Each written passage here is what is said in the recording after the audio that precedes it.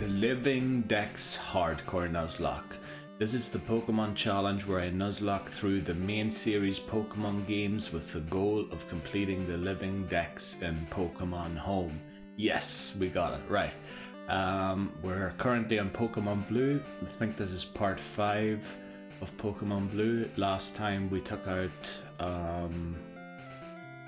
Giovanni and our rival, Red.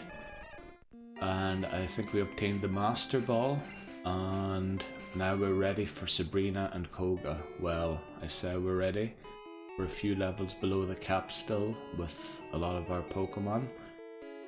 Now, we've beaten every single trainer that's available to us right now, except for the trainers in this gym and in this one.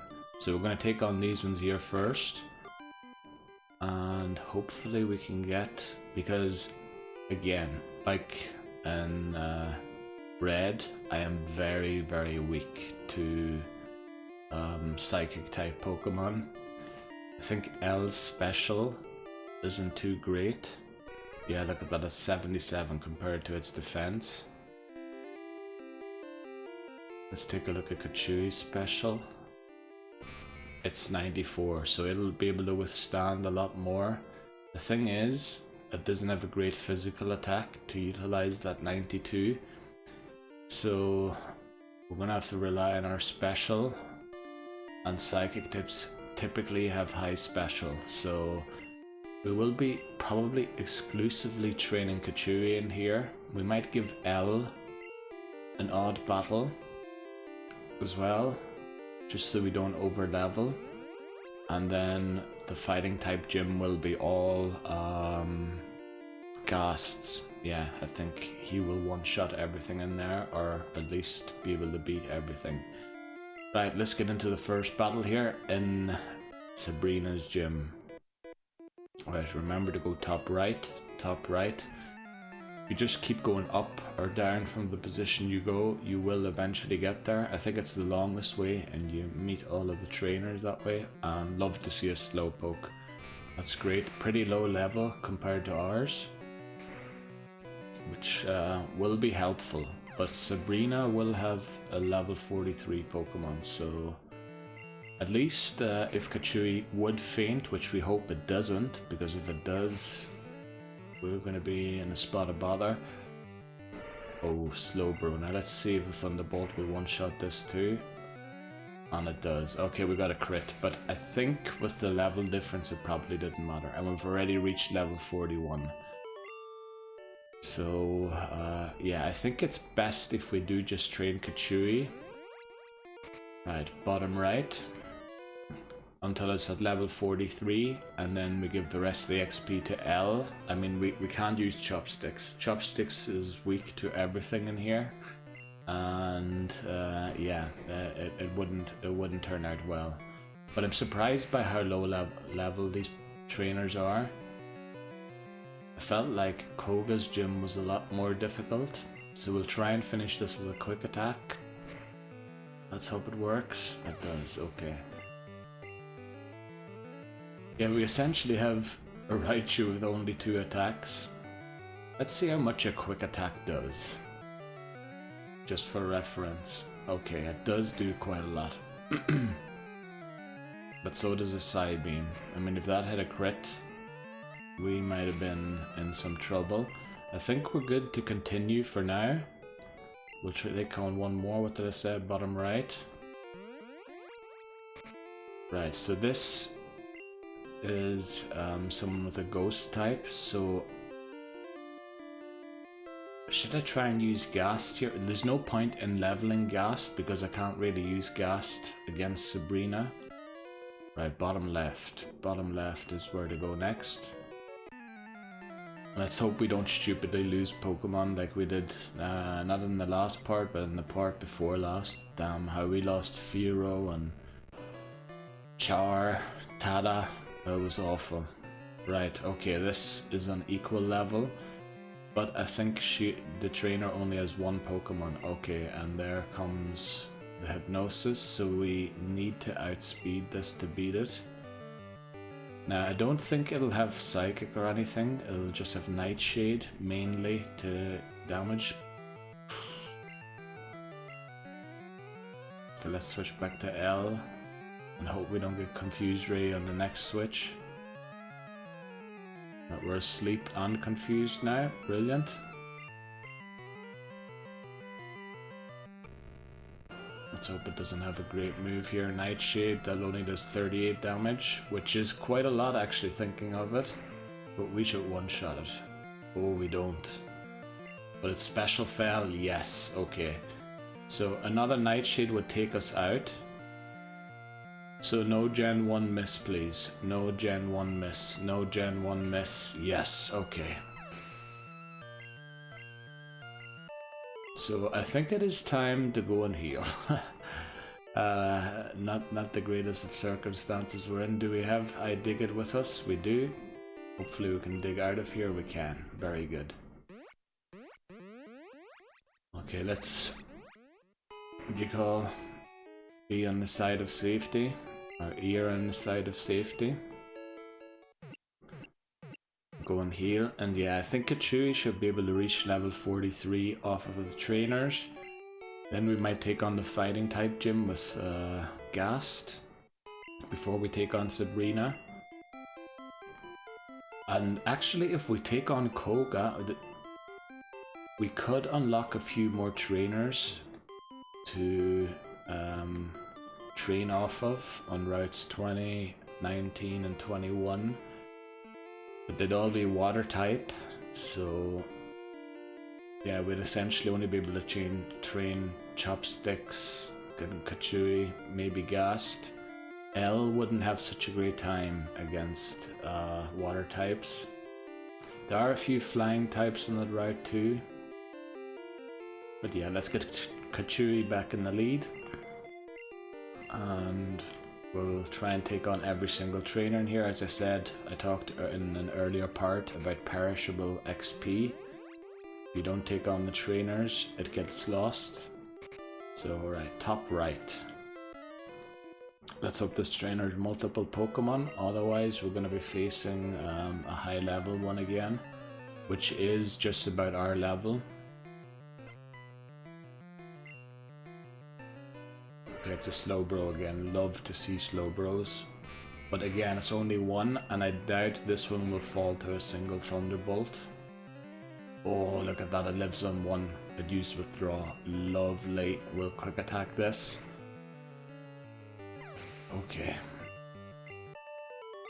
So yeah, Kachui's our only real Pokemon to take on Sabrina. As I said earlier on as well. Psychic types are pretty broken in Gen 1, and I seem to keep team building teams that are weak to Psychic types, which isn't ideal. Right, bottom right. Bottom right. Remember bottom right. Yeah.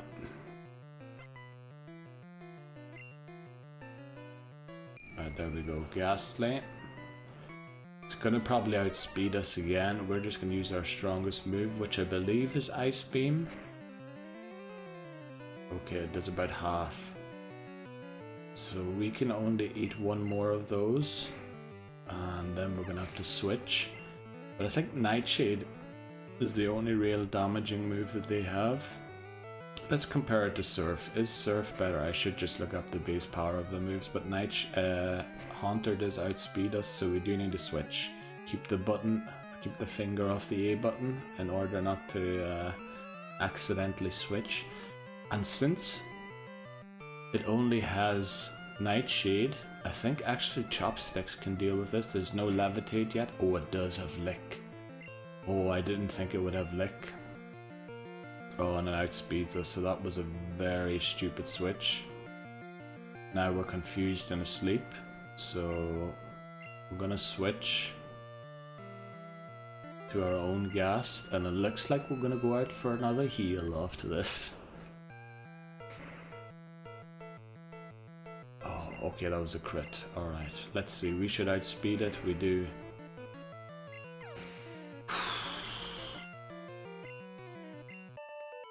Go Ghost types are almost giving me more trouble than the psychic types. I think we'll try one more trainer with Kachui in the lead. We would also have I Dig It, that is a few levels lower, that we could use as a sax. Oh, it's a channeler again.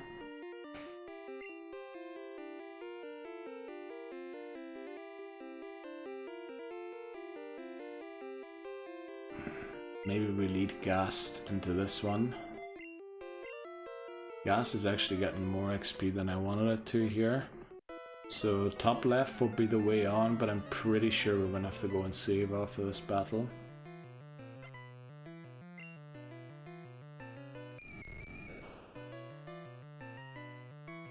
Yeah, well, we can take 2 Nightshades. And if we don't one-shot, oh, we do. Very nice. Okay, if they're all the same level, we should be able to one-shot all of them. And outspeed them, sorry. Don't know what's up with my voice. Oh, and another Haunter. Haunter's pretty good in this game, I believe. Oh, we dropped it special, but it confuses us. So, we're gonna switch to Chopsticks. I know it's asleep, but it should be able to eat a lick. Okay, a Nightshade. Oh, we woke up. Lovely. Earthquake. It doesn't put us back to sleep, which, big mistake by it. And we do defeat the Channeler, and we still... Like, Haunter's not in great shape. But then, would I ever switch a Haunter into a Psychic type? I don't think I would. So we have to ride Kachui here. Okay, this will be a Psychic type trainer again. But we're definitely digging out after this battle. Let's hope Kachui can deal with this trainer. Quick Attack's just such a good move to have because we guarantee outspeed. Let's see, we know how much a Quick Attack did. I can't remember, was it level 31 as well, or was it 29? Okay, Thunderbolt is the better way to go, but this okay, right, Confusion. Crit will do some damage, but we should be fine here, especially, again, water types. We love seeing these. I forgot how many Slowpokes that these trainers have. And we're at level 42, so one away from the cap for both Koga and Sabrina. They both have a cap of 43. So if we would over level Kachui, which we're unlikely to do, we would, oh come on, it uses recover, but a second Thunderbolt should deal with it. And I'd say it probably is time to switch to dig out of here and heal.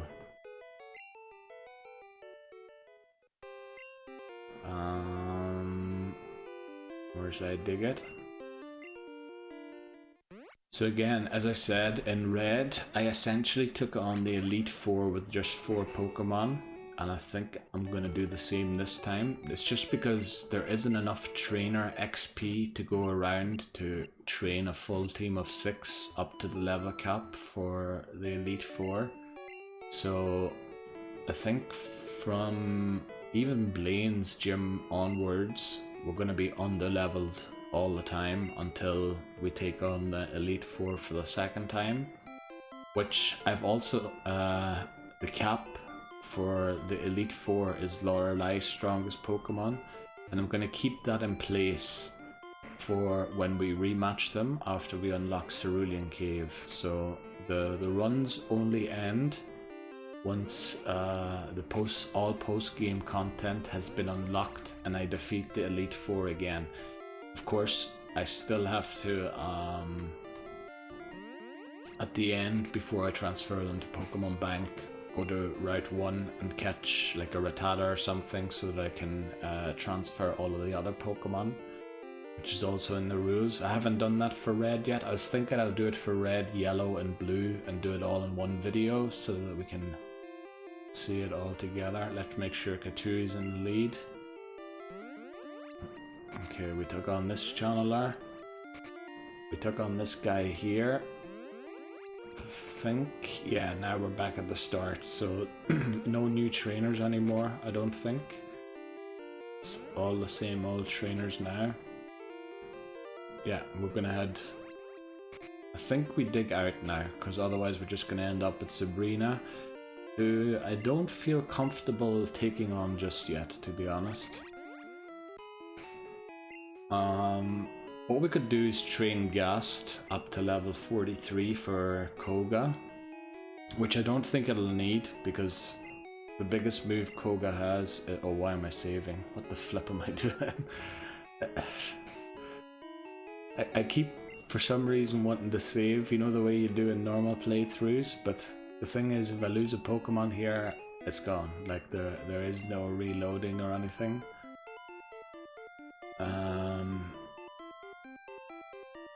Right, I think we'll take on this fighting type gym and get our Hitmonchan, which will be our Saffron City encounter. I think this gym also counts as Saffron City. Yeah, it does. So, I'm not sure if the Sylph Company counts as a separate area, so we might have been able to pick up Lapras. But my intention is not to use Squirtle, or well, maybe evolve it to Wartortle and Yellow, but not use Blastoise, so that I can use Blastoise and Leaf Green. Yeah. This should be the easiest gym for Gast. I don't think any of them have a move that can touch Gast. The only problem is the PP of Psychic's gonna run out before we take on the leader, the gym leader.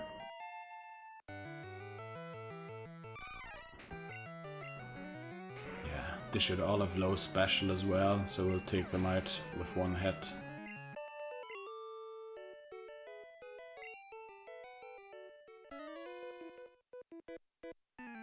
Okay, let's take on the next one, and maybe we'll try the third one as well, and then dig out just to make sure we have enough Psychic PP. I mean, we could probably do it with Nightshade too, since I truly believe they can't touch me. I don't think there's anything like Blaze Kick yet for Hitmonlee. Machoke shouldn't be an issue. And then unless this guy here has 5 Pokemon, we should have enough Psychics. This next Black Belt, should be able to take him on. Right. Then we'll dig out, re-enter the gym. Right, Primeape should one-shot this. And even if we don't, I think it only is fighting and normal type moves. We're actually not getting as many levels from this gym as I was hoping we would. We might take on this one too, but then leave dig out for the leader. And then we truly only have Koga, Sabrina and this gym leader remaining, so yeah. We're going to be a little under-leveled. That has to do with, yeah, losing Char and Tada and having to go back and get all the XP on Chopsticks to train a Pokemon to take on Giovanni. And I think we have just enough Psych... oh, we would have had one more. The thing is, this leader has 2 Pokemon, Hitmonchan and Hitmonlee. We do gain 43 bars, unintentional ones. Right, let's dig out of here. I love that you can dig out of gyms. Oh no, you can't dig out of this one, damn it. Okay. I guess we're gonna walk out and fly down. I think that's just the fastest way to get there. Oh, what am I doing? We're at Saffron already. Right. So, 3 gym leaders coming up in a row now. And actually, I know we're only 20 minutes in, but I have to go to the toilet. I need to pee really urgently. So, we're gonna take a quick break. You know how the breaks work now since I'm not streaming. Actually, I realized I forgot to explain why I'm not streaming anymore on the Pokemon videos, in case you didn't see the FC videos. I'll get into explaining that after the break. I'll be right back.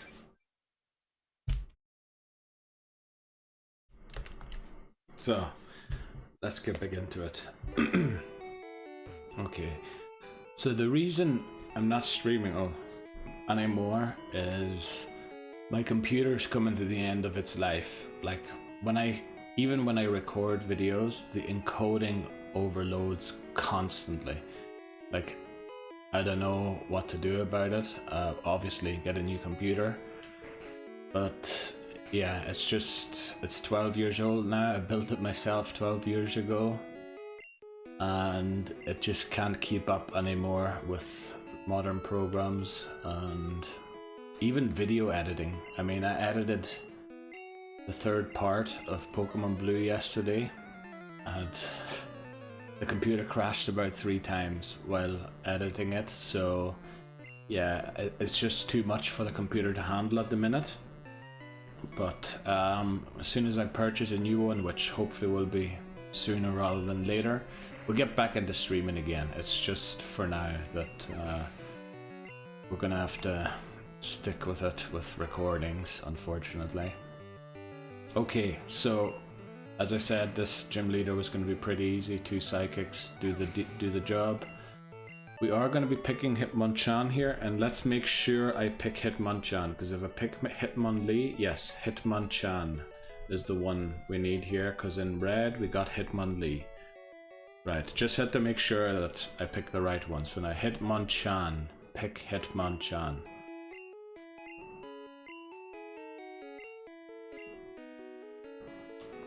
Okay, let's see, which one is it?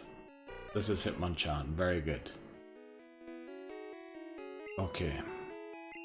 Yes. What should we nickname it? Now Chan's a very simple name, isn't it? Itmo. You can't really go for Tmon, can you? Moncha. Because the idea was kind of to use crops, or to crop the name into something. Like I could just use Hit, but that'd be a bit cheap as well.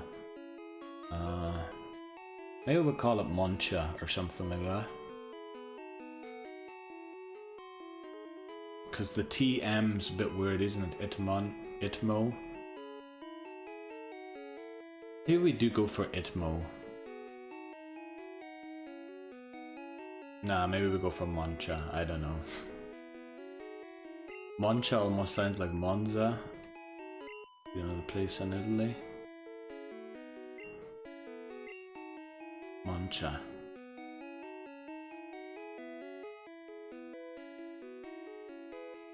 Yeah, better than Itmo, definitely. Let's just go for Moncha. Now let's hope there's room in the box. There should be. I think I counted last time to make sure there was.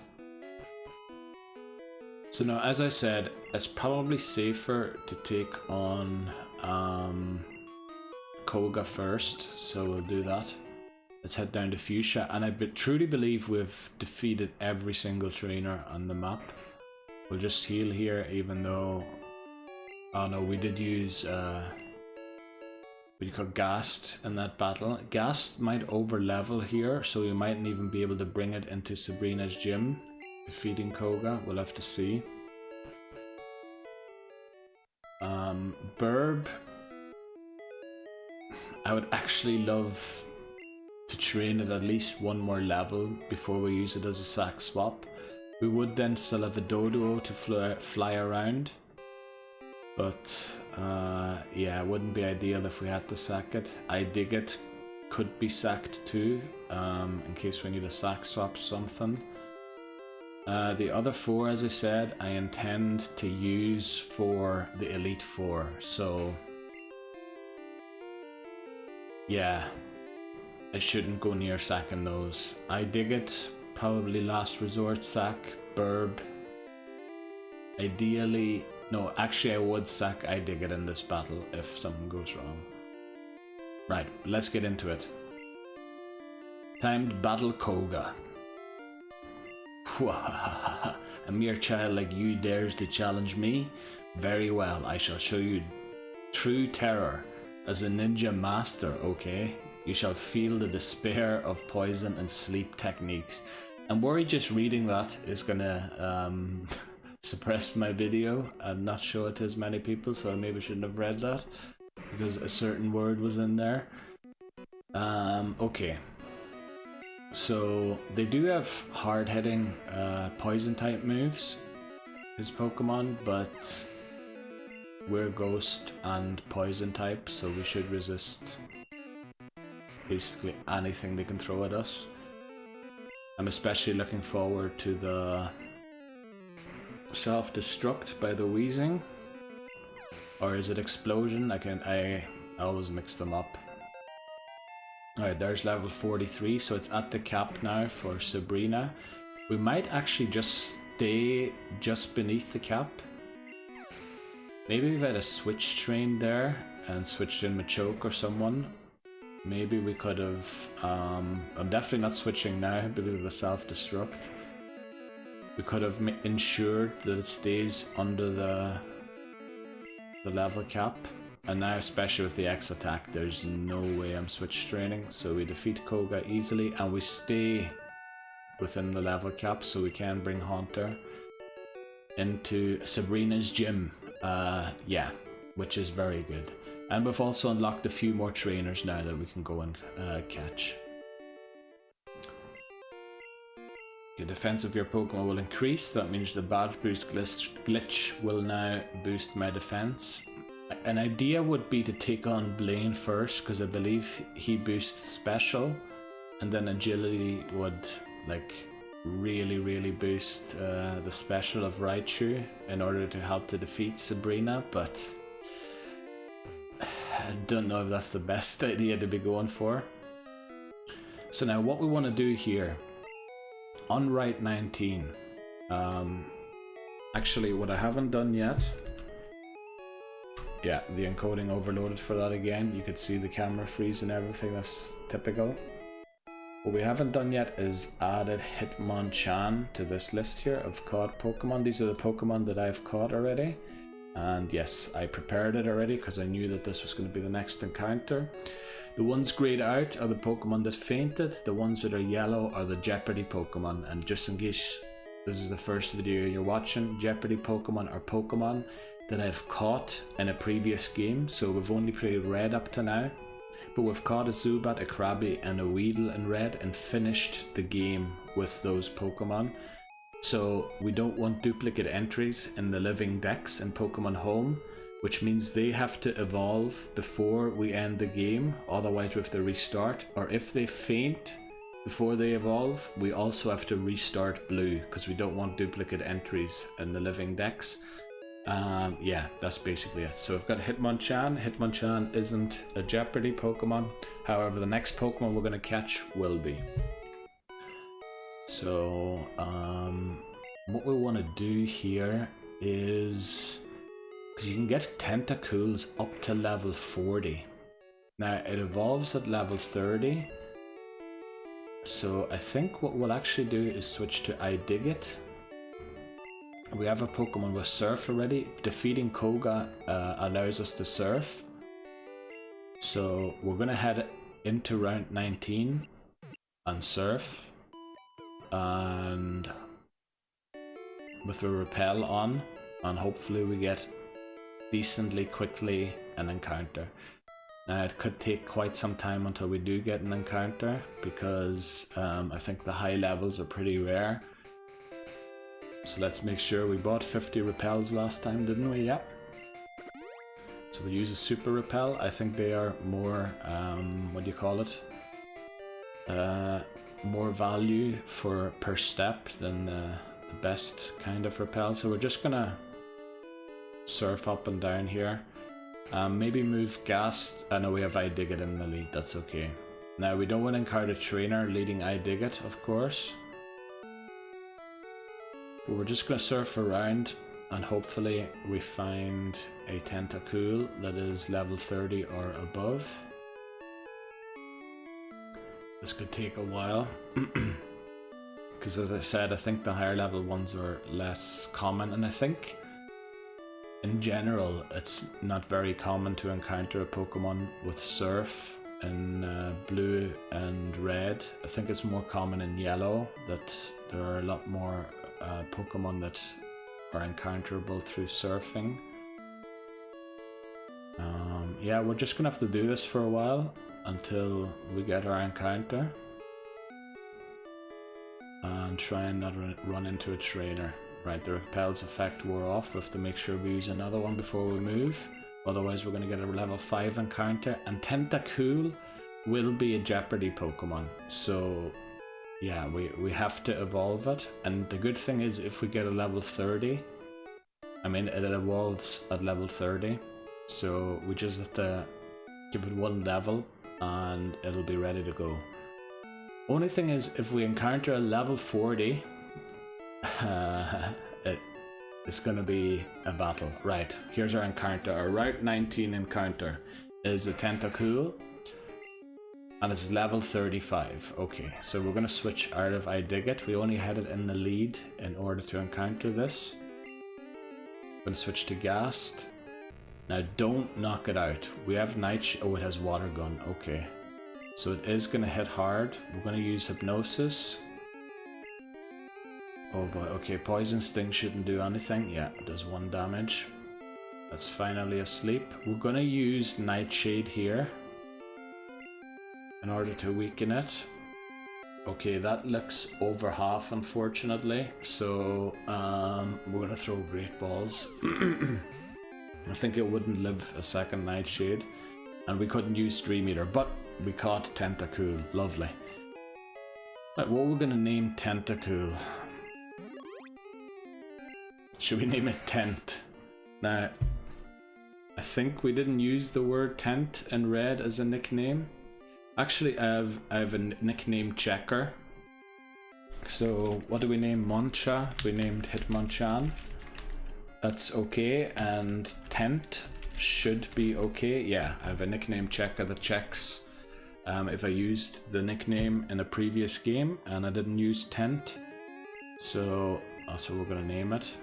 Just because it's got a word hidden in there that it's not really has anything to do with the Pokemon. It's just like coincidence. Okay, so now Tentacool, as I said, is a Jeopardy Pokemon. So let's see, did I add Tentacool there? I did. Very good. So it's added here, and I've already marked it. Again, encoding overloaded for that. You see, that's what I mean with my computer just cannot keep up anymore with even OBS. Just showing this screen overdoes it. Have I prepared it in Jeopardy Pokemon? I'm not sure if I did. No, I didn't. Okay, so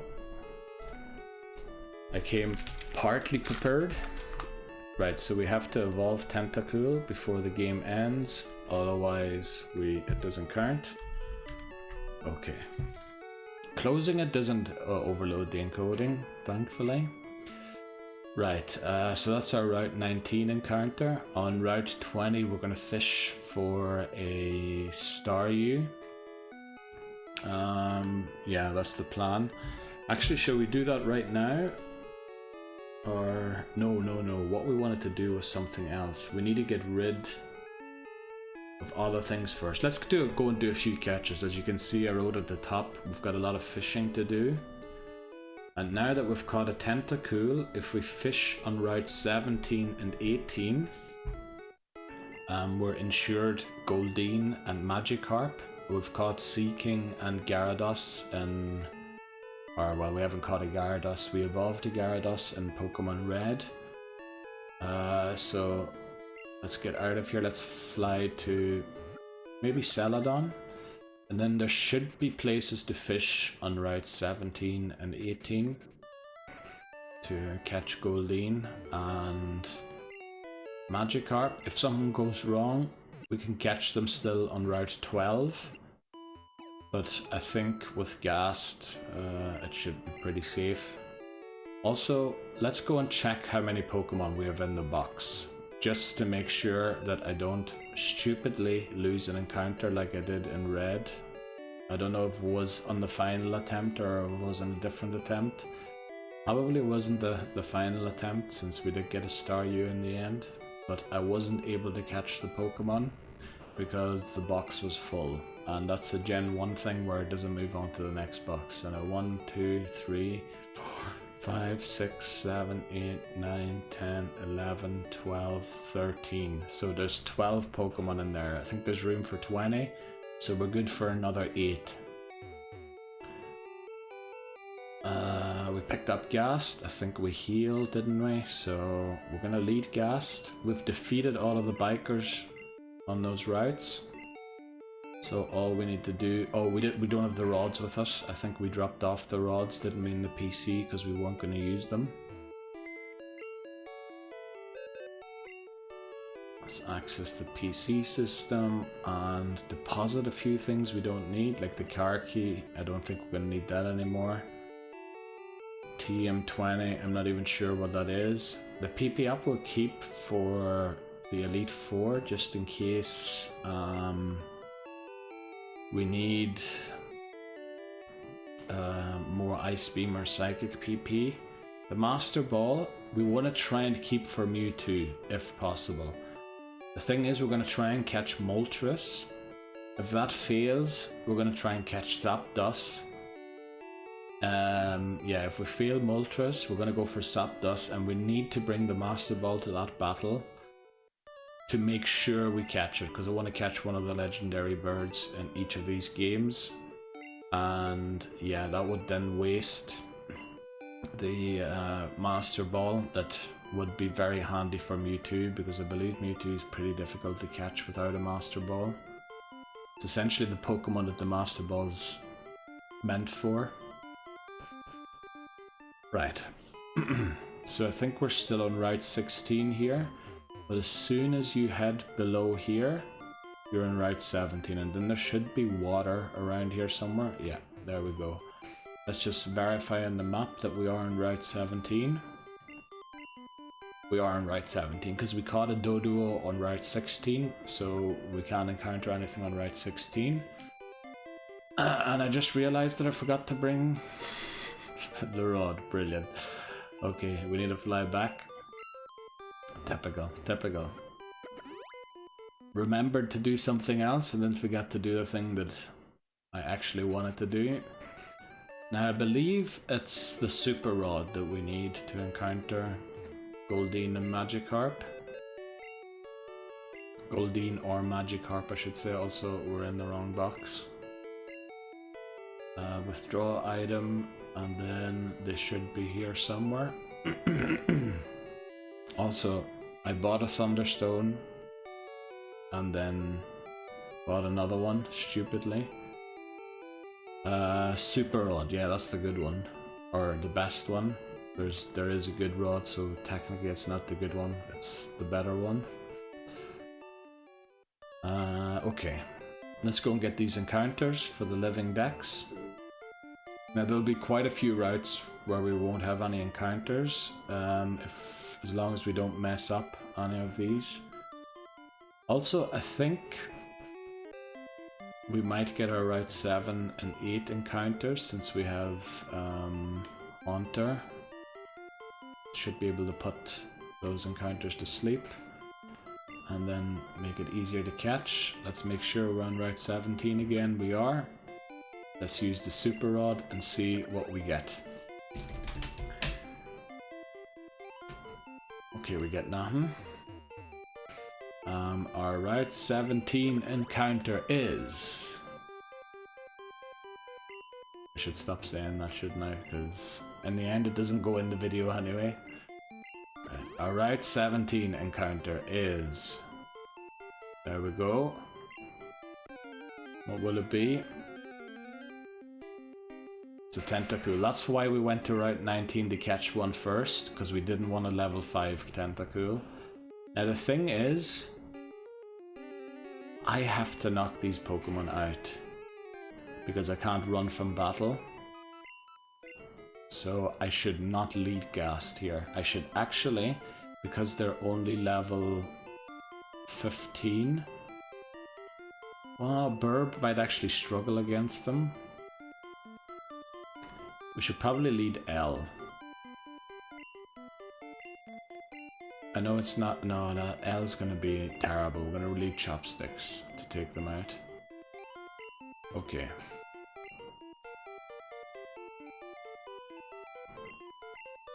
Our Route 17 encounter is...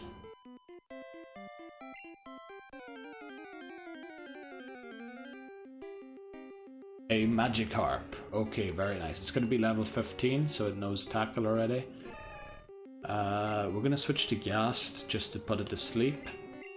Now the thing is, does a level 15 Magikarp have 43 HP? I'm kind of worried it doesn't. So we're gonna throw... okay. We're just gonna throw Pokeballs at it. Okay, please. You know, do we... no, we got rid of Confused Ray, didn't we? Yeah, we did. Finally we land the Hypnosis. Thankfully we get all those misses out of the way in the wild encounter. Let's use the Great Ball and see if we can catch the Magikarp without weakening it. And we can. Very nice. So Magikarp is our Route 17 encounter.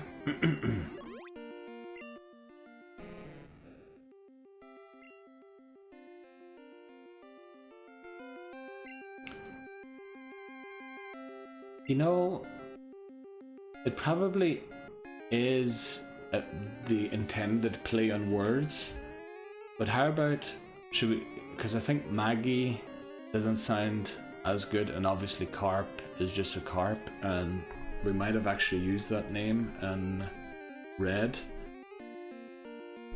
Let's see, did we use Carp? We actually didn't, but I'd prefer to misspell magic and spell it with a K and name it Magic, but spelled with a K. I hope that's no brand or anything. Oh, that's a H. Right, Magic. Welcome to the team.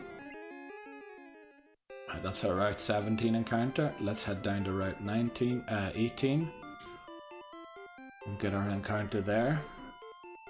We'll also be fishing. Well, we've taken on all of these trainers, so there's no need to... and I think Route 18 starts once you get through here. So this should be Route 18, I believe. Let's take a look at the map. Yeah, Route 18. Let's use the Super Rod. Now, it can only be Goldeen, the encounter. Well, no, it can be other Pokemon, but all of the other Pokemon are Dupes Claws, so...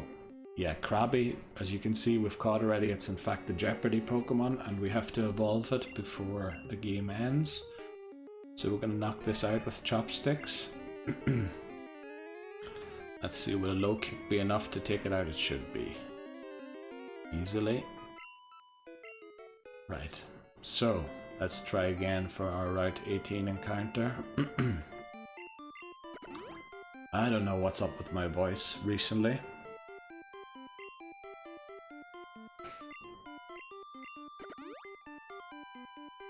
Okay, come on.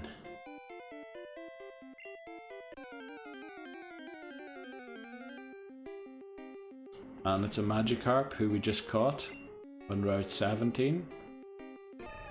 So it can't be a Magikarp again.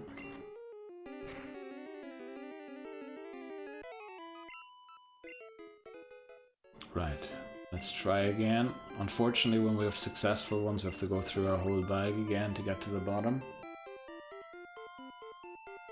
And when we have not even a nibble, we're right back to the Super Rod. Okay, our Route 18 encounter is not even nibbling.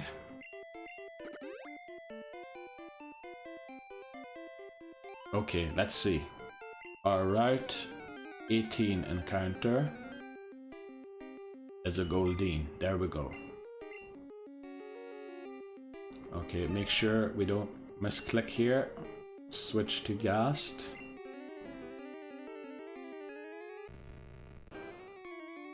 And then again, I'm unsure if it would live in Nightshade, so we're just going to try and catch it with throwing Pokeballs. Unfortunately, it also has a move that can hit me, just like Tentacool had. So we'll try and just throw a Great Ball at it and see if that's enough to catch it. And it is. Very good. Welcome to the Team Goldeen. So we've room for 6 more Pokemon in box 1. Right.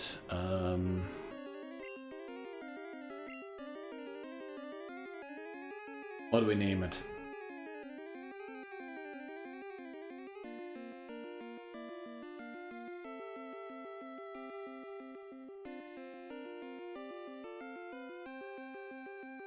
I mean, I'm thinking of old.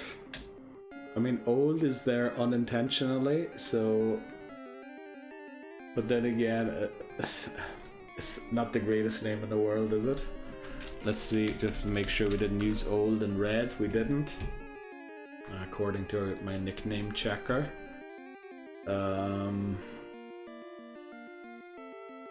Actually, it only goes to 42. I hope that the nickname checker actually checks all of the nicknames in red. Old. Because I mean, Dean, not the greatest name, and Gold is just, you know, gold.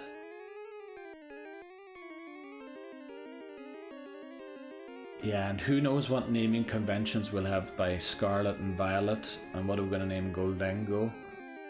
Well, I suppose it is spelt with a H there, isn't it? Or we might name it Gold, so I think we'll go for Old. Nah, Old. We could go for Oldie. Maybe we'll go for that. It's not the greatest name in the world, but there we go. Oldie.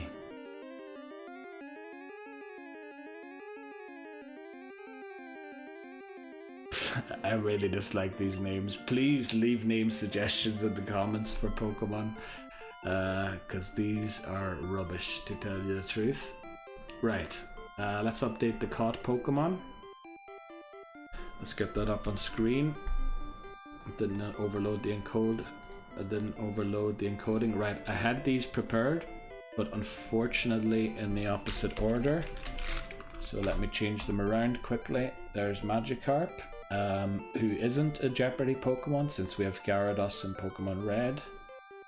And then we're going to have to change this one here to Goldeen. There we go. And Goldeen also isn't a Jeopardy Pokemon since we caught it in since we caught a Sea King. In Fuchsia you can actually fish for a Sea King, and we got lucky enough to get it. So we didn't even have to evolve a Goldeen in Red. But that's our Pokemon for routes 17 and 18. Let me see, what did I have up next? Next up I had Seadra on route 23. Now let's see if we can get there yet. I think we should be able to after defeating Koga, but it might be that we have to defeat Sabrina to get there. But I'm willing to test it to see if we can get there or not. Now that we have Goldeen. Oh no, wait quick. Oh no, we have a Slowbro from Pokemon Red already, so we can't catch Slowbro. That's Dupe's Claws. Since it's the final evolution, like nothing can, we can't catch that again. That's an intergame Dupe's Claws, as I called it in the rules.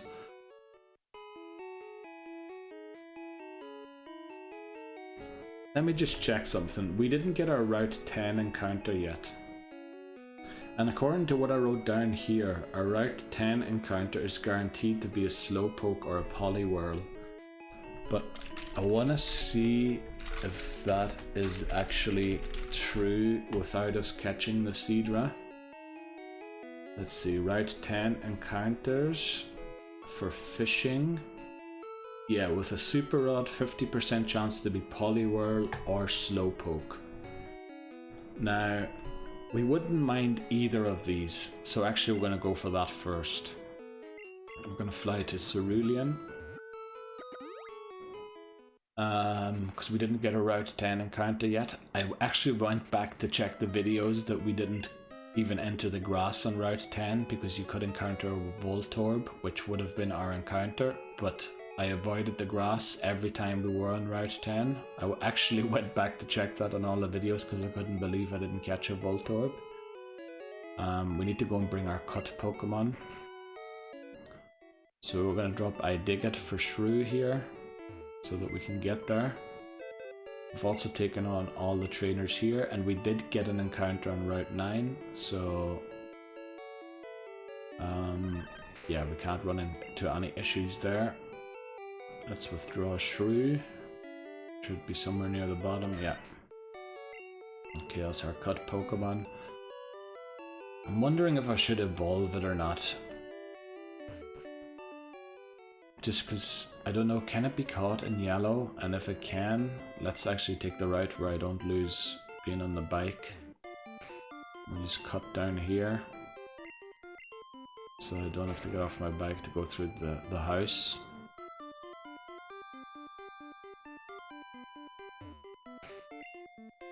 Now actually this encounter is pretty far down the list of the order that I intended to do them in, so I'm gonna have to change a few things around from what I've prepared. We should have taken on all of these trainers. Oh, why did I do that? We took them on actually to train Chopsticks. Now see, in this patch of grass, which is Route 10, you can encounter a Voltorb. Let's just make sure, let's verify that we are on Route 10. And we are on Route 10. We don't have an encounter yet for Route 10, so let's use a Super Rod now. I don't mind either Slowpoke or Poliwhirl.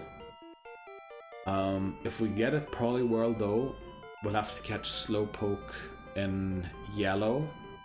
And we might encounter Slowpoke in the Seafoam Islands rather than Dugong, who I actually want to go for. Actually, with the Repel trick, we might be able to ensure Dugong in the Seafoam Islands. But, yeah, I really don't mind which one we get here. Let's make sure, yeah, Chopsticks in the lead to... No, it can only be Slowpoke or Poliwhirl, so we'll put Ghast in the lead. The Poliwhirl would be level 23, and since our Poliwag in Pokemon Red fainted while we were trying to evolve it, it's going to be... It wouldn't be a Jeopardy Pokemon, so it's since we'd catch the evolved form of it. So, our Route 10 encounter is... Let's see, Slowpoke or Poliwhirl, what will it be? It is a Slowpoke, okay, which means we're going to catch a Poliwag and going to have to train it, or evolve it at least to Poliwhirl, which will add another Jeopardy Pokemon to the list. So it woke up immediately. I am too worried to use a Nightshade here because I don't... Oh, I forgot about... Okay, good. It's level 15, I forgot. Alright. Even though it has a super effective move. Unless it confuses me, we shouldn't be in any trouble here. Right. I almost wanted to use an escape rope there. Let's see if a Great Ball's enough. I'm too worried to use Nightshade. And we do catch Slowpoke. Very good. So that's our Route 10 encounter.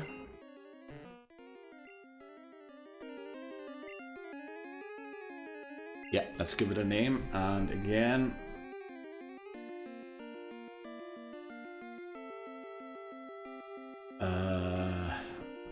the only name I can think of is Low, which, yeah, we haven't used yet, and it's not the best name in the world, to be honest.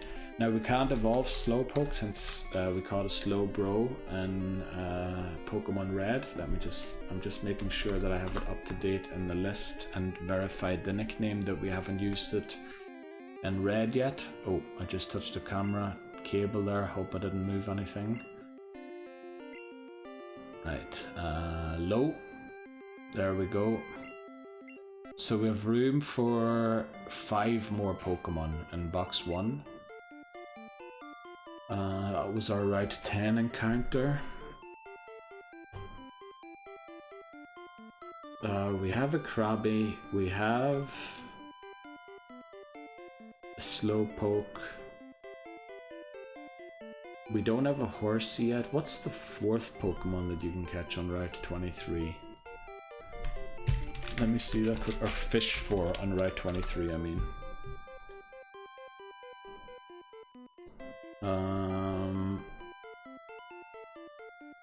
Yeah, all of the Pokemon that could be encounterable in the grass we've caught already. So the fourth one is Sea King. We just caught a Goldeen, which means, yeah, we're now guaranteed it to be a Seadra. We'll have to see how long it takes us to get a Seadra, since there can be 4 different Pokemon. And if we can even get there without Sabrina's gym, or if we need Sabrina's gym to get to Route 23 surfing or fishing spot.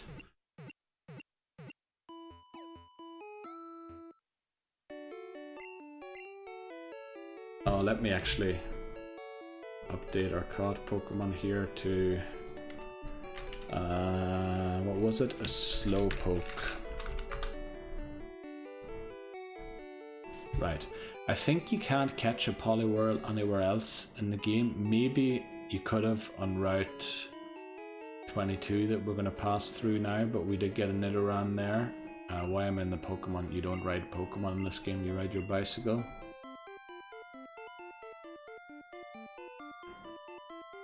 Right, so we've got our encounter for here already. So we just have to take out whatever it is, and I'm stupidly leading Gas through this, who's at the level cap. So thankfully we'll be getting very little XP, but having taken on Koga, we're probably pretty close to the thing. So let's just make sure that just in case we do encounter another Pokemon, we're actually training a Pokemon to the level cap. Okay. Right, Nidoran. I think that might have been our encounter here on Route 23 that we got. Unfortunately, it fainted already. Niddler. Yeah, I believe it was named Niddler. Now, we're not going to be mean to it and use an Earthquake on it and like faint it 20 times over with a single move. So now this is the road to, or the way to Victory Road. But you can pass the guards if you have the badge already. And I'm not sure, but oh, it might be a bit closer. We might need Sabrina's badge to get to the fishing spot. Let's get on the bike again and see if we can get to the fishing spot. I think we can get to the fishing spot. Thunder badge. Yeah, all you need is the rainbow badge. Actually, we could have gone here right after Erica already. Okay, let's get our Route 23 encounter. Actually, let's put Ghast in the lead again. These Pokemon are all going to be level 23, which is a little higher.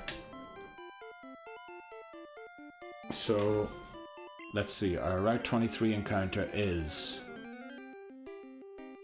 Right, a Sea King it can't be because we just caught a Goldeen. So that's Dupe's Claws. Oh boy, I just realized I have to feint these Pokemon and I shouldn't be leading Ghast, because we're going to overlevel it. And we did get 500 XP there from defeating it, so I believe Ghast is very close to overleveling. So we put Chopsticks in the lead, who should be able to deal with all of the Pokemon that are encounterable here. Right, not even a Nibble this time. Oh yeah, just to verify, this is Route 23. Where's the town map? There. Yeah, Route 23. Let's use our Super Rod. Not even a Nibble again.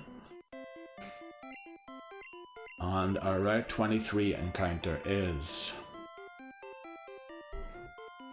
Well, it's guaranteed to be Seadra, so anything else we've already caught, so it's Dupe's Claws, and it's Sea King again. Since we have a Goldeen, which is its pre-evolution, we won't be catching this. A Strength should definitely do it. I'm not sure, a Low Kick probably would do it too.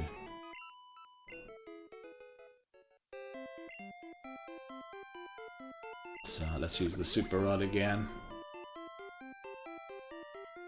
We're getting a lot of Sea Kings here. Hopefully we do get some variety soon. I think when I did it in red I got Slowbro first try. So our Route 23 encounter is, sorry for moving the 3DS so much. I was encounter bound 3 times in a row. Very nice. Let's see if a low kick actually is enough. Also I need to remember about my posture, otherwise this video will be very short. Okay, we're just gonna keep going until we get it.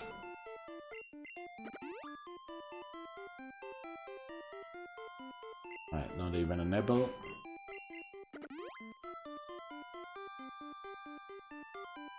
Another not even a nibble. I should just keep my hands on the 3DS because yeah, we're gonna get a lot of no nibbles. Right, there we go. Our Route 23 encounter.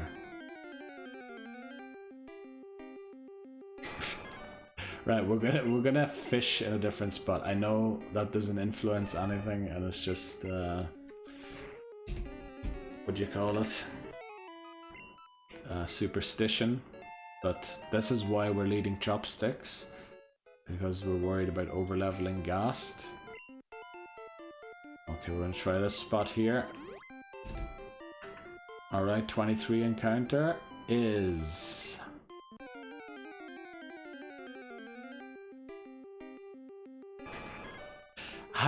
what are the odds of getting it 5 times in a row? Okay, it is 25% chance to get it each time.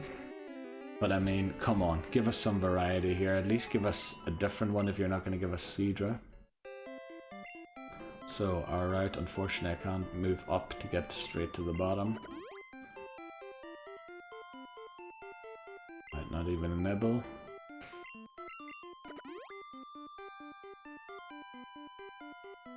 Another not even a nibble. And this is a Sea King again. Right, our Route 23 encounter is...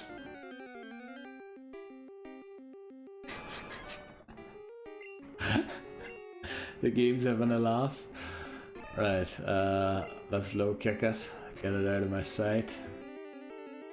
Oh, a low kick actually isn't enough to take it out, and that was a crit back. Wow, okay, so we do need to use strength until we're level 42. Wow, that is a weak move.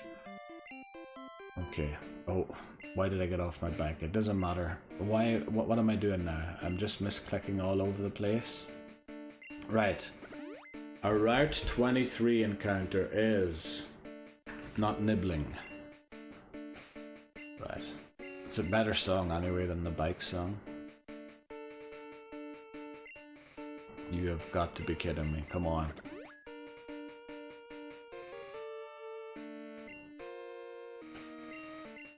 Alright, 23 encounter is...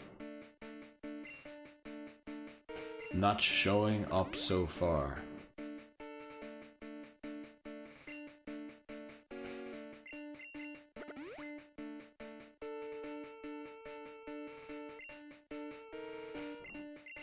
Also, I can't believe every single one was a Sea King. Like, our RNG is broken.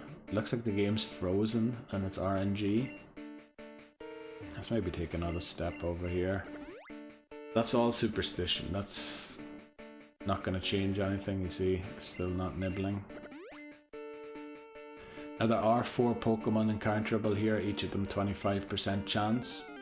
But our only legal encounter is Seadra, and here it finally is. Okay.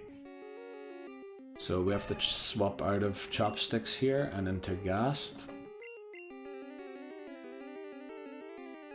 Now I would say that Seadra will live a Nightshade. I mean, it should have 43 HP. Are we willing to risk it though? We'll try first without. We'll use an Ultra Ball for it. Okay, it breaks free straight away. So we're gonna try a Nightshade. Let's hope we don't mess this up. But it's gonna do 43 damage. Okay, it easily lives it. Easily. Let's put it back to sleep. Don't misclick. It's back to sleep. It woke straight up again. Let's put it back to sleep. This time it stays asleep. And now we're going to use a Great Ball. So it's probably a good idea not to use Nightshade on the level 15 fishing encounters, since, I mean, that there is very low HP. Okay, we might have to use the Ultra Balls. We're going to try one more Great Ball here, and then we're going to switch to Ultra Balls if it doesn't stay in. No, it's... oh, flip. Okay, I guess Ultra Ball it is. Didn't think Cedra's catch rate would be this low. Okay, we get it. Very nice.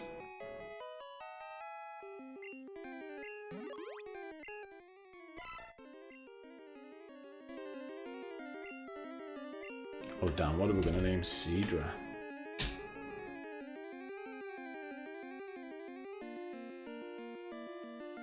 Adra. I mean, again, names are not the best. They could definitely be better. But I guess that's what we're gonna name it, Adra. I think that sort of gender, sex neutral. I shouldn't have said that word, that's probably gonna get the video suppressed as well. Okay. So that's our Route 23 encounter. Let's just make sure that it's updated everything here. So now I didn't add Slowpoke yet, that we caught on Route 10. Now, and originally I was going to get a Staryu here, but we did it in a different order. So let's get Cedra up there.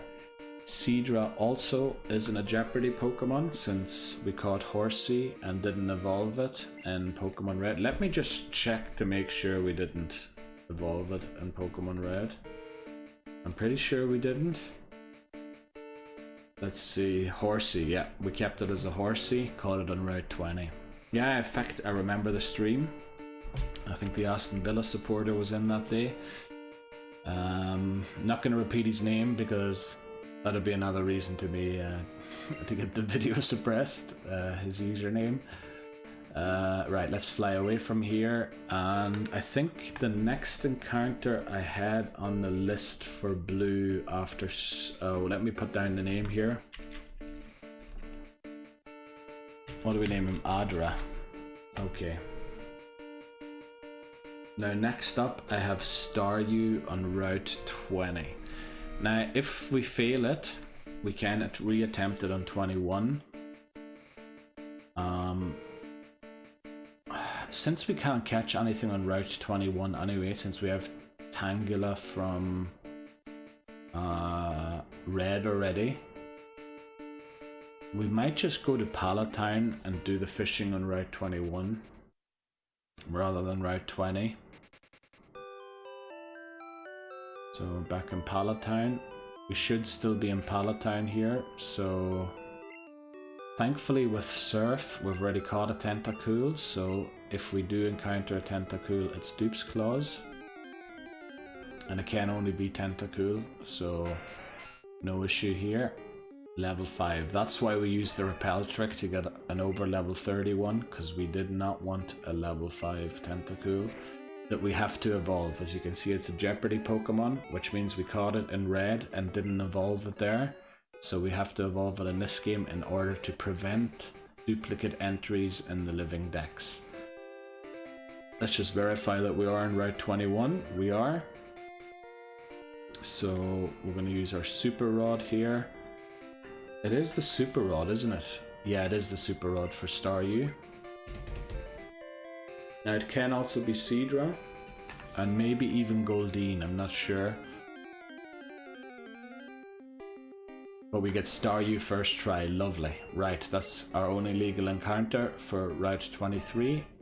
Let's swap into Ghast, who we haven't healed, but we should have enough Hypnosises here, and I think every level 15 fishing encounter was a first time catch with a great ball. Also, I have to remember, box 1 is almost full. Box 1 is almost full, so we should go and switch boxes. Just also to give us room to, you know, drop something off and pick something up. It's better to leave a bit of space in the box.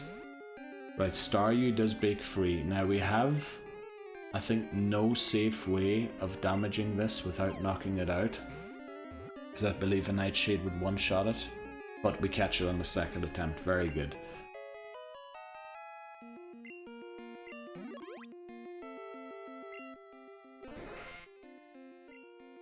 Okay. So I'm just thinking about names there, and I think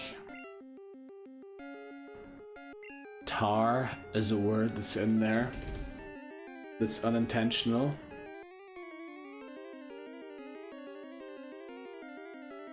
But we're getting a lot of names that are 3 or 4 letters, which is a bit weird. But even if I add a Y, we're still at 4 letters. Tari. Tariyu is just taking the S away. Let me just check that. I'm pretty sure we didn't have Tar as a nickname in Pokemon Red. But you never know. We did use the first noun in the what was it? In the Bulbapedia biology section. So, you know, maybe Tar might have shown up in some weird Pokemon's thing. So Tar seems to be good. Let me just update this here. Sorry for doing all of this on stream, but I want to keep the numbers up to date.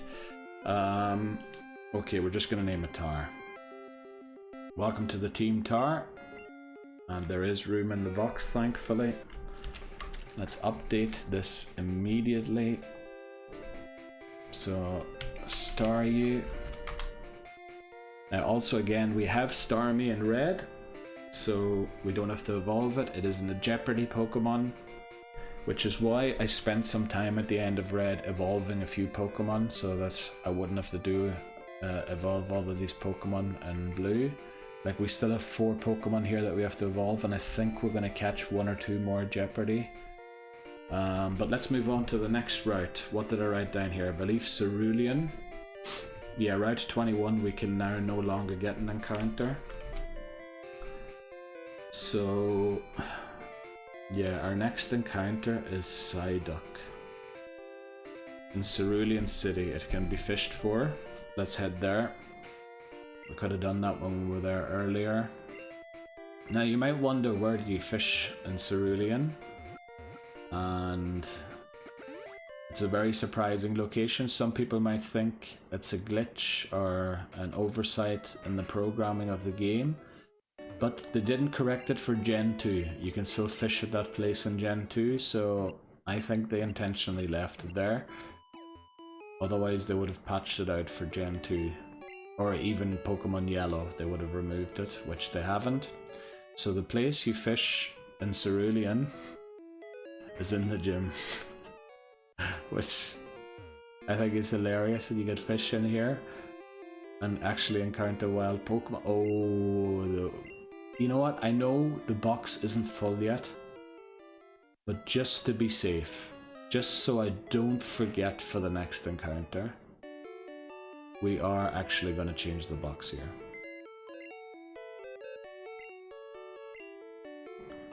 Now also what I want to do when we change the box, we're going to drop Shrew off here.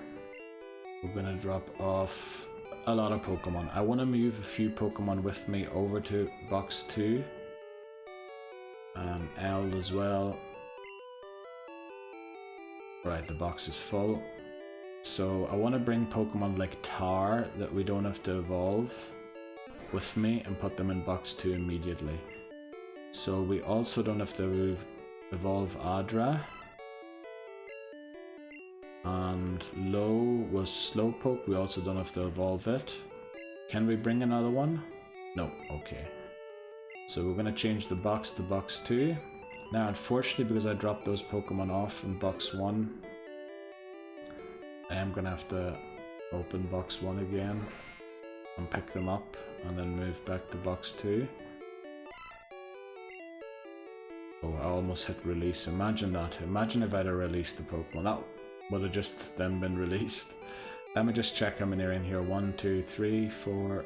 Right, only 4 Pokemon. Brilliant. So change box back to 1. Then withdraw the Pokemon I dropped off. Unfortunately, they're always at the bottom. So Shrew, Chopsticks, and L.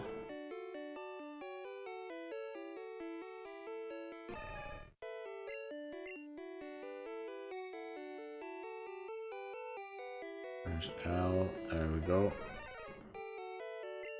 And then don't forget to change the box since we're catching Pokemon at the minute. We're going to spend some time on catching Pokemon before we take on Sabrina. Because you never know, we might gain a level or 2 while doing so. Also, we shouldn't be leading gas because we don't want to over level it just in case we somehow have to use it against Sabrina. Like, I don't want to because every move that her Pokemon has is super effective, or her Pokemon have are super effective against me. So I'd ideally not like to use it. Right, let's fish in Cerulean City. And our encounter is Goldeen. We've already got a Goldeen, so that's Stoop's Claws. And we're just gonna low kick it. Now last time low kick wasn't enough, this time it misses. Low kick, not a great move to be honest. Let's use strength. Now there was no chance of it knocking me out or anything, but I just curious what the map says here. Yeah, it does say Cerulean City. It's the same for our starters actually count as our Pallet Town encounters, since in Gen 1 Professor Oak's lab isn't distinguished by the map, and since there is no Met on the summary Met location on the summary screen of Pokemon in Gen 1, I use the map to just verify different locations, and yeah, that's why we checked them up there. Krabby we've already caught. As you can see, it's a Jeopardy Pokemon. We in fact still have to evolve it before we end the game. We caught it level 15. I believe it evolves at 23, so 28, so it won't take forever to evolve, thankfully. Let's use the Super Rod here again and see. I think it should be 33% chance to encounter Psyduck, which is the only legal encounter in here. And again, I should just keep my hands on the 3DS, shouldn't I, rather than putting it up to my face all the time. Don't know why I like touching my face so much. I probably shouldn't. Right, come on. Give us our encounter, please. Right, not even a nibble again.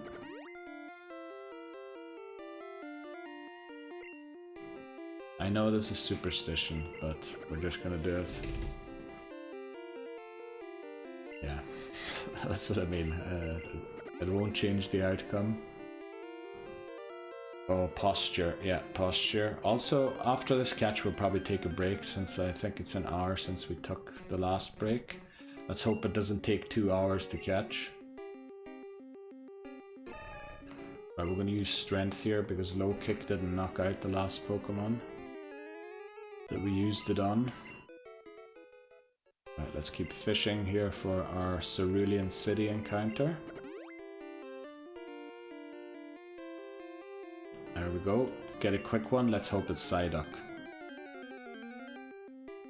And it is. Very good. This is our Cerulean City encounter.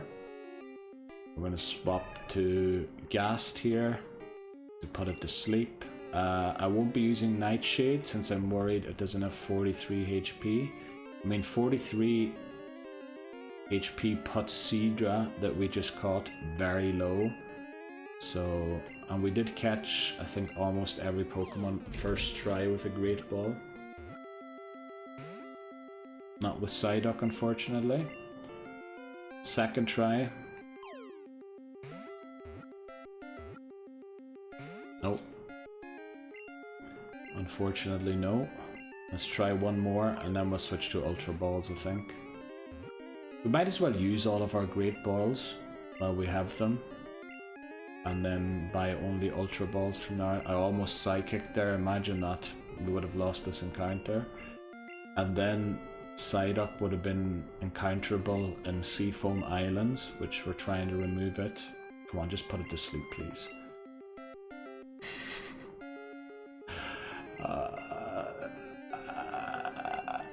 Come on, come on, come on. Right, okay.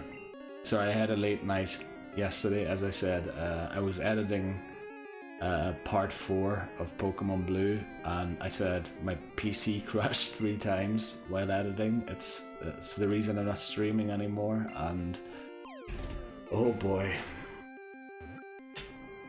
Oh, come on, stay in the flipping ball, please. So I had a late night yesterday, and I'm not just quite awake yet, I don't think. It looks like it's not going to want to stay in a Great Ball. Looks like, well, an Ultra Ball from the colours probably would suit it more than a Great Ball, but obviously there's no colours yet. And the Pokeballs all revert to a regular Pokeball when transferred anyway from Gen 1, since it doesn't keep track of what balls that it was caught in. So now, I think there's only one name, which is Sid here, that we can name it, which I believe is quite gender neutral too. It can be Sid, like Sid Vicious, or you know, the singer, and then it could also be Sydney, you know, shortening for Sydney, which is, yeah, I think Sid's not a bad name. I just checked it, I put it down to verify that I didn't use the name in red yet. And there we go, that's our Cerulean City encounter. Let's head back to the Pokemon Center, heal, save, update the thing, then we'll take a break and we'll continue on with our encountering. We have loads of encounters that we can get right now, which is great. So we healed. Let's save here, and while it's saving, let's update this here. So we have Staryu, and then we caught a Psyduck, who unfortunately is a Jeopardy Pokemon, since we caught it in red and didn't bother to evolve it. And actually thinking about it now, I probably should have just left it, because I think Golduck's pretty easy to catch in yellow. So we've kind of made blue a little harder unnecessarily on us there. So let's add Psyduck to the Jeopardy list. Now these are all Pokemon that I have to evolve before the game ends, and if they faint, I have to restart blue immediately. So having 5 of them, not great, but I think we were at 4 or 5 already one time during this playthrough, so hopefully we can overcome that again. Tentacool's only 1 level away from evolving, Weedle's only 1 level away from evolving, Zubat I believe is 6, Krabby is 13, and unfortunately Psyduck is like 18 levels away, so that's going to take quite some time to evolve it. Right. But we saved and we have everything updated, so we're going to take a short break here, and we'll be back with more encounters, and then we'll take on Sabrina and then move on to Cinnabar. We might actually surf to Cinnabar to get our encounters there first, but we'll be right back with more encounters and the Sabrina battle. I'll see you then.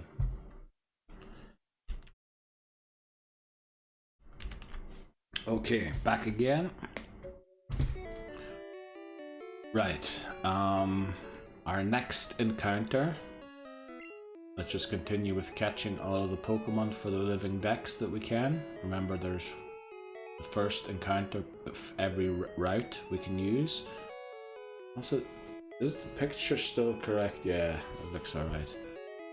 Okay, let's fly to Viridian, where we haven't encountered a Pokemon yet.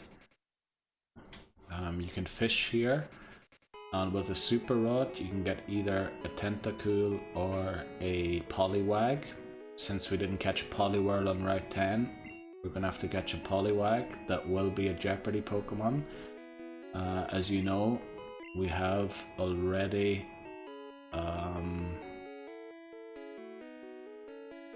caught a Tentacool, as you can see in the Jeopardy Pokemon list.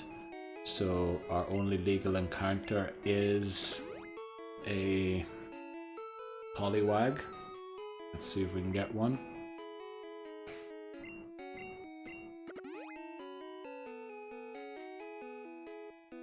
Not even a nibble. Let's just see if it is. Move in a little bit more here for better posture. Right, our Viridian City encounter is Poliwag, level 15. Let's switch to Ghast to put it to sleep. Now, I don't trust it would live a Nightshade at level 43. So, no misclicks, Hypnosis, put it to sleep. It wakes up immediately. Oh, I forgot, we're out of Great Balls. So I should go and purchase some more Ultra Balls. Yeah, let's do that next. Right, we finally land a Hypnosis. It stays asleep this time. Yeah, we're out of Great Balls. Thankfully we still have 16 Ultra Balls. That should do to catch a Poliwag. Well, let's hope it will. But now we don't want to fail this because we run out of balls. That'd be horrible. Boy, how is it? And it wakes up, so let's put it back to sleep, just because it being asleep increases the chance of it being caught, or lowers its catch, or increases its catch rate technically.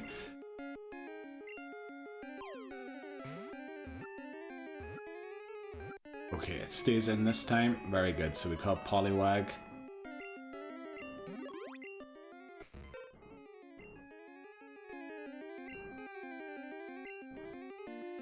Now,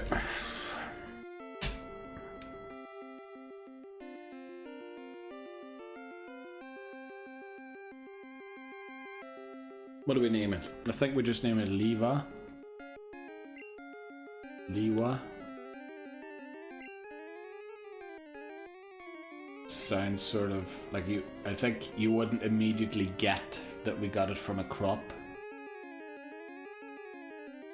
Maybe you would, I don't know. But we'll name it Liwa.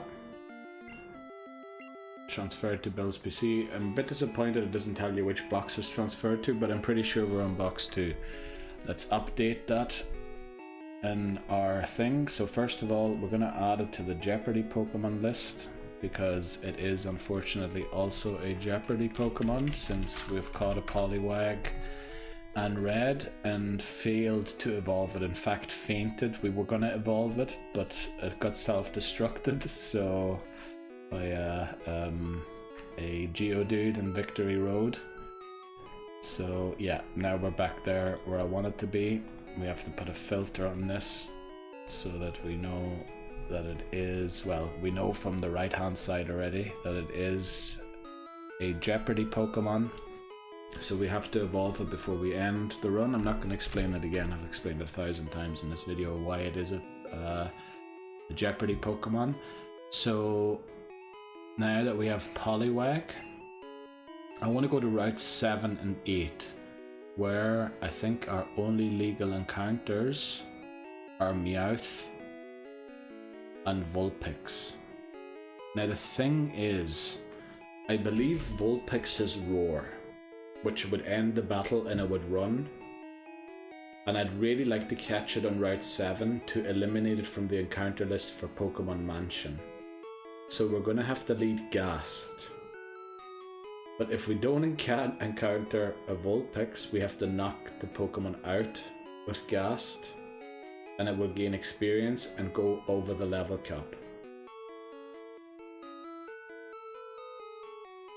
And we're also going to try and Hypnosis it, which, you know, is very luck based. It's only 55% accurate, so we might fail it and get roared on, and then the battle's over. Roar can fail technically, I think, but it's very unlikely to. So I'm just thinking, should we take on Sabrina? Now Kachui's only level 42. So I think what we do here is we fly to Palatown, heal with our mother, and then surf down Route 21 with Kachui in the lead to get it to level 43. And once it's at level 43, we're going to take on Sabrina, just so that we can level Gast over 43, because I think the next level cap, I have it down here, let me see, is after 43. It is 47 is the next one, and that's for Blaine, I believe. So actually it isn't that much higher. I thought it would be a lot higher, but we are going to struggle to have trainers for getting the XP. You're almost gonna have to do it on wild Pokemon, which I really don't like grinding on wild Pokemon in Gen 1 because you just don't get a lot of XP for it. And the best place to train is a very dangerous place to train because there are a lot of self-destructing Pokemon in Victory Road that can easily take out one of your Pokemon. Tentacool. That's why we use the repel trick for Tentacool, so we wouldn't get a level 15. Will a quick attack take this out? Let's hope it does. And it does, very good. We'll just take on a few trainers here in Route 21. Actually, we'll try and make it to Cinnabar so that we can fly to Cinnabar next time. So we'll take on this trainer, and if we reach level 43, we'll just switch to Machoke. Also, maybe we should edge Raichu to level 44 so that it evolves during so that it levels up during Sabrina's battle. Maybe we shouldn't, because if we want to use agility for the badge, but the badge boost glitch won't help in Sabrina's gym because we don't boost our special. And I think special is the only thing that matters. It would increase our speed, so we would outspeed all of Sabrina's Pokemon. But that's just what agility does anyway. So I'm not too sure it would actually help. And a Tentacruel. Level 31. Let's see if that's enough to get us to 43. And it isn't. Okay, so let's keep heading down. We're just going to follow those whatever canisters or barrels or whatever they are. Level 15 was knocked out by a quick attack, so a level 10 should too. Don't think the crit mattered there. Let's just keep heading down here. Right, now I think they can't see us. Yeah. They can only see us if we talk to them. Yeah, we'll take on this trainer here too, just to get Kachui to level 43 to the level cap for Sabrina. It's Starmie, that's a pretty strong Pokemon, but I think it will fall to a single Thunderbolt here. Don't know why my nose is all itchy now all of a sudden. And we reach level 43, very good. So we're going to switch to Chopsticks in the lead now. Now Chopsticks will be of absolutely no use in Sabrina's gym, but so will any other Pokemon, so we might as well train Chopsticks. Now, you know what? I said I want a Burb to evolve. So on this trainer, we're going to switch train Burb quickly and hope that it reaches level 18 from this battle, so that it evolves, so that we don't have to evolve a Pidgey in yellow. It just removes another Jeopardy. Oh, it's a Poliwhirl.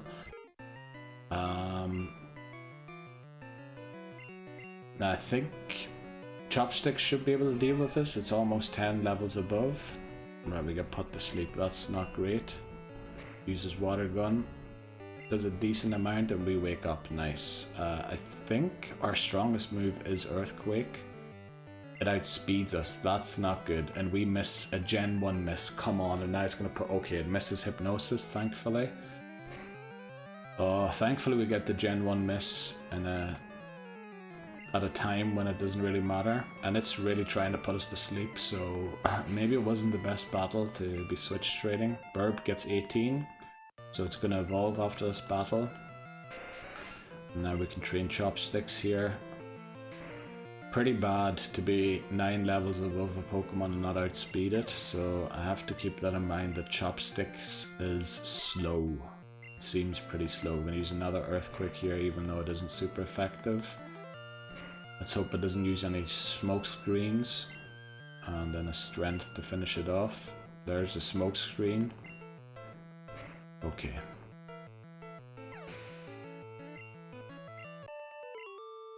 So we defeated Swimmer, and Burb should evolve to Pidgeotto, sorry. We have a Pidgeot already from Pokemon Red, so we can't evolve it any further. And by doing this, we can only encounter Pidgey in Yellow, and we can't evolve it. We will be using Farfetch'd in Yellow to fly since it's encounterable in the wild. Now since it evolved, let's update it here. What is it, the 8th Pokemon? Let's update it to, oh, not that button, Pidgeotto.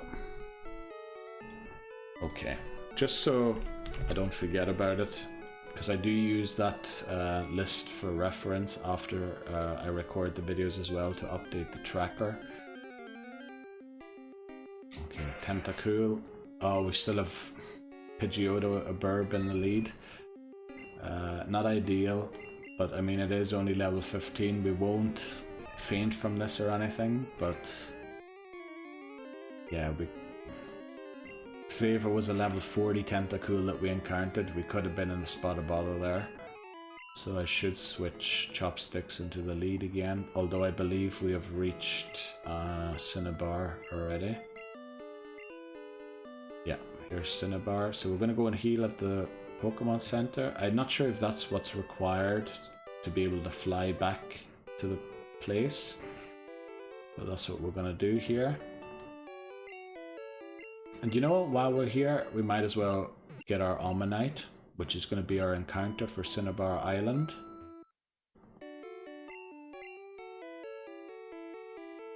So let's go and get the Helix fossil from the PC. Now I should really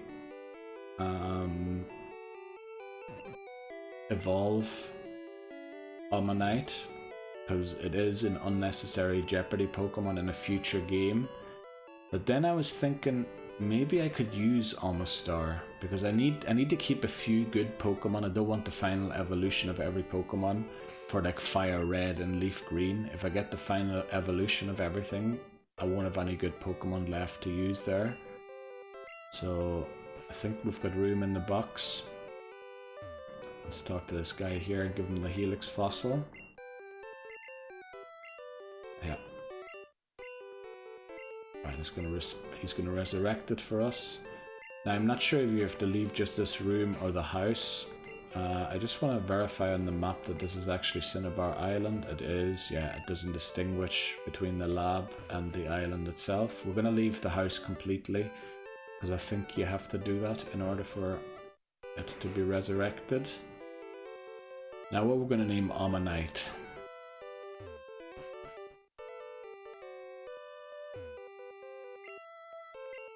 Right, back to life, there's Omanyte. Yes, of course we want to nickname it, and what shall we name it? Now, Manny is in there. Let me just make sure that we didn't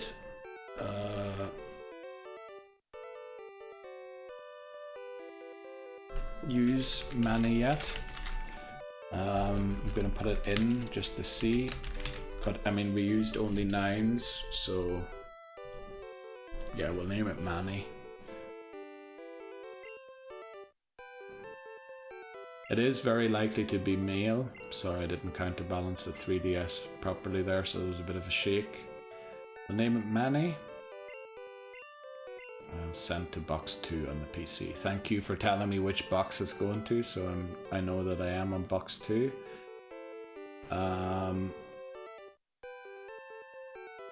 Kachui didn't reach level 43, did he? Ah, it did. Okay.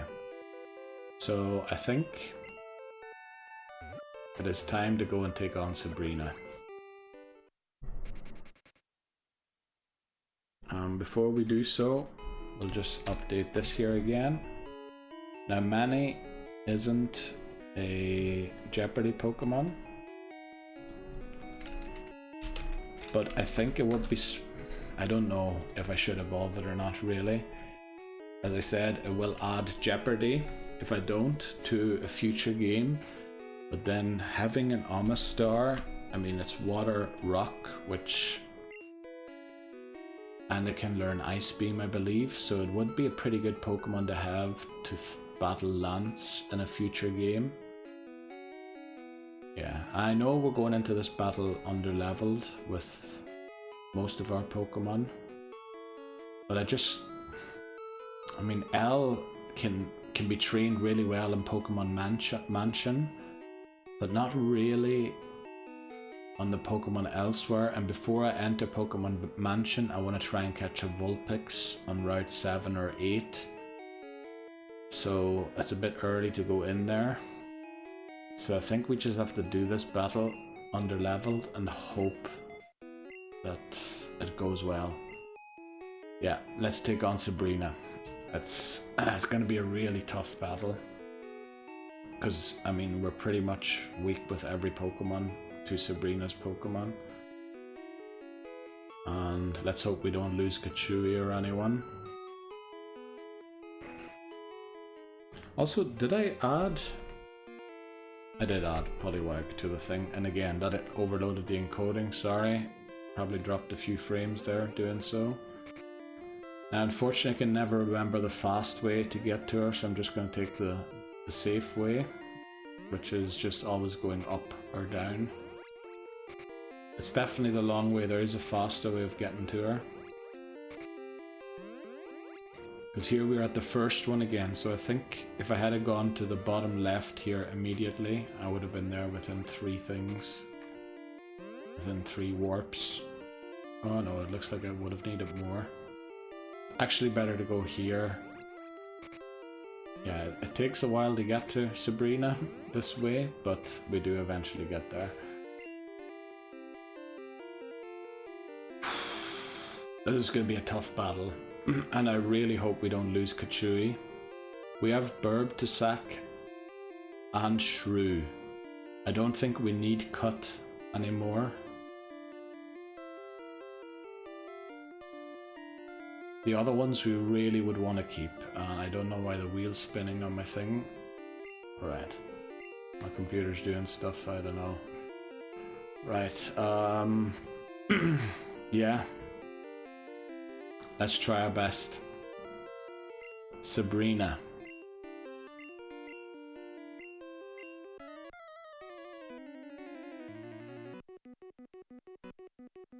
Let's see if we can beat Sabrina with just Kachui. It's going to be a tough battle, very, very tough battle. She starts off with the Kadabra.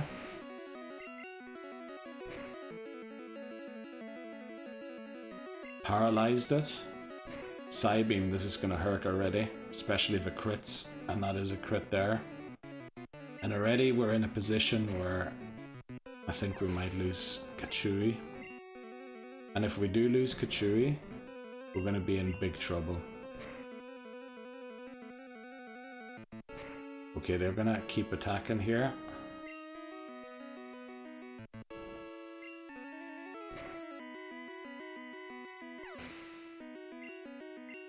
I have nobody to switch to.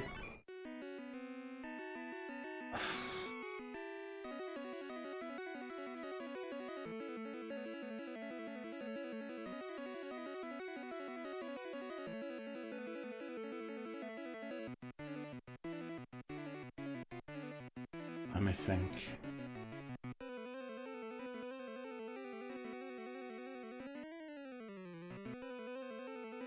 I mean, Chopsticks would faint to a Psybeam, definitely. But if I don't get Kachui into Kadabra, especially if I don't get it into Kadabra with an agility,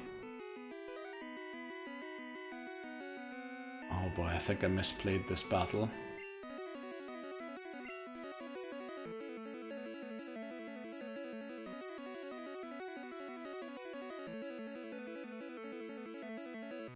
Yeah, L's special isn't great either.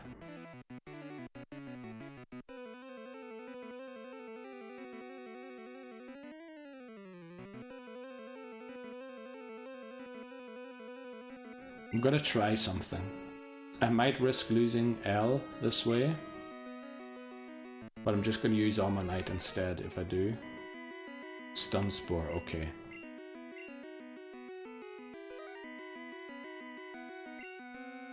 Psybeam, let's see how much this does. Damn it, unfortunately. Okay, it has quite bad moves, but it does have Paralyzed twice in a row, come on. It does have Psybeam, which I'm kind of hoping for a freeze here. Come on. Please don't crit, please don't crit, please don't crit. Right, it didn't. How the flip did we get paralyzed like 5 times in 6 turns?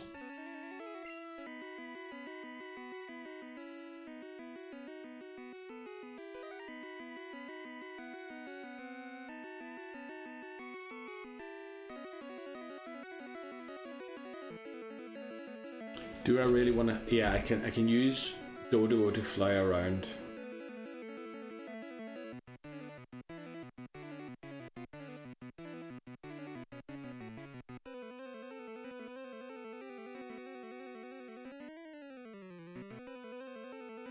What I'm trying to do is get gassed into the battle. To try and put it to sleep, use agility a few times. So that we definitely outspeed the Alakazam. Alakazam's probably going to knock out Kachui, unfortunately.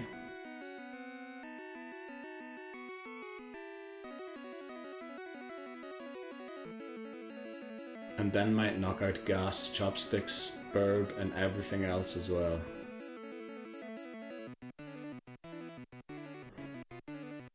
Oh, and she's probably got smart AI, so if I switch to Gas, she's going to use Psywave. Or Psybeam or whatever it was. So what I need is a clean switch. Do we need Cut? Do we need Cut? I'm sure we can teach Cut to someone else as well, but I think we have Cut. We've used Cut. We don't need it anymore. So unfortunately, Shrew. Do we sacrifice Shrew? I think we sacrifice Burb.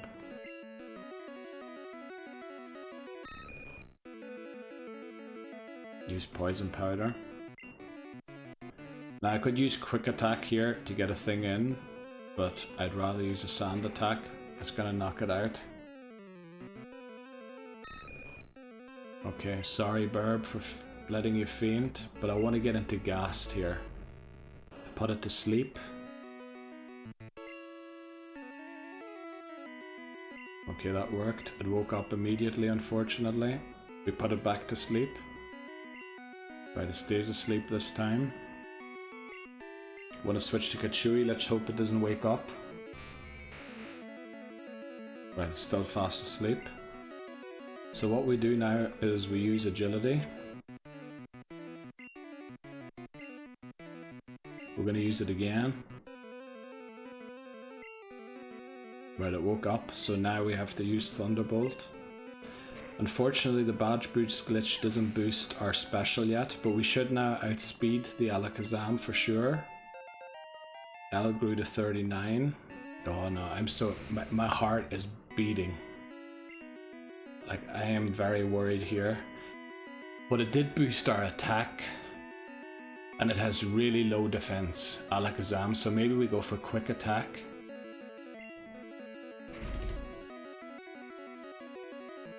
But did nothing. Please live this. Please live this.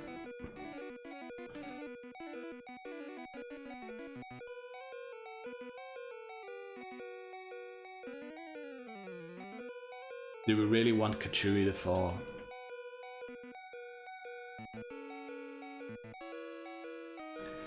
Thunderbolt, paralysis. It gets paralyzed. I don't know. Damn it! We lose Kachui. And now the thing is, it's gonna outspeed everything on my team. And it's gonna probably one-shot Ghast. But just in case it doesn't, we're gonna go for Nightshade and hope that it only has 43 HP remaining. Please don't one-shot it. It's gonna one-shot it, isn't it? Oh, it didn't. Oh. Okay, we lost 2 Pokemon there in that battle. Oh, damn it. My heart is like... It is shaking. It is beating hard. I can't believe we lived that Psywave. It must have got a really low roll. Psywave's an awful move because I think the damage is a roll between 2 numbers and we just got very lucky there. Oh boy. Right, unfortunately we lost 2 Pokemon in that battle. They were Kachui and Burb. Now we have no electric type Pokemon to take on.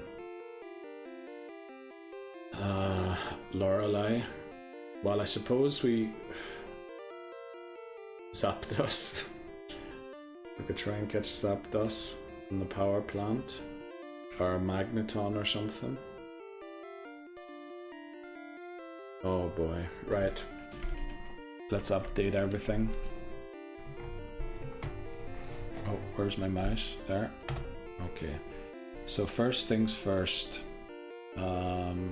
Where's Kachui? Kachui's Pokemon number 5. Unfortunately, I'm so sorry, Kachui.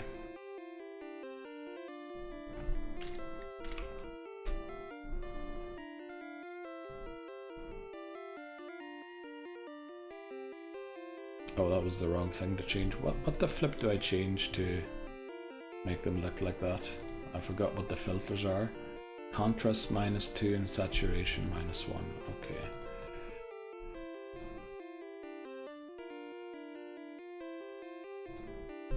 Right, -2. And then turn it on. That's why I can't see it. Okay, there we go. So we lost Kachui and we also lost Burb, who's the 8th Pokemon. Nice that we evolved it before we did lose it. Unfortunate that... yeah, the circumstances. So let's put that down.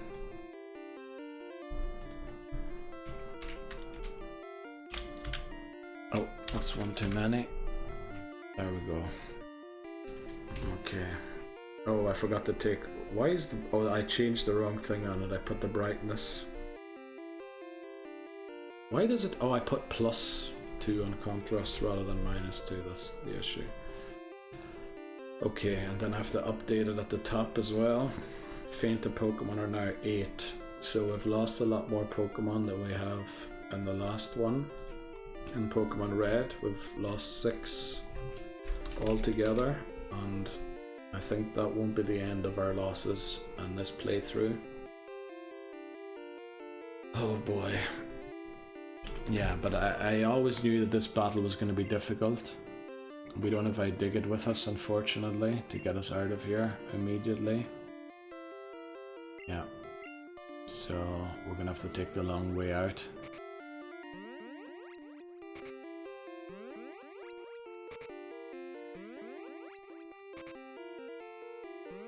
Let's see.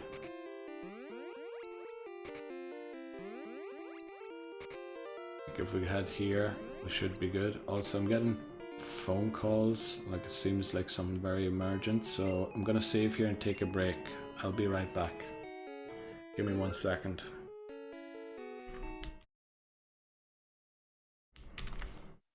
Right, back again. Sorry for that interruption.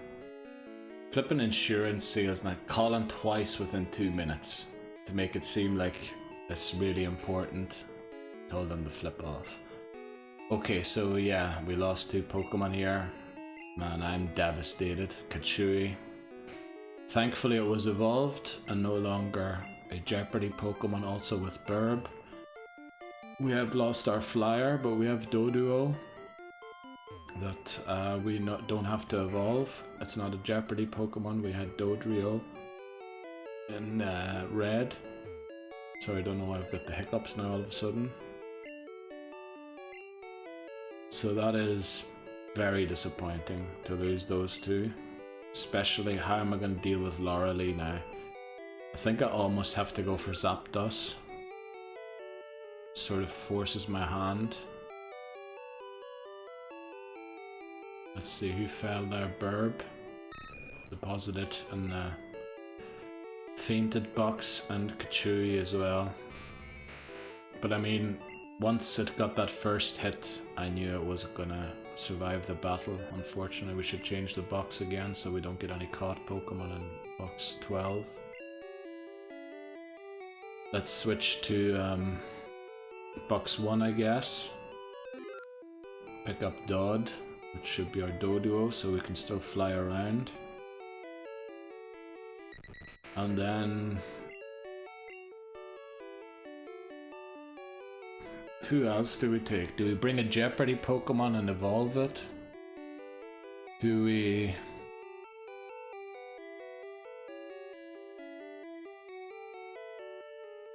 we don't have any other electric... barely any electric types in Gen 1 Voltorb, but we already used Electrode in red, so we couldn't evolve Voltorb, and we can't catch it. Well, I suppose we could catch it in the power plant.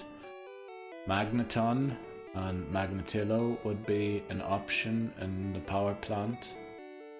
But as I said, I'm trying to catch Moltres really. But maybe we have to go for Zapdos.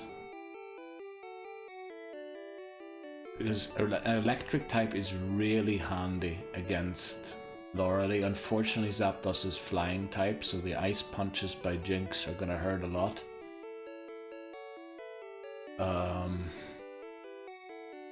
Yeah, let's see. How do we... what do we do? I think we bring Tenta along just because it's pretty high level. It'll be able to evolve pretty quickly. Devastating that, to lose Kachui especially. There's no... nah... Loralee has a lot of ice type moves, so there's no point in getting a victory bell. We have to evolve Krabi and Uba. Dig It will allow us to dig out of places. So we'll bring it along, I think.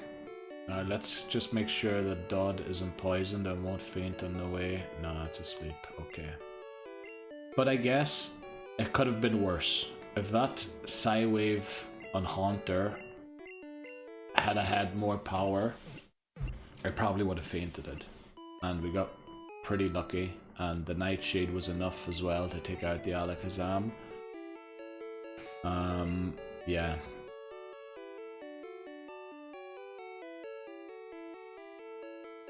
Unfortunate. But we have to live. We have to move on. We move on with what happened. Let's just get 2 TMs out of the box. Also, do we have any more fishing encounters? I believe we have all of our fishing encounters now.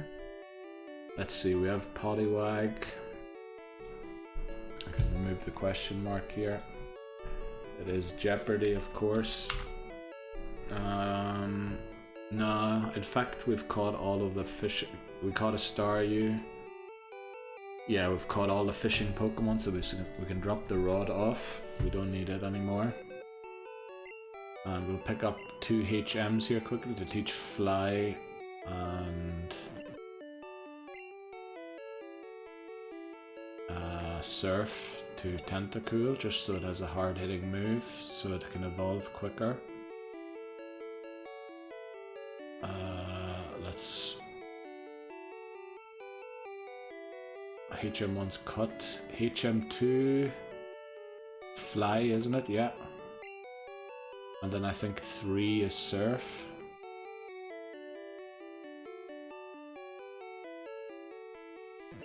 Right. We actually didn't need the good rods, so we shouldn't even have picked it up. Let's teach these moves quickly. I am honestly devastated by what happened. Honestly. But psychic types are just, they're unbelievable in Gen 1. Are you telling me Tentacool can't learn Surf? Oh, I didn't bring Tentacool. I'm in Egypt. Okay. I brought Idigit instead. We're gonna drop off Shrew, since Shrew... Yeah, I don't think we need Cut anymore. So let's pick up Tent. And give it Surf.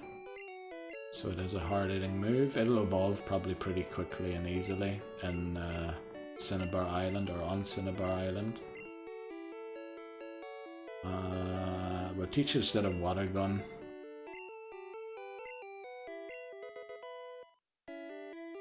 Okay. We'll drop these TMs off again.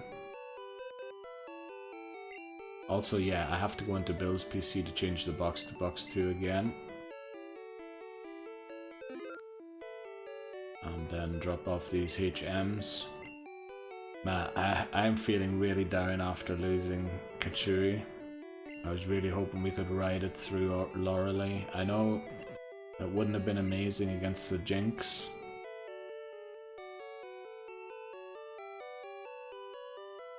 The thing is, we taught Rock Slide to Machoke. That would have been a good move for Amistar, or yeah, if we wanted to use it. Unfortunately, we used Ice Beam on Shelder because I was impatient. I didn't want to wait till level 50 to evolve it. So we can't teach it Ice Beam for Lance, but we have L, so L hopefully will be able to do the job there. Alright, let's go and heal. And then move on, I guess. First stop will be Route 7 and 8. Oh, let's update the level cap. I forgot to do that. I updated the thing. What is it? Level 47 now. Okay.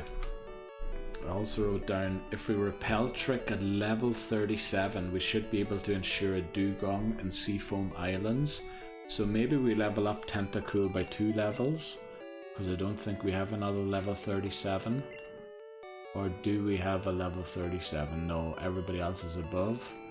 So actually Tent, yeah, that's a good idea. Let's put Gaston in the lead, and we're going to attempt to catch a Vulpix on Route 7 or 8. It could also be a Meowth that we haven't caught yet.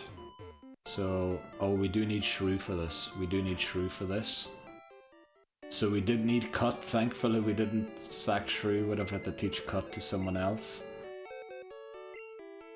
We needed to get into the tall grass. We have to change the box. We're gonna drop Idigit.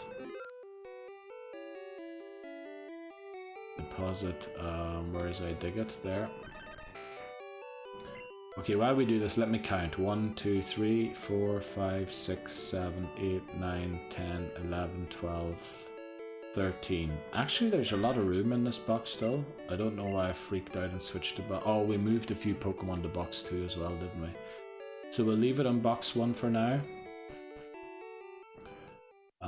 Shrew should be fully fit. We have Gast in the lead, so we're ready to go and catch a Vulpix and a Meowth.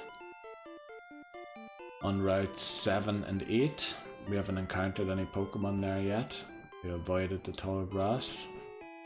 We took on all of these trainers, so we don't need to fear encountering a trainer. And here's the tall grass for, I believe this is Route 8. Let me just verify on the map that this is, yeah, and then the other one's 7. So, Shrew, Cut, and yeah, let's hope we get a Vulpix. Well, Meowth and Vulpix are the only 2 legal encounters, as far as I remember. We get a Sandshrew, we have a Sandshrew already. So we can knock this out. Remember, I have a rule of not fleeing from battles, so I have to knock out my Dupe's Claws Pokemon. Oh, I forgot to update the level cap, damn it. I'm in Egypt, I talked about, right. Our encounter for Route 8 is a Meowth. Let me also update the level cap. It is now 47 for Blaine. And our encounter for Route 8 is a Meowth. Now I don't think Meowth has a way of fleeing from the battle. And I'm a bit worried that it will... Oh, we need to buy Ultra Balls. We need to buy Ultra Balls. I'm a bit worried it wouldn't live the Nightshade. Let's hope these 12 Ultra Balls are enough to catch. That'd be a stupid way to feel it, not having enough balls with us. Man, hope the whole run doesn't start falling apart now. Oh boy, we really should have got more Ultra Balls. Like, there's no reason not to have more. Right, we caught it. Good. Okay. Meowth. Let's see.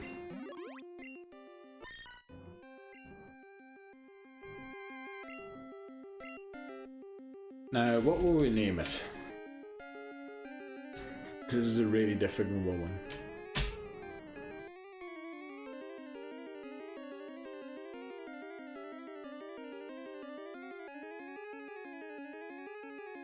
Wow. What? Mio? Mayo?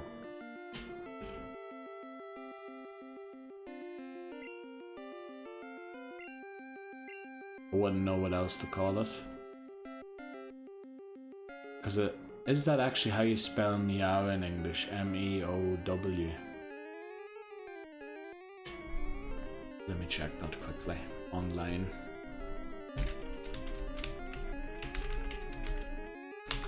Let's see.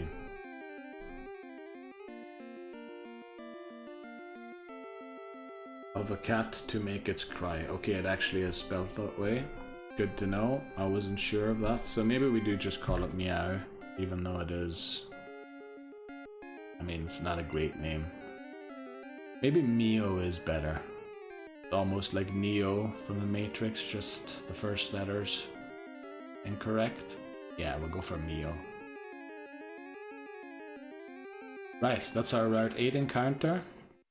Now, before we go and try and catch a Vulpix, we are going to fly to Cinnabar to get us some Ultra Balls. Because there's no reason not to have at least, I don't know, 50 or 60 with us.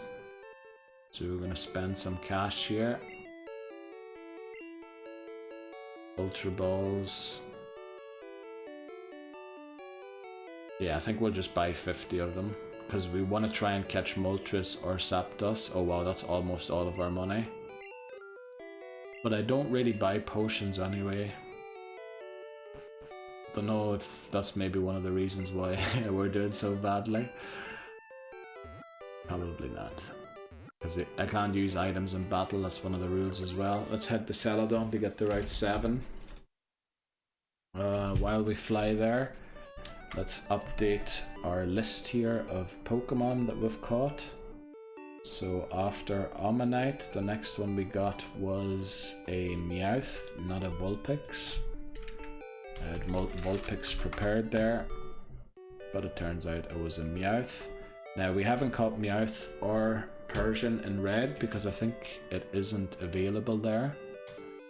So yeah, it's not a Jeopardy Pokemon or anything. It could use Cut in case we lost Sandshrew. So let's make sure the Gas is in the lead, and let's hope for good luck on the Hypnosis so that we can catch the Vulpix. If it is indeed a Vulpix to start with, and it is, first try. Right, our Route 7 encounter is a Vulpix level 20. Now I believe it has Roar, which is why we're going to try Hypnosis. We landed, yes. And now I don't know if it would live a Nightshade, so we're just going to immediately throw our Ultra Balls we just bought. And first attempt. Love to see that, love to see that. So we've removed Vulpix from the encounter list for Pokemon Mansion, which will give us a greater chance of encountering Magmar, even though that's going to be very unlikely. Right, do you want to give it a nickname? Yes, we do.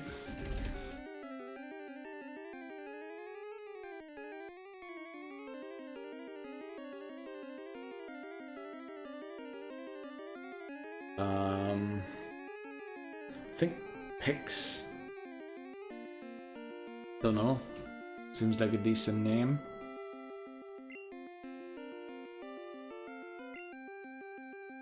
Yeah, let's go for Pix. Okay, so we have our Route 7 and 8 encounters done. Let me get that up there on screen.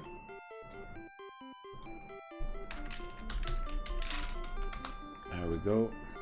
So that's Vulpix caught. Now Vulpix is also neither a Jeopardy Pokemon. I think it's not available in Red. I stupidly said in an earlier part Growlithe for Blue, but Growlithe is not available in Blue. It's, I believe, exclusive to Red. So we've caught Meowth and Vulpix. And then next on the list I have Dugong. So I guess that's what we're gonna try and catch. Let me just finish this quickly. Sorry for doing this during the recording. I'm updating the tracker while doing this, so we'll close this. Right, let's get out of here. Now, in order to ensure Dugong, we need a level 37 Pokemon. Then, I think I wrote down for Magmar in Pokemon Mansion, if I Repel Trick a level 40 or above and get to the 3rd floor, there is a 10% chance to encounter Magmar. Now we've caught a Vulpix already, so the chance is going to be a little higher that it is Magmar. But the thing is, I can't ensure Magmar. It's just the highest percent chance to get a Magmar. So maybe that's what we'll do. We'll head into the Pokemon Mansion, Repel Trick, get to the 3rd floor, and see if we can get a Magmar or not. It might be a Muck. I think we caught Weezing, didn't we, in Red? Or we caught a Coughing and evolved it to Weezing. So if it's a Weezing, it's an inter-game Dupes clause because it's the final evolution, which means it counts as Dupes clause for this game as well. But only if it's a Weezing. If it's a Coughing, we have to catch it, obviously. So yeah, let's fly there next, I think. Let's fly back to Cinnabar and enter the Pokemon Mansion. And then we're gonna lead, what did I say, a level 40 Pokemon. So Ghast is above level 40. We'll lead it, get to the 3rd floor with a Repel, and then the 3rd floor has the greatest chance of encountering Magmar, and see if we can get a Magmar for ourselves or not. Don't forget to use the Repel. Now I believe you can get like level 39 and 40 Coughings and Mucks, or Weezings and Mucks. So that's floor 1. This is floor 2. So this should be floor 3 then. Is this floor 3? Is that how, because I know in German you don't count the first floor as the first floor, it has a special name, the first floor is the 2nd floor, but in English this is the 3rd floor, isn't it? So you know what, we're actually gonna switch. No, I want a train tent on the thing. So what we're gonna do here, I don't think there is a higher floor than this, but there would be a floor with more room than here. So we just have to wait until the Repel is used. So we're just gonna walk around, and we're gonna keep Ghast in the lead so that we can Hypnosis whatever we encounter. If it's a Muck level 39 or something, we might be in a spot of bother, but yeah, we'll have to see. So it's quite a lot of steps until the Repel's effect wears off. Again, my voice is, I don't know, it's messed up.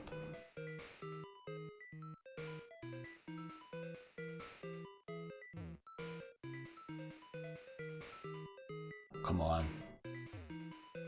Right, I think this is the level where you have a 10% chance of encountering Magmar, so we're just going to try our best and see if we can get one or not. So let's see what we encounter. Our encounter for Pokemon Mansion is a Grimer. Okay, level 31. Now I think we could have eliminated this with a repel trick, but I guess we get what we get. So Hypnosis.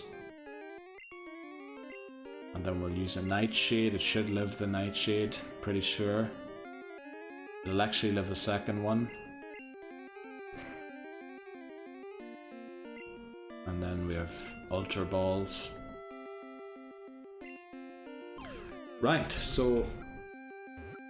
Oh, we haven't caught it yet? Well, we did catch it. Okay, great. So we have Grimer as our encounter for Pokemon Mansion. Unfortunately, it wasn't a Magmar, but I mean, it was very unlikely to be, so...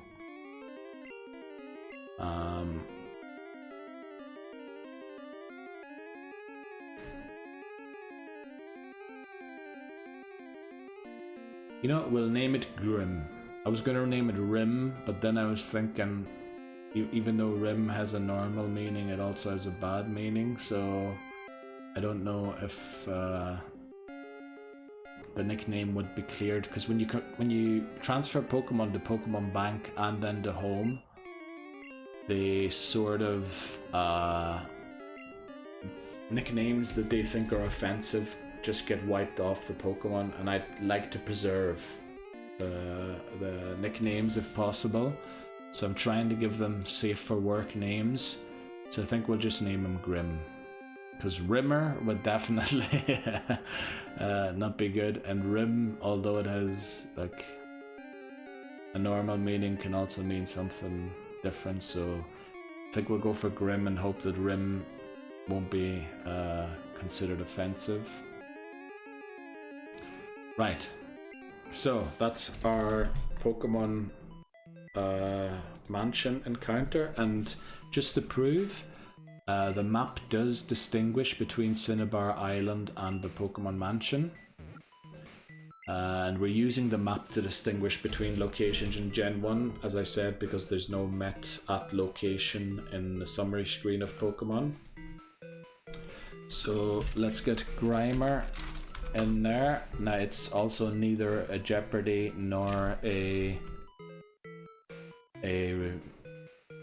like, we don't have to evolve it if we don't want to, so yeah, we added it there. Okay, now who do I want to lead through this? I said I wanted to train L in here specifically, but I think Tent, we want to get it to level 37, first of all to evolve it, and secondly we want to get it to level 37 so we can use a repel trick in the Seafoam Islands to ensure a Dugong, which would be a great encounter, I believe. So we're just going to run around here and try and not use the trainer XP for Tentacool. Now these Pokemon are only 5 levels below Tentacool, so I believe I have to be a little careful here. They could knock me out. Okay, we one-shot it with a Surf, love to see that. And we get decent XP. Pick up the escape rope. I think we have plenty of escape ropes already, so it won't take up any space of our bag additionally. Ponyta, that would have been a nice encounter to get as well. Yeah, but unfortunate about the Magmar. We'll catch it in some other game. There's probably games where it's a lot more common than here.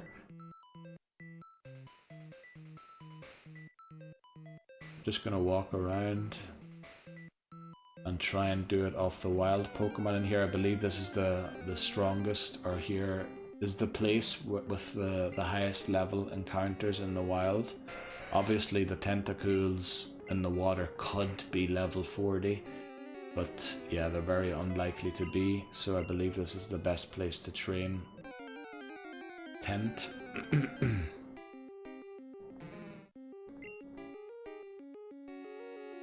At least the run's still alive, man. I'm still devastated from that Kachui and Burb loss. Well, Burb, I'm glad we evolved it before it fainted. But still, devastated, devastated.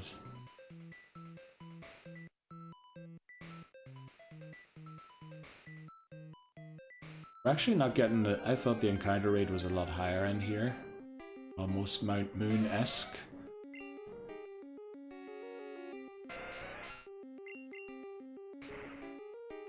We should one-shot anything except for Weezings and Muck, of course, but we can switch to Ghast to prevent any disasters, because Tentacool is a Jeopardy Pokemon. Remember, if it faints before it evolves,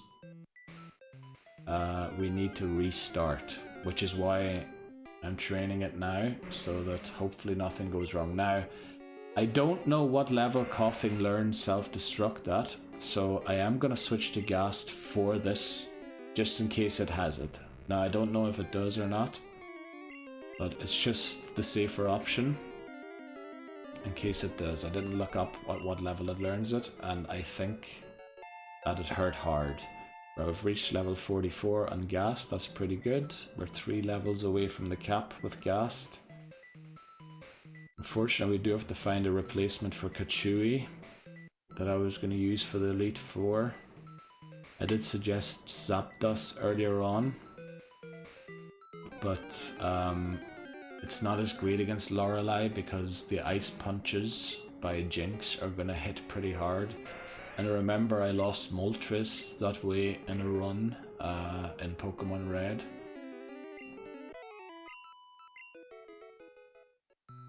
Yeah, I forgot that in Gen 1, Fire doesn't resist Ice yet, so it was a super effective Ice Punch on Moltres. It would be, of course, on Zapdos too, since it's Flying type. Right, let's see. Ponyta fainted. We're still... How far away are we from these 2 levels that I want to get on it?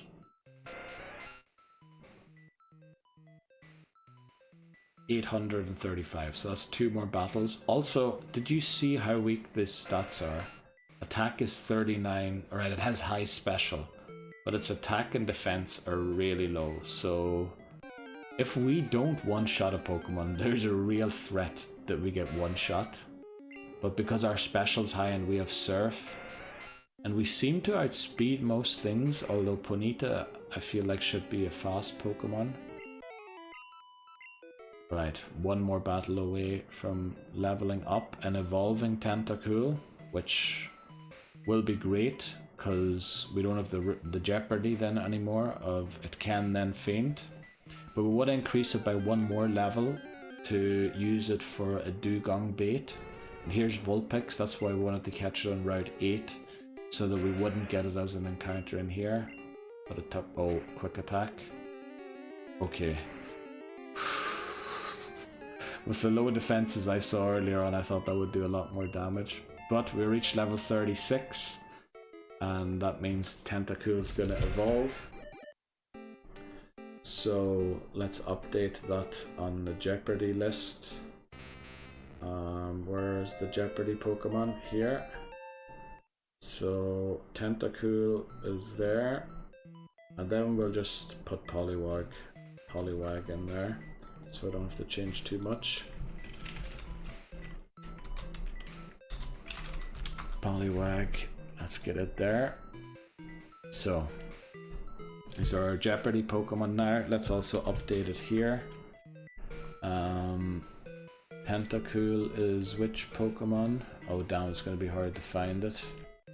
Where is it? It's the 5th one, so 35 I believe should be Tentacool. No, that's Vulpix. Oh, it's 25, I'm in Egypt. Yeah, 25 it is. Okay, let's get Tentacool in there. Tentacruel, sorry.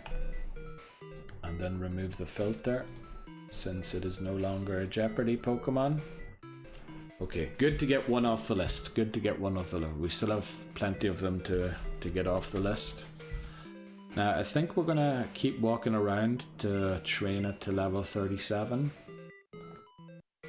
Just to be able to ensure that Dugong encounter in Seafoam Islands. We caught Articuno in red, so there's no need to try and catch Articuno in this game. And Tentacruel's defenses and stats will be a lot higher than Tentacruel's, so I can trust it a bit more to take a hit. Maybe not quite trusted to take on a Weezing or anything because of the self-destruct explosion, whatever move it is.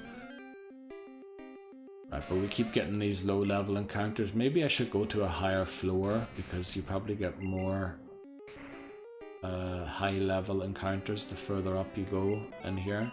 Actually, probably the lowest level, the B1F level, is probably where you get the best encounters. But yeah, we'll just walk around here until we get level 37. Oh, there's a Weezing. Okay, we need to switch here to Ghast, because it most likely has self-destruct.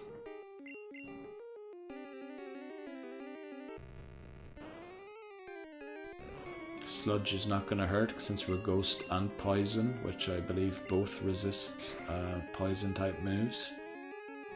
Wow, it lives on one. There's a Nightshade here. Right, let's just see how far away Tent is from level 37. Probably a few thousand. 3,333. Wow. What a number to get. There's diaries lying around, I think explaining the experimentation on Mewtwo and how Mew, or well actually the capture of Mew and then the creation of Mewtwo. This is the place where Mewtwo was created by, I think, Team Rocket or Mr. Fuji or someone. Well, I was wondering why it wouldn't interact with the ball, but I must have just misclicked.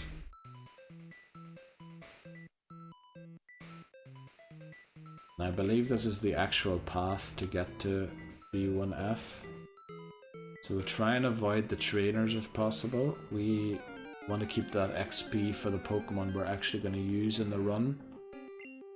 And then level up the Pokemon, the Jeopardy Pokemon off of wild encounters.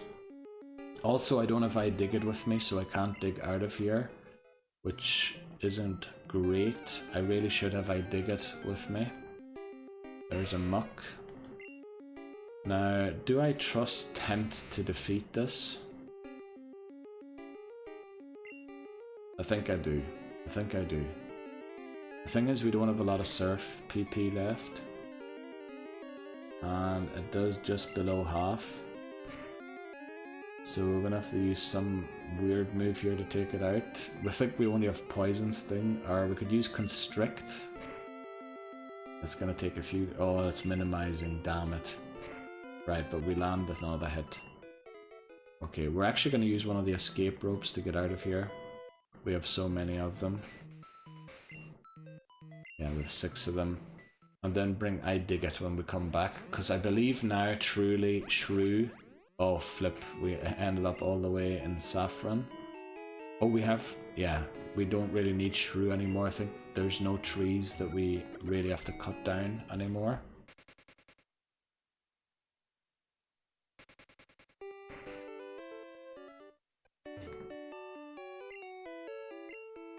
Let's heal our Pokemon and then go and pick up iDigit for Shrew.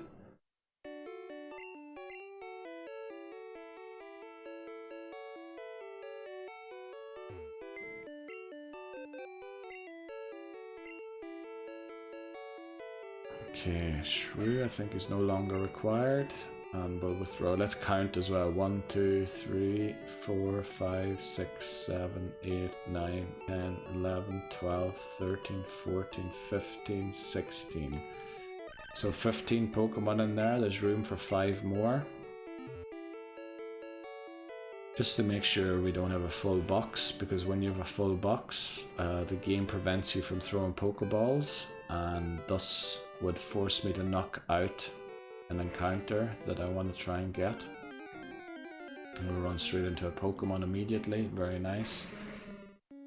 Now I am very worried that they already have self-destruct, but just haven't been using it, but I'm still going to attempt here to knock it out. Right, we one-shot it, very good. Tent, pretty good stats probably, very high special by the looks of it. And I think decent speed too, so it mightn't even be a bad option, but the thing is, I've already used the Ice Beam TM, so what will we use it for? Well, I suppose it'd be a great counter for Bruno, but I mean, Bruno's kind of a joke. Anyway, Haunter is going to destroy Bruno on its own, I think. Yeah. So there's no real need for Tent to be part of the team. We already have a Water-type Pokemon. We're just going to evolve this, so if we get on average that amount, 11 battles should do it. Or less than 11, probably even only 10. Maybe even 9 if we count the odd muck that we got. And there we go, 37 already. So we just wanted to level it to 37 to use the Repel trick in Seafoam Islands. Now, we might head there right now to go and get our encounter. I can't remember which floor the Dugong is on. I suppose it's one of the lower floors. We're gonna heal here quickly. Yeah, we might as well get all of the characters that we can. Let me see, is there anything else that we can still get? We have Vulpix, Psyduck, yeah, we have all of those. Dugong, Armanite. The Pokemon Mansion encounter was a Grimer. Let me fill that in quickly. Grimer. Then routes 12 and 13 and Fuchsia City, we can't encounter anything that we don't have already. Also route 20, so we've lost encounters on 4 routes, but that was to be expected. Not through bad planning or anything. I was just, yeah, those routes, I think even in red I didn't catch Pokemon in those. So we're gonna head to Seafoam Islands, and let me just, before we head there, make sure I know what level that Dugong's on. Dugong at level 37 it must be. Let's see, on 1F Dugong isn't encounterable yet. Oh, but there is a level 38 Slowbro, oh, which is Dupe's Claws. We have a Slowpoke already, so we can't encounter that. Let me just make sure I didn't miss anything else like that. No, everybody else is below 30 or at 30. Then B1F. There's Dugong at 4% at level 38. You can get Kingler at level 37, but we already have Krabby, so that'll be Dupe's Claws. So we just have to go down 1 floor essentially, and then Repel trick with our Tentacool. Since Slowbro is Dupe's Claws, it is irrelevant, so we're going to use Tent to surf here.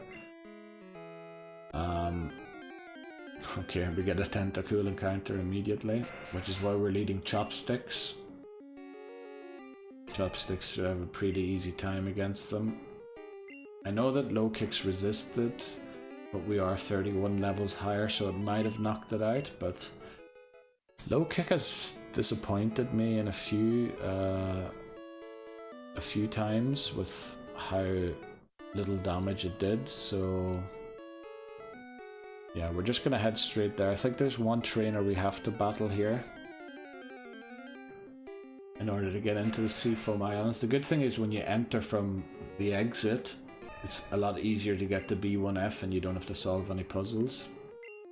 And there's nothing really valuable in Seafoam Islands other than Articuno, and we have Articuno already from Pokemon Red. So this trainer, oh, I think we can actually skip this trainer. But we might take them on just for the XP. I mean, Machoke is going to be Nidoqueen's role, which means it's just going to be sitting on the team, not doing much. Because, oh, why am I using an Earthquake on a level 5 Tentacool? I mean, that probably knocked it out 10 times over. Yeah, sure, let's take on this trainer. We're training Chopsticks. Now, Haunter's going to be one of our main. Cloyster's going to be one of our main Pokemon for the Elite Four. And then we lost Kachui, unfortunately. So we have to replace Kachui so that we have at least 3. And then Chopsticks is just going to be there to look good and maybe bail us out of an odd situation or something. We reached level 42, so we haven't even reached the old level cap with Chopsticks yet. Right, there we go. Ah, I thought that was the final one. I think Seal isn't Ice type yet, so we'll use Earthquake again rather than Rock Slide or Low Kick. Yeah, but these trainers are pretty low level, so we should easily defeat them, but they are the final XP that is remaining. Right, now let's make sure that we have Tent in the lead and use a Repel. This way we prevent any encounters other than Slowbro, who is a Dupe's Claw since we've caught a Slowpoke, but we're on B1F already. So we're gonna get on our bike here and just bike up and down and see if we can get the Dugong encounter.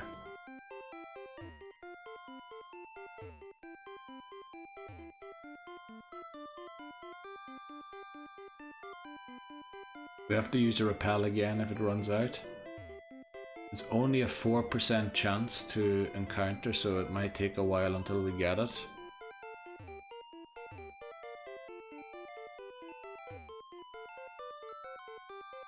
Right, we have to use another Repel, otherwise we're going to get a different encounter.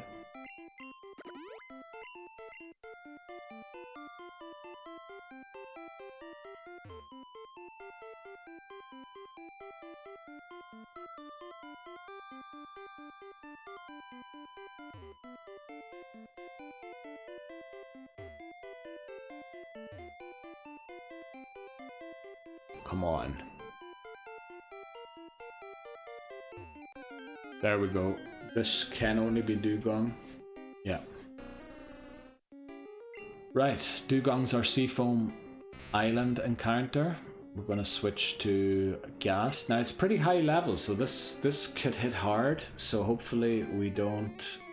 Alright, Aurora Beam's not the best move, but look at how much that did, and the attack fell doesn't really matter. We're going to put it to sleep, it wakes up immediately. How many times has that happened in this playthrough? That it woke up immediately. Thankfully it used Headbutt. Please use Headbutt again. Right, Growl and Aurora Beam dropping our attack doesn't matter. I think Ghost moves are special. They should be anyway. Right, it's finally stayed asleep. Let's lose a few Nightshades here. Okay, it's gonna live definitely one more, but probably not a third one. Yeah, okay, so... we have plenty of Ultra Balls, thankfully. Where are they? Here, 57. Alright, it's going to be a bit difficult to catch this since it's high level and we didn't really lower its HP to like red bar or anything. And since it's an evolved Pokemon, it has a higher or a lower catch rate. Oh, but we get it. Very good. Okay, so Dugong caught. We've been very successful. We haven't failed... I think we haven't failed a single encounter, have we? Right.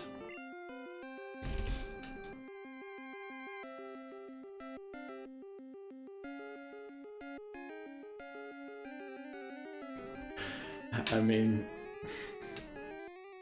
do we name it Do or do we name it Gum? Because what else are you gonna name it? Oog. Doog. Ong. Let's see, what's the definition of do? That's like, isn't it the water droplets in the morning on grass or something like that.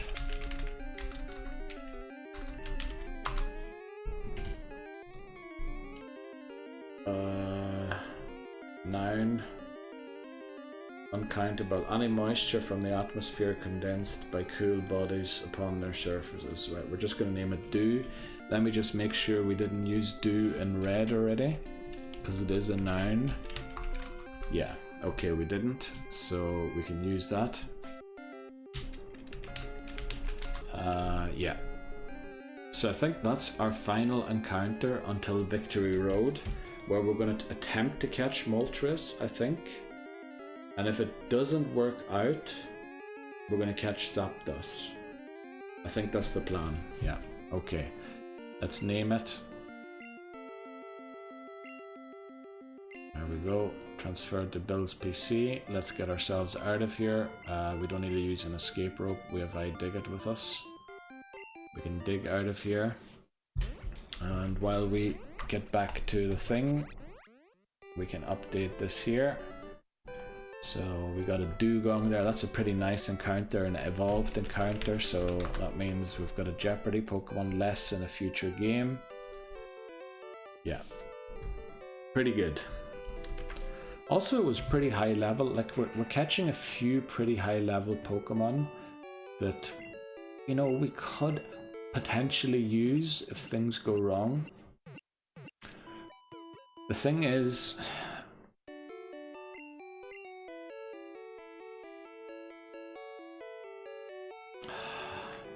we really need an electric type. Oh, I'm not at the computer. I'm not at the PC. I feel like we need an electric type. But we need to catch Mewtwo in blue, because in yellow, Lickitung can be caught in Cerulean Cave. And I want to get Lickitung since it can only be got through trades in these games. And I want like the OT, the trainer name to be the original trainer name to be the name of the trainer in the game, so that we know, or that I know when I'm looking through Pokemon Home which game I caught them in and all up there, because we're naming the characters sort of after the game. Yeah, well, our character's called Blue in this. It's Pokemon Blue, so we're going to deposit 10 since it's done its job. And withdraw.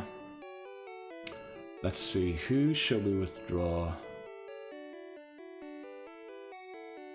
We really should be using a Pokemon that, like, either we train a Jeopardy Pokemon,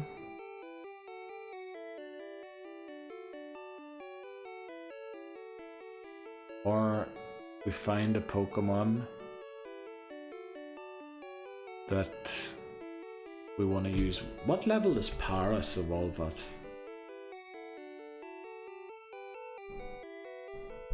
Let's see, Paras. What level does it evolve at?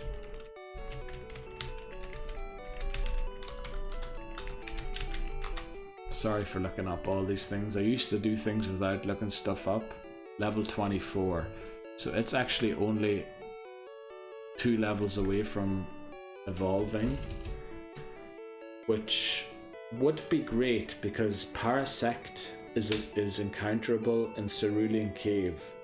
And by having a Parasect in this game, we take it off the list in yellow in Cerulean Cave to help ensure the Lickitung encounter. So we should probably evolve Ara, and it isn't a Jeopardy Pokemon, so if something goes wrong and we lose it before it evolves, we don't have to restart.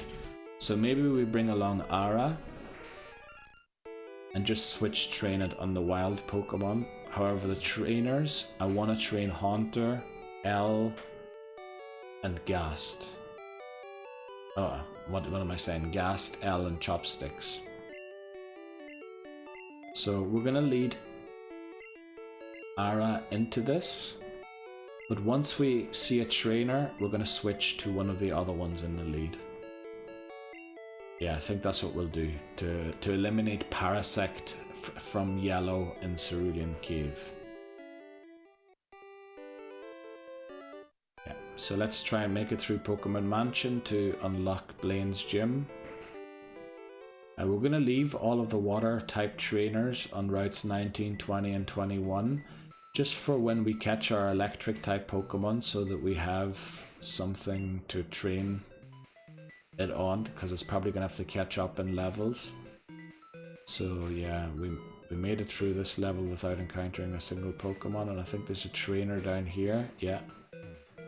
So now we're going to switch to L to take on this trainer, because I don't want to switch train on trainers. That's too risky, especially with the high special, or the low special that L has, I should say, and it being ice and water type. Fire type attacks actually are neutral to it, but we should easily knock out a Charmander, I think, with one hit. Yeah. So this is really the place for L to catch up with the rest of the team. Charmeleon shouldn't... Does it have Flamethrower yet? I don't think so. Right, we beat the Burglar pretty easy there. Let's put Ara back in the lead.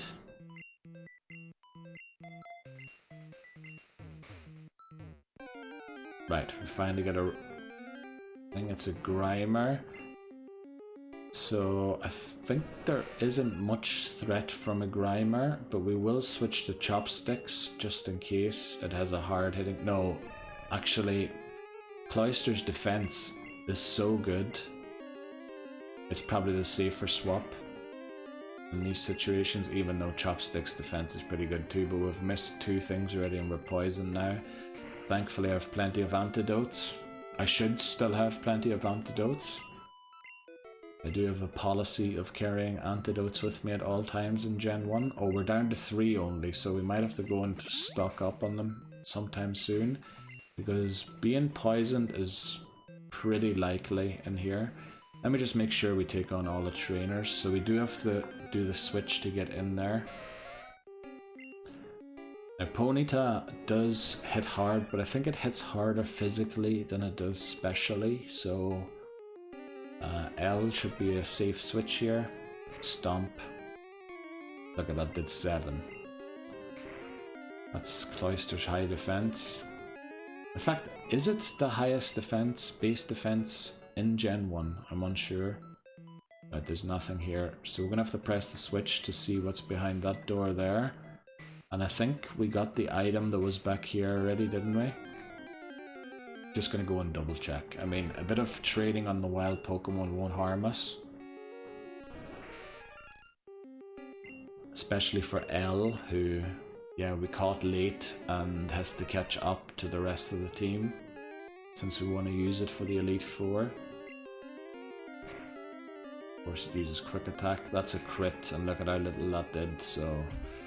Yeah, L's a pretty safe bet with its high special, with its high defense. So there's, I think we did go back here, didn't we? We picked up a calcium, yeah. So we're gonna hit the switch and unlock these 2 doors, see what's behind them. There should be a switch here. Now we have to undo the switch again to actually progress to where we have to go to.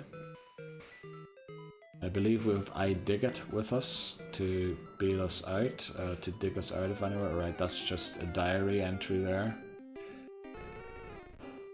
We're not going to do the story of the game. If you want to do the story behind Mew and Mewtwo, you know, I'd recommend playing the games yourself. They're great games and they're a lot of fun. Okay, Confuse Ray. Well, we'll hardly do any damage to ourselves, will we, since we have such high defense and we actually land the Surf. So yeah, we're slowly but surely gaining levels. Oh, a Weezing. Okay, we're going to switch to Haunter here because of the self-destruct potential. I don't know if it has it or not, but Ghast cannot be touched by self-destruct, and also double resists poison type moves, and I think it can't be poisoned, so it's definitely the best switch. And it can also heal itself back. It lives on 1 again. Wow. I feel like we got a bad special Haunter. It has failed to knock out quite a lot of Pokemon that I feel like it should one-shot. A lot of Vulpix, good training for L. Oh, no, we want the sound to be off on the monitor, because if it isn't, and we get a Windows notification, we're gonna have our ears pierced.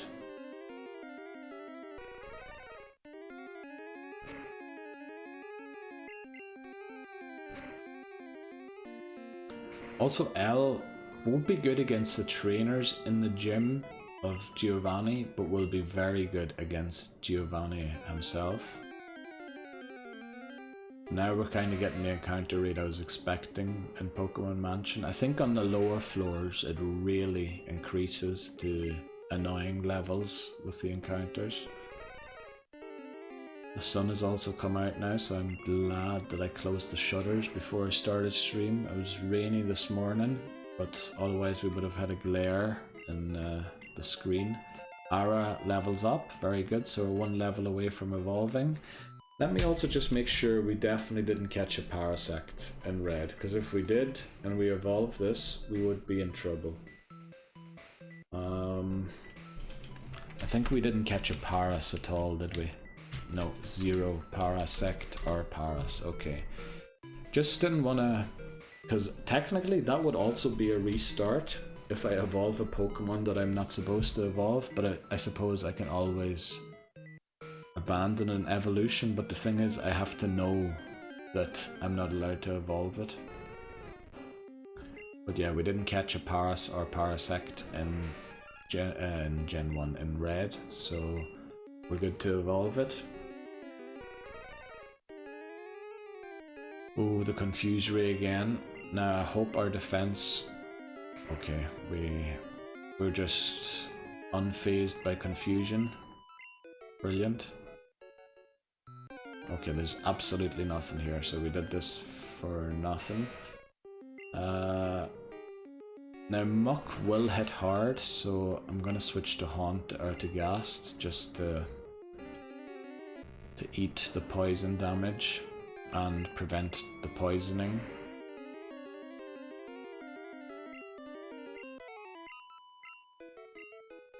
But Mucks are preferred encounters to evolve Ara.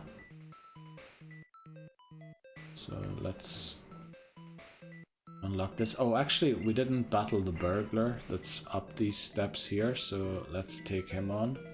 I said for trainer battles we wouldn't do switch training. I believe this one has a 9 tails.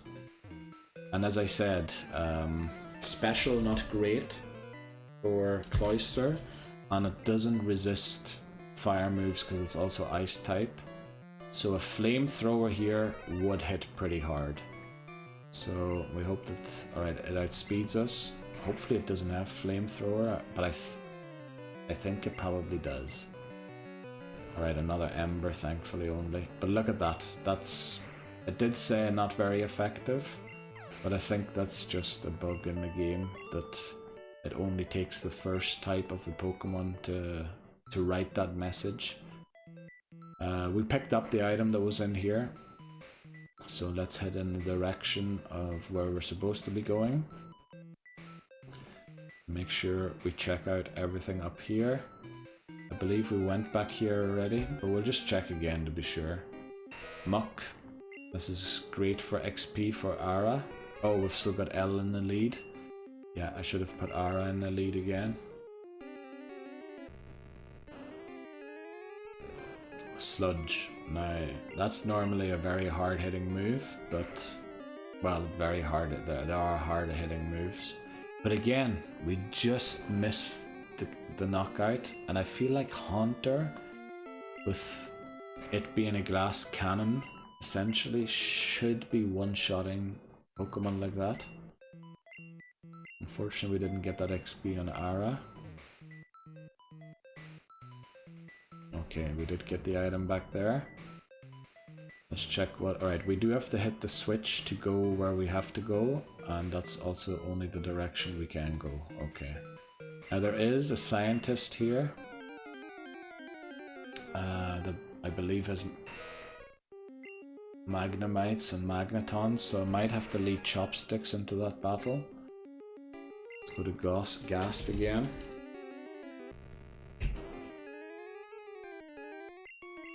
And use Psychic. We can also use Hypnosis Dream Meter to heal back Ghast once it's low on anything, but I think we're still good to go. Maybe we should have done it in that battle, just in case something goes wrong against the Scientist for Chopsticks. But Chopsticks does have Earthquake, which should deal with the electric types. Okay, I actually have to... I can never remember exactly where I have to drop down to get to the floor where I have to get to. I think it's the left hand side. Right, they're so low level, I wasn't expecting that. I was expecting a lot higher levels here. Right, Magneton. This one will hit harder. And I thought it might outspeed us, because Chopsticks has been outsped by plenty of Pokemon that were 9 levels lower than it. And a Voltorb. This has self-destruct, but remember, it has no attack. Okay, it got a crit, that's why it did so much. Lipstick. Right, we're just gonna check what's back here. Oh, there is a path? Have I ever been this way? Oh, I should have put Ara in the lead again. Because the danger here is that I don't outspeed it. And don't knock it out, but I do, thankfully. Yeah, Chopsticks attack should be pretty high. And ground type moves are definitely physical, so use the attack stat. Let's see what's here. Absolutely nothing, just a dead end. So maybe we do have enough HP here to take on 1 or 2 more trainers. Yeah, this was the right place to go down. There's a Scientist there. Right, Ponyta. We have Ara in the lead again, don't we? So hopefully it reaches 24 before... Like, I want to try and stay in here until it evolves before I go out to heal, so I can bring someone else in to switch train. Surf should take it out.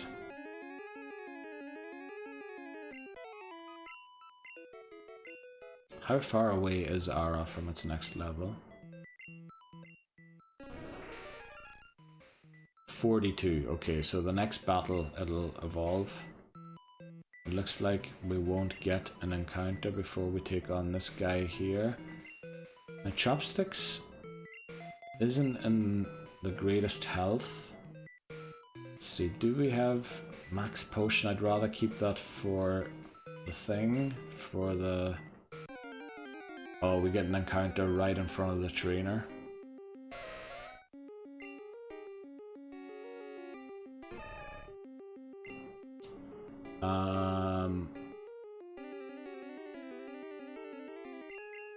I'm not really worried about a crit Ember.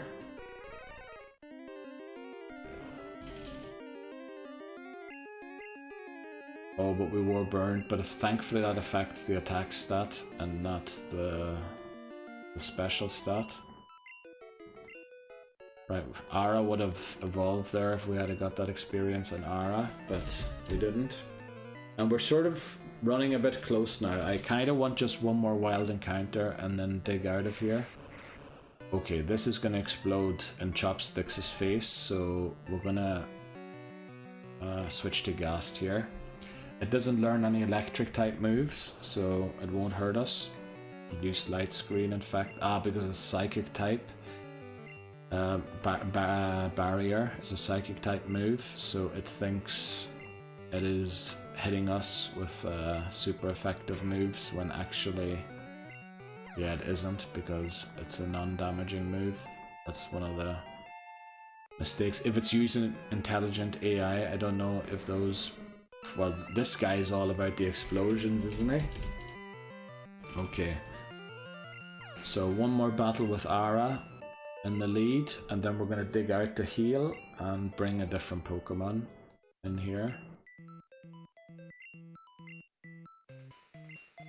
Now, I don't quite trust switching to L anymore to gain XP. Also, I believe the exit is just back here, so we might just head out the exit. Yeah, we're gonna try and knock this out with Haunter. And we should level up and evolve Ara here. Stomp doesn't affect us. Psychic. Ooh, again, misses the knockout. You see, I feel like Haunter just isn't hitting as hard as I was expecting it to, which is worrying me for the rest of the run. Ara reaches 24, which means it's going to evolve. Very nice. So that will remove it from the encounter list in Pokemon Yellow in Cerulean Cave, where we want to try and catch a Lickitung. So we want to try and catch Mewtwo in this game, so we're preserving the Master Ball for that. Yeah, I think we'll just dig out of here now that Ara is evolved. Also, we'll watch the animation and then I'll update that Ara is evolved. Now let's see, where is Ara? It's Pokemon number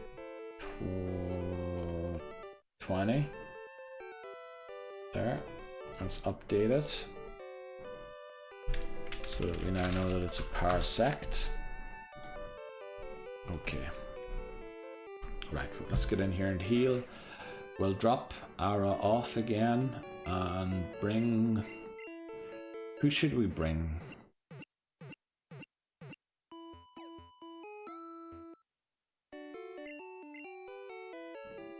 I think we should probably bring a Jeopardy Pokemon. Since it is rather safe. It is rather safe what we're doing. Also, Ara, we're going to change the box and drop it off in box 2. Was it Ara? And let's see, some of the Pokemon...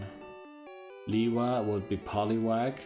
Now I think it evolves pretty low level, doesn't it? Don't know exactly when. Sid is the one that needs the most levels to evolve. Weedle, I mean, we could just go to Viridian Forest and use Poison Sting on all the Caterpies. That's super effective. So I think the other two are in box 1. Of the Jeopardy Pokemon are the other 3. The other 2, yeah, of the 3 that I just mentioned. So we're gonna withdraw. I think we'll go for Uba. Uba evolves at 22, I believe.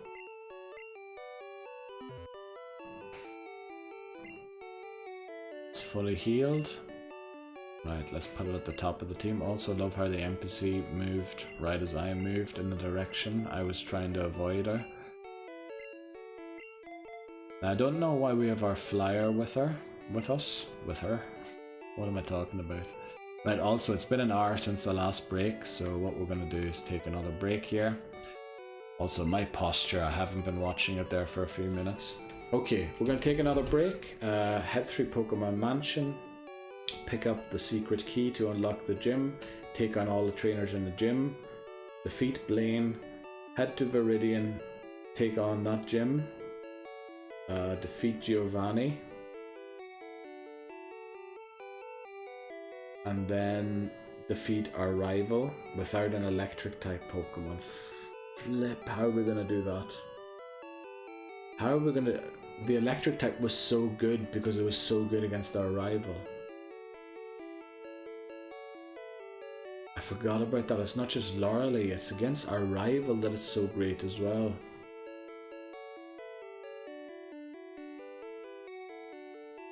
But I'm so worried that I fail Moltres that I don't want to go to the power plant yet and save the power plant for after I attempt at Moltres. So I'm gonna have to take on that rival, and he's gonna have an Alakazam again. So we really have to make sure that L is up to speed. We should exclusively train L. almost now. Yeah, that's probably what we're gonna do. Right, I think we did save already. We're gonna save again. Right, I'm gonna take that break, and hopefully we can fit all of that in this part. And then the next time will be Victory Road and Elite Four for the first time, then try and catch Mewtwo, then do all of the evolutions that we have to do, the Jeopardy Pokemon and any other ones that we want to do, and the Elite Four again, and hopefully we can beat it in, well, what is this, the 5th part? In the 6th part? It might take 7 parts, we'll have to see. Right, I'll be right back.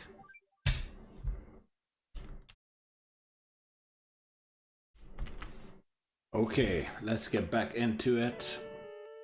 I don't know why I announced that like that. I used to do that to, you know, from the old breaks that I used to take. Right, did we put the Pokemon that we want to switch train at the front? We did Uba. Remember, if it faints, we need to restart, which is why we want to evolve it, so we don't have to. Also, if we end the game without it being evolved, we also have to restart. We're gonna head just straight for the secret key this time. Or is it called the secret key? I think it is. Now Uba should probably level up pretty quickly here. Who will I use here? I think I said L. L really needs all of the experience it can get because... Right, Ice Beam was disabled, so we'll use Surf instead. Only thing that can explode will use L. We'll use Aurora Beam here to take it out because it's the weaker move. We should also consider a different move to teach it other than Aurora Beam. It won't learn any moves, Cloyster, as most stone evolutions don't. So Uba got 1 level already. The only way we can really lose Uba is a misclick that I accidentally hit the A button and attack with it and used Roar, so that was my worry about when I was catching it, that I would use that, but we landed Hypnosis on the first attempt, which was great. We have to hit the switch here to unlock our path. It'll probably just use Roar again, which is a pity because it's lost XP every time that it does do that. But yeah, there we go, Roar again.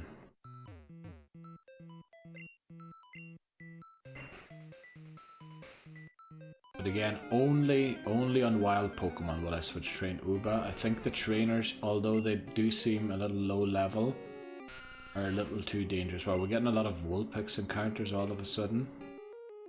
L is who we want.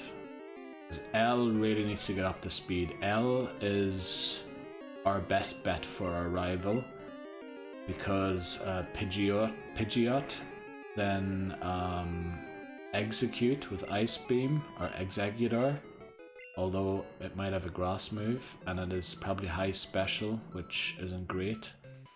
So we took on this scientist already, and then yeah, there's staircase here. Now down here there's quite tough encounters, I think I remember.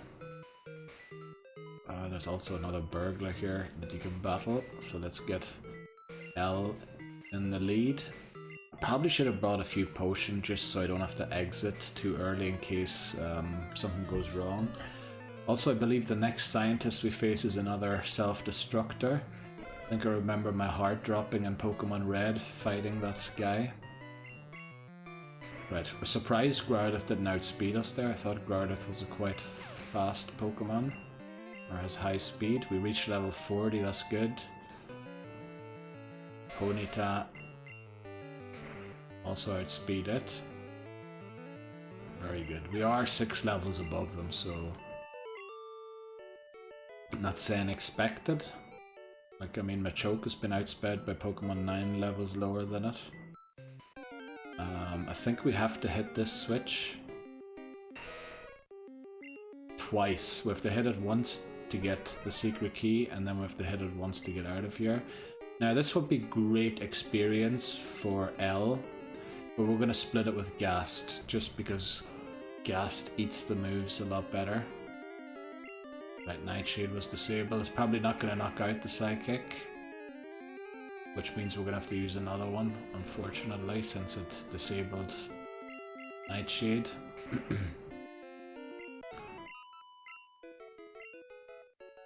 Okay, let's hit this switch, and also we need to get Uba back in the lead for the wild encounters, because that would have been great experience for Uba. I probably would have got another level.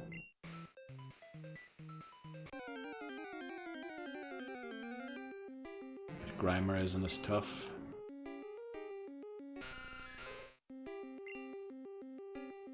Let's get Elle in here.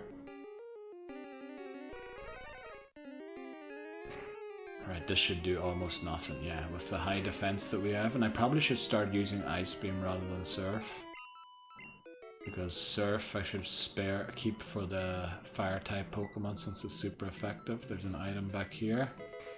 I'll restore, that'll be useful for the Elite Four.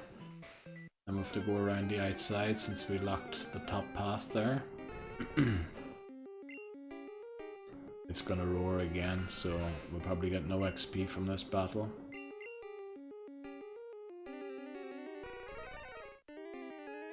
Oh, Flamethrower, oh boy. Now if that crits, that hurts. Didn't think it'd have Flamethrower 35, which tells me that the other Ninetales we faced earlier on did have Flamethrower too, so I think we might have got away with one there. Right, now Ponyta's more renowned for its attack rather than its special, I think, so I think we're good to go with Elle here.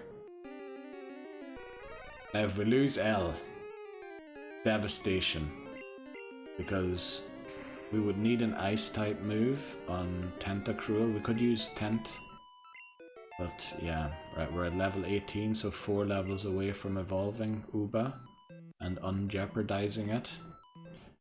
Now, we'll probably get an encounter before we encounter this guy, but we're going to put Ghast in the lead because I know that this guy has exploding Pokemon or self-destructing Pokemon. Because I remember my heart sinking in red against this guy. Oh, maybe he doesn't. Maybe I'm mixing him up with someone else. Oh, look at that. We can't even knock out Magnemite with that is 10 levels lower than us with a Psychic. I think our Ghast special, I think we got a really bad... Oh yeah, here's the Electrode that explodes. But it's going to use Barrier all the time since it thinks it's a super... Oh no, it uses Self-Destruct. Brilliant. And we reached level 45, so we're 2 away from the cap with Ghast. I think Blaine is a pretty easy gym leader to defeat. There's no real thing... Well, I suppose Cloyster being partly ice type, I do need to worry about Flamethrowers, but we will be leading Elle into the battles rather than what we're doing here with switch training, so yeah, we should be able to defeat it. Blaine, I think, and I said I'd use Ice Beams from now on the non-fire type Pokemon. There might be an item in here. No, there's a switch. Now I can't remember, do I have to press it or not? I think I might have to, but it might hide an item from me if I do, so we'll go and pick up the item first and then press it.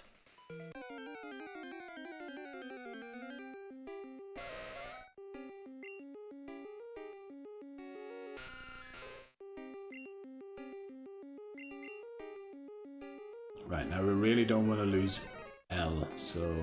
Okay, Tail Whip, that lowers our defense, but I think we outspeed. Yeah, no problem at all.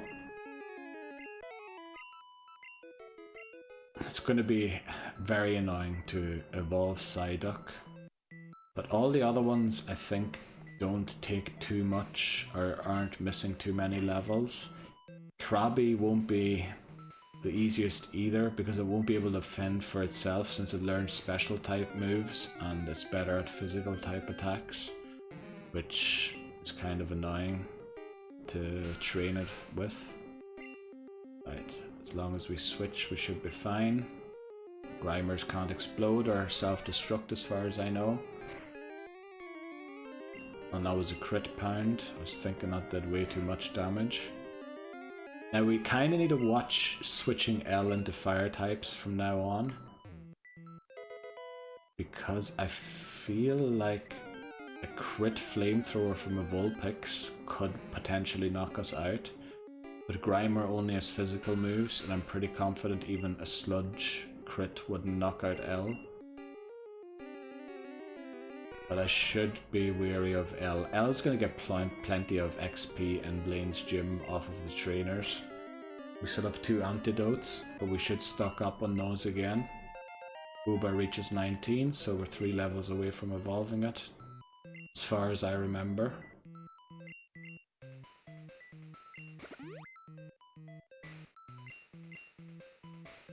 And there's the secret key to unlock the gym.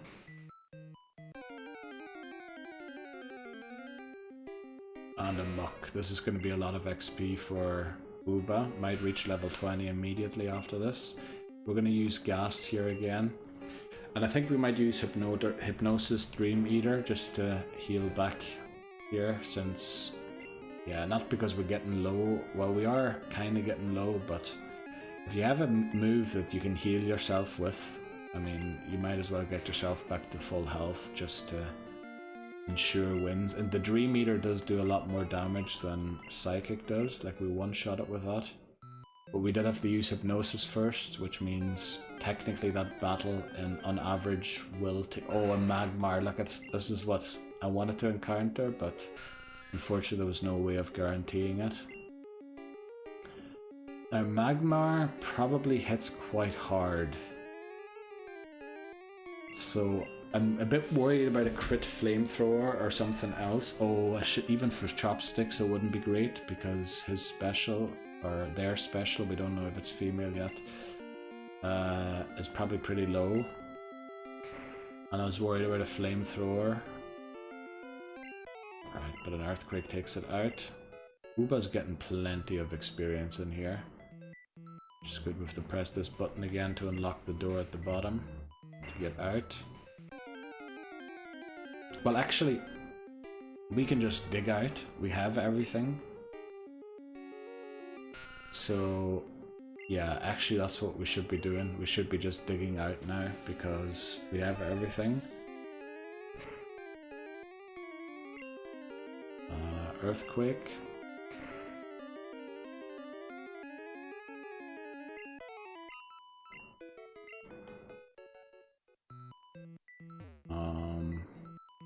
Or do we want the extra XP to switch train Uba?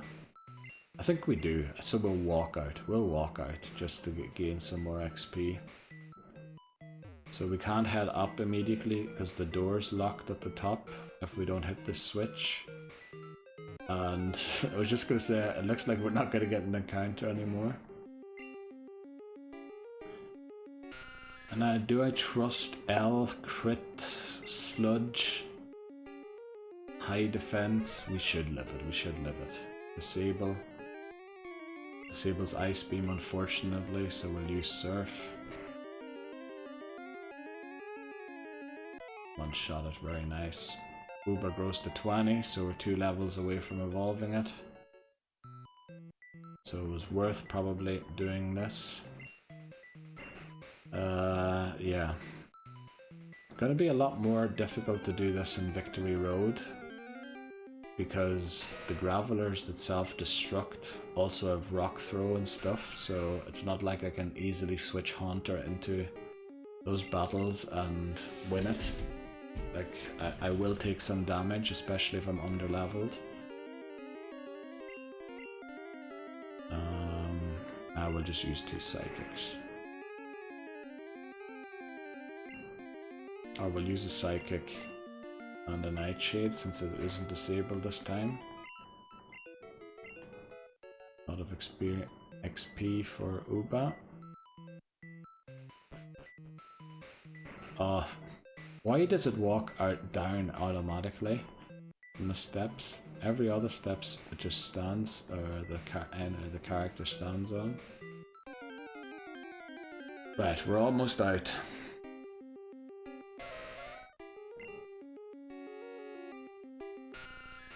Right, just because I want to make sure I don't lose L here stupidly, I'm going to switch to chopsticks and use an earthquake. I don't know, like crit Ember, I don't think it would knock out L, but I just want to be on the safe side. L is kind of very important. Since we lost Kachui, L's probably the most important team member now, together with Gast. Now this mart probably doesn't sell antidotes, I would guess. But are we in danger of being poisoned anywhere anymore? Well, it's just, I mean, they only cost 100 Poké Dollars, so there's no real loss in buying any. Let's hope they sell them. They don't sell them, okay. So we'll take a wee flight to Viridian quickly, because I'm pretty sure they sell them there. Pick up a few antidotes before we go and take on. Also, the chair's crooked in the thing.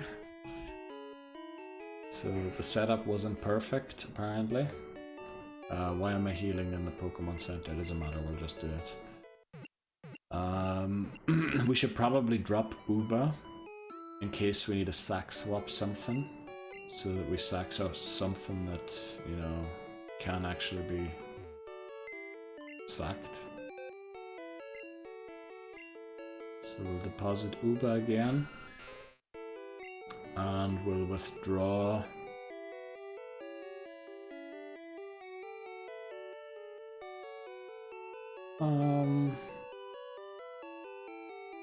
probably Magikarp.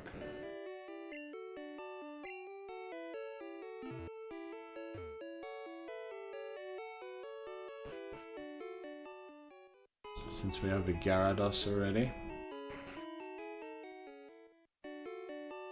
So I'm pretty sure they don't sell potions. No, I don't need Pokeballs, I need antidotes. I'll just get 10 of them. We're pretty low on money because we went and bought Porygon, which, yeah, took, I don't know, 5 minutes or something to get the coins for. But Magic's asleep. Let's fly back to Cinnabar. I wonder why Saffron shows up first when you go backwards. Are you meant to take on Sabrina last? Surely not, because Blaine is higher level Pokemon. We have to heal the unsleep Magic. Not that it would matter, but yeah. We'll do it anyway, just in case we can use a tackle or something, who knows. Now we won't be doing the quiz, obviously. We will be taking on the trainers for XP, since this is perishable XP.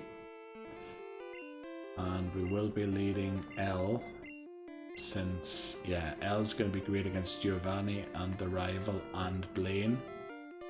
So water types are pretty broken towards the end of the game.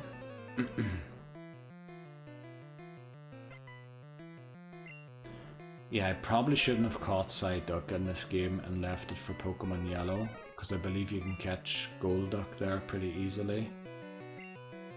Right, as long as we outspeed everything, we should be fine.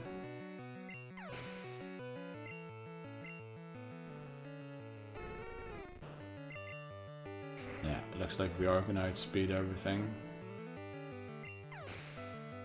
Now, I'm quite worried if there's a Ninetales and a crit flamethrower. Like, I could imagine that getting me very low to even knocking me out. Right, it only used Ember, thankfully. But look at how much that does already. And that wasn't even a crit. We're gonna Aurora Beam it. Fire types don't resist Ice in Gen 1, so that wasn't BM.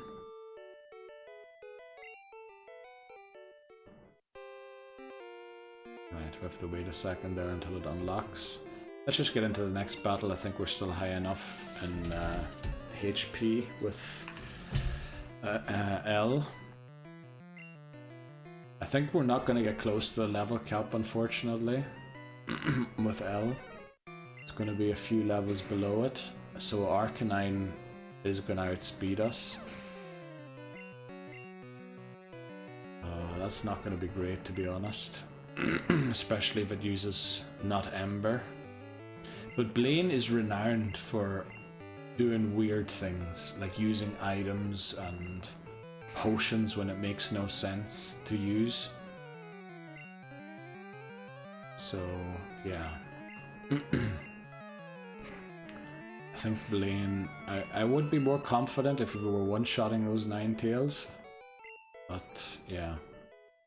We can only get the XP that we can get. And I want to keep those swimmers and bird keepers on routes 19, 20 and 21 for the electric type we're going to catch. Because I think we need an electric type for the Elite Four.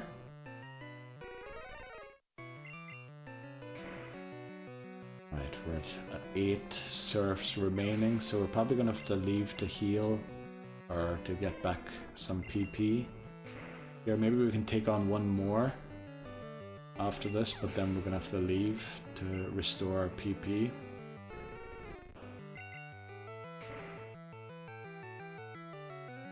I'm a bit worried we won't even be 43 by the time we get to Blaine, because we seem to be not growing in levels at all.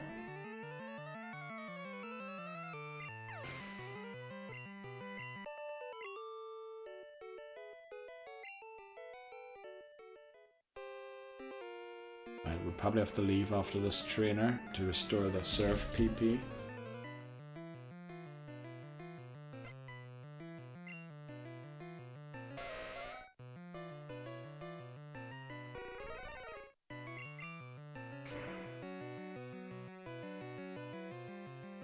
We're still, wow, that was a level 41 Ponyta and we outsped it. I was not expecting to outspeed it.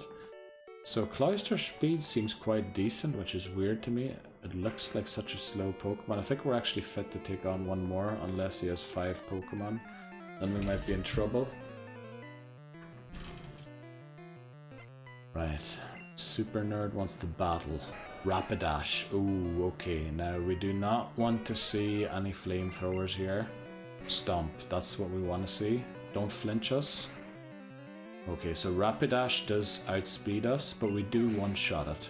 And I think Blaine has a Rapidash too, so that's good knowledge to have.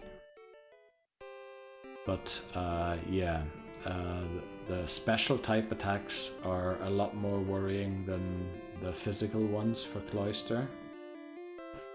Which is why actually Omastar would have been the better option. But remember, I have to keep good Pokemon available for Fire Red and Leaf Green as well as Yellow. Because, yeah, the more we take off the list, the less we have there. But I do want to try and catch anything I can on any route I can, so I'm a bit worried about Gold and Silver as well. About taking too many Pokemon off the list there that I could use in Fire Red and Leaf Green. We'll also be playing Ruby and Sapphire before Fire Red and Leaf Green, because that's the order that they were released in. But before Emerald. Emerald was released after Fire Red and Leaf Green. We took on that guy. So I think there's only this trainer and one more, and then Blaine himself. And I'm just wondering, should I head back in to should I head back into Pokemon Mansion or not? And train L a little bit more? I don't know. Right, Growlithe. Let's take it out. And actually, again, I'm getting a call. I'm so sorry. I don't know what all these phone calls are about today, but yeah. Let me save here. And then I'll be right back in a second. Okay, I'll be right back. Sorry about that. I do not know what is going on recently with phone calls. Like, I never used to get a phone call ever. Now I get bothered by them when I'm trying to flip and record videos. Right, let's get this done. Okay, I think we're in good shape. I believe this is the final trainer before Blaine.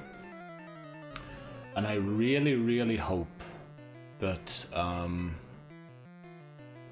L is in good enough shape. Oh, I was considering going back into Pokemon Mansion, wasn't I? Just to maybe train L there as long until we have Uba evolved. Because that might get it to like 45 or something. Which... like, I know that Blaine isn't the toughest of the gym leaders. He's renowned for messing around and making weird moves.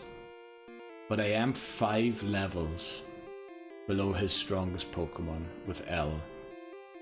And my special, especially with crits, and I think he has Fire Blast, doesn't he? That's his trademark move. And if that crits, I'm very worried I'll lose L. And if I lose L, I wouldn't even know how to take on the rival. I wouldn't know... well, Giovanni, I could use Tentacruel, train it up, but like, how would I beat the rival? Even with this team, how am I going to beat the rival? How am I going to beat the Alakazam? Do we have Withdraw? No, we dropped Withdraw, didn't we? We don't have Withdraw.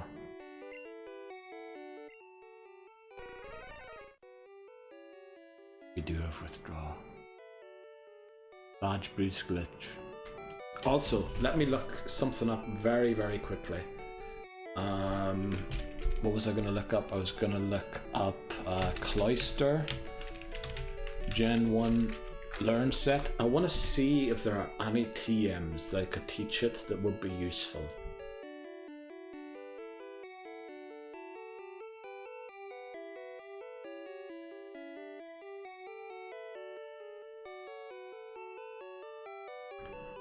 It does not look like it, unfortunately. It learns Spike Cannon at level 50. But is its physical attack any good? Because it could also learn Tri Attack by TM. Let's take a look at the stats here quickly. Its attack's actually better than its special. But look at that defense. That defense is unbelievable. 170. Let's take a look at Chopsticks. 109 attack. Same, actually a level lower. 109. I mean, its attack is almost as good as Chopsticks. So the way to defeat Kadabra... let me compare the specials quickly. 86 special, now that's not great, that's definitely not good. And 68, right, that's even worse. Now, not that I was considering taking out Kadabra with Chopsticks, but I just wanted a comparison. What's Ghast's special? 120. 120, what was it, 90 something? So if it's 90 something, it's actually, oh, it's 86.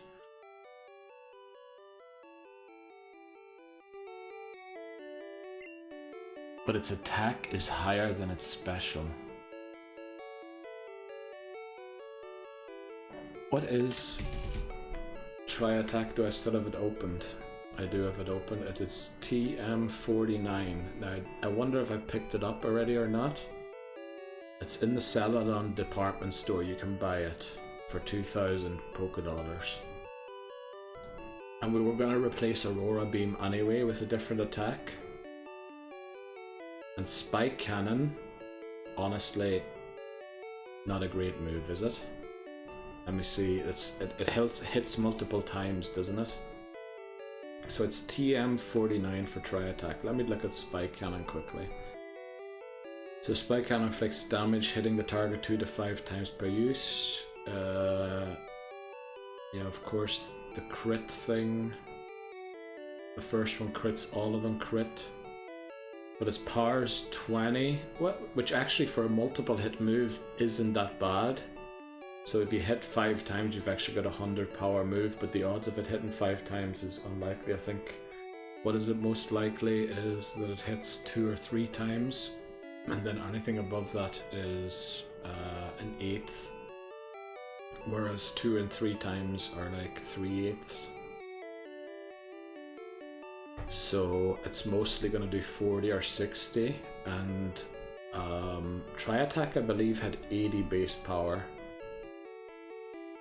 Yeah, and it also has the chance to freeze, burn, or paralyze the opponent, doesn't it?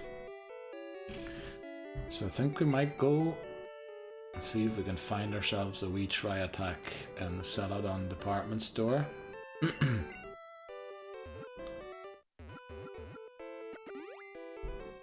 Yeah, TM49.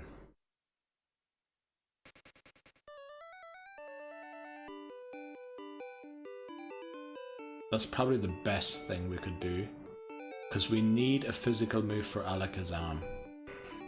And with the withdraw, having all of the badges, we can use 6 badges. And oh, I think I just went one level too high.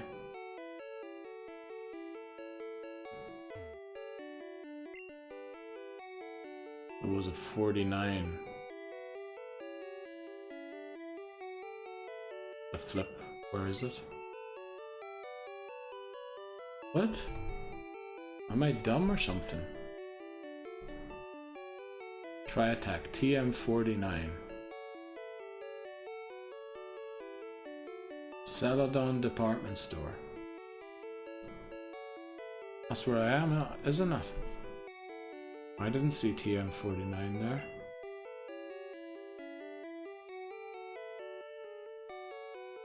Is there another guy that sells TMs in here? Not that I know of, anyway.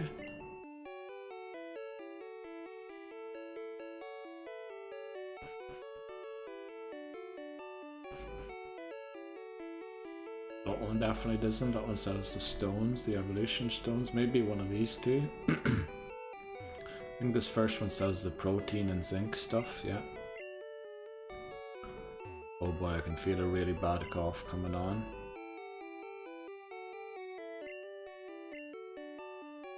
What?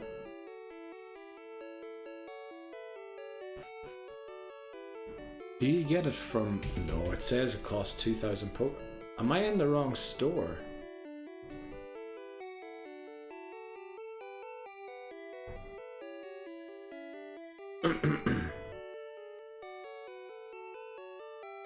Celadon department store.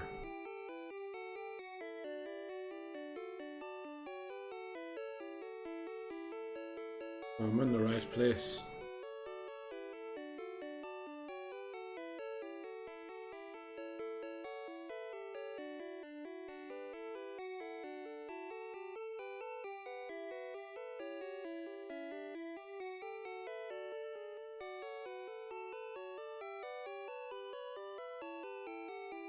Where the flip is this TM48?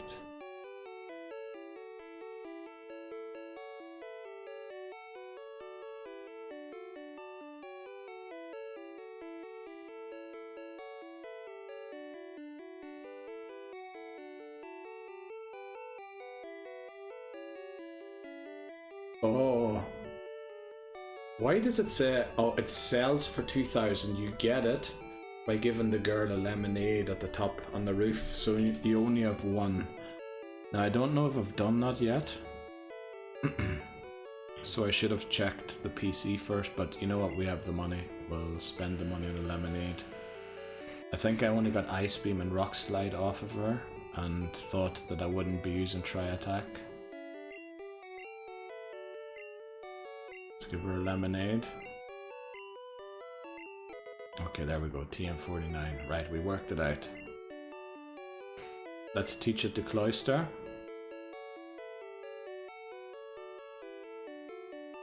And then we have to drop off a lot of items as well.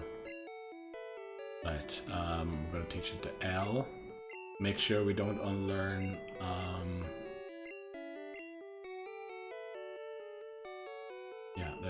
Aura Beam. Okay. Unfortunately, I'm getting a phone call again. Like, I do not know what the flip is going on. But I'll be back in a sec.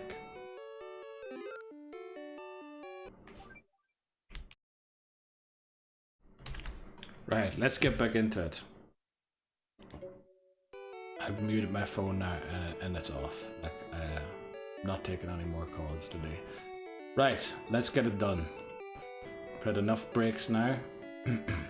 We've taught Tri-Attack to Cloyster, which I think is probably the best move that we could have given it.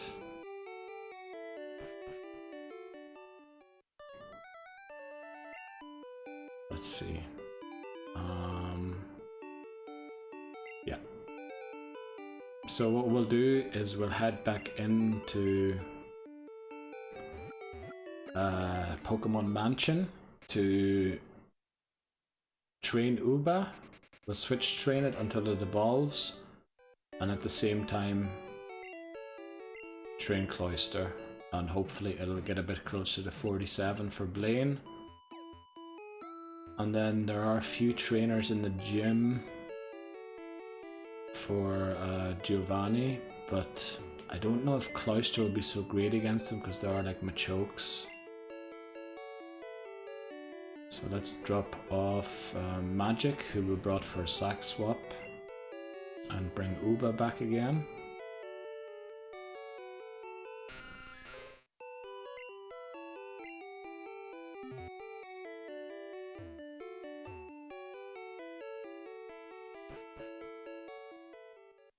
Right. Let's get into the Pokemon Mansion. We have to put Uba in the lead. Unfortunately, this is going to prolong the video a little, but probably move L to the second spot since we will mainly be training it. But that's what I meant with there not being enough XP in the game through trainers to actually, you know, keep up with the level caps. At the start, there's more than enough. But when you get to the end, you sort of start running low on it. So we're 2 levels away here with Uba.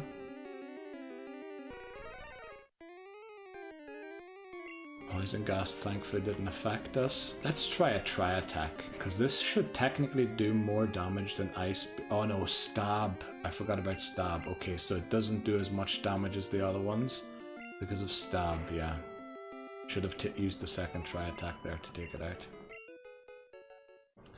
Right, we're just going to train in here until Uba evolves, so that we have only 4 Jeopardy Pokemon remaining. Which is still plenty. But I think that's the final Jeopardy Pokemon of the game, and I'm actually glad that it's so little. It could have been a lot more, that's for sure.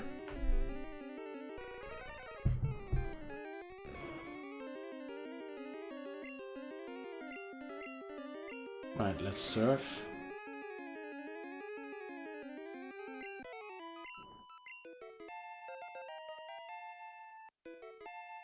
Right, we learn Confuse Ray, and I think we're 1 level away from evolving Uba, so I doubt we're actually going to get to level 45 with L.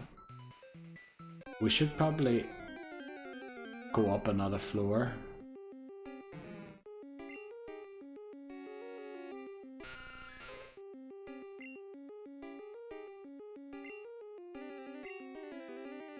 We do have a Haunt or a Gas that is 45 that would resist. Well, would it really be better? I don't know. Oh, we don't even one-shot this now? Oh boy. Okay, what is the better move, by the way? Is it Ice Beam or is it Surf? I feel like it's gotta be Ice Beam. 90 and 80 base damage, I'd guess.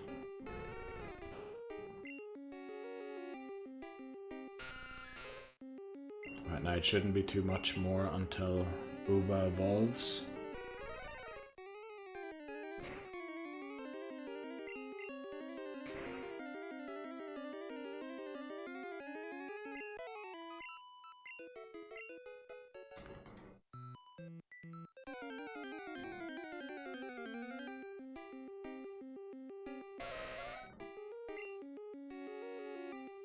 Okay, let's switch and use surf. Worried there that the camera moved, but it looks fine actually. Probably not long to go now. Let's check quickly how long it takes Uba now. 437, so that's like 2 more wild encounters. Hopefully L gets in level or 2 as well while doing so.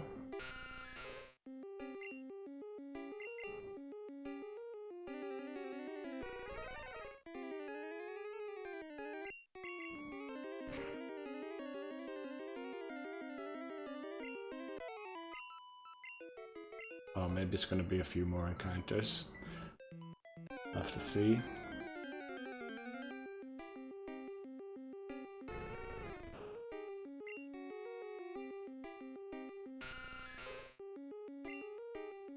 Okay.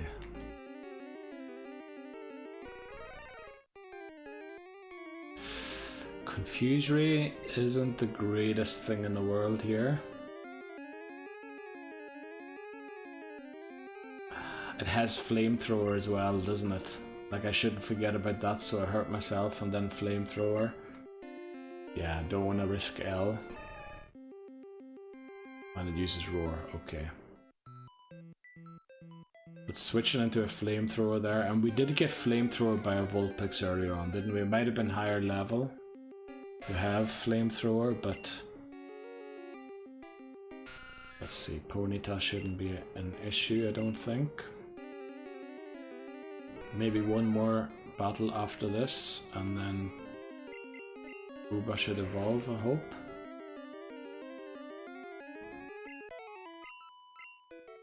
There we go. Should evolve now already.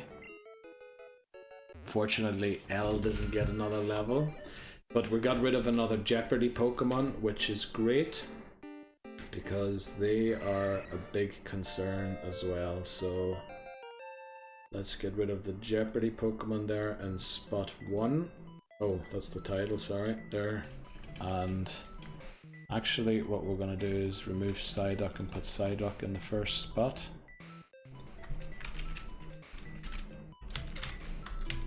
Let's see, Psyduck, there we go. Okay. Right, great news. That's the Jeopardy Pokemon list. I should actually update it here too while we're at it. So Zubat is the 6th Pokemon, I believe, there. Where's the 6th one? There. Let's get an image of Golbat loaded in and then remove the filter because it is no longer a Jeopardy Pokemon. So, actually this is pretty good. Only 4 Pokemon to evolve before we can finish the game. I feel like in Red there were a lot more that I wanted to evolve before finishing. Also, Poliwag will probably only evolve to Poliwhirl in case we need Poliwrath at some stage somewhere. And actually, while we were in there, we should have just kept training L until it gets 43. I mean, that's one more battle. That's one more battle and we'll be level 43. And then... Actually, doesn't Blaine start out with a really weak Pokemon? Like Vulpix. Maybe we can use Withdraw a few times there.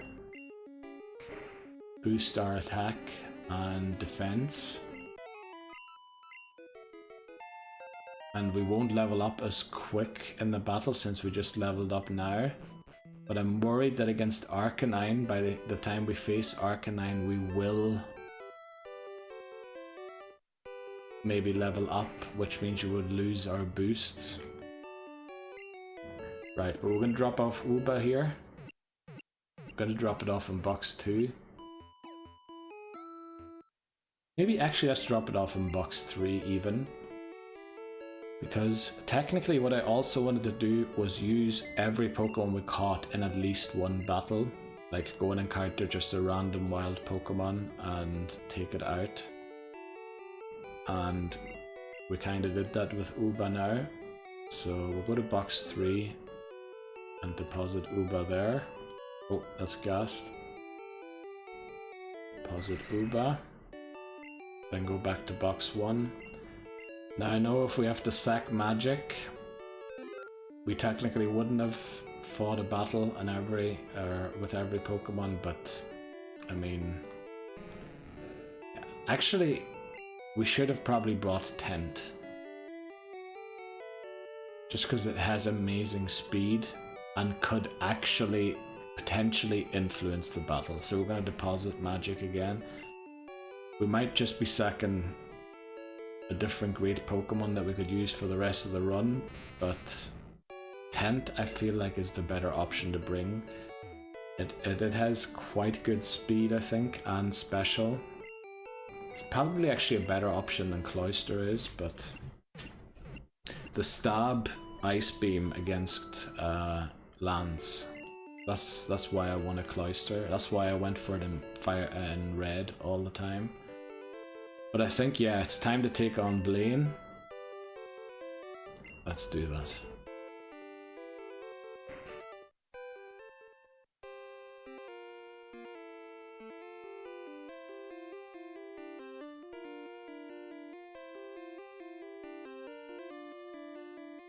Okay, Blaine, how do we...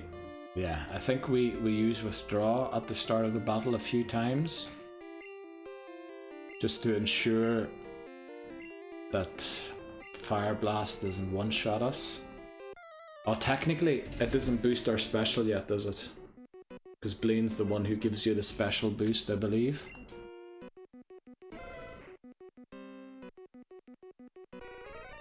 But I think nonetheless we'll go for it. We'll use Withdraw a few times.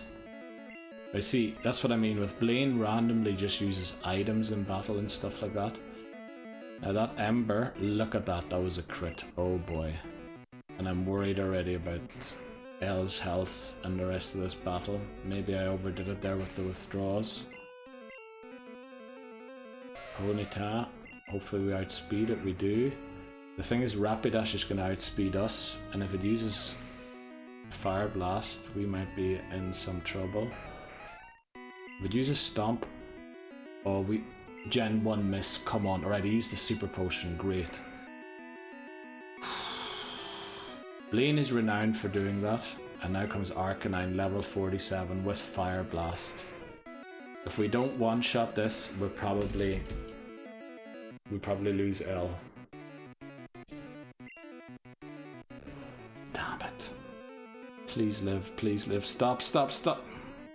Of course it gets a crit for flip's sake. Oh boy. Another Pokemon gone.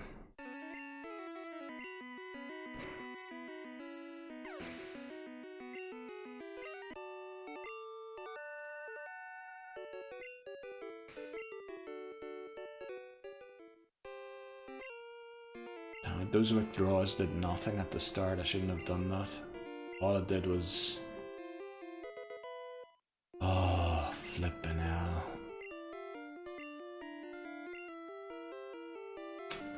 Devastated again. Come on, what the flip am I doing? Let's get this up here again. Right. Now we're gonna have to go for Blizzard. For flip's sake. Right, Cloyster's the 15th Pokemon on that list.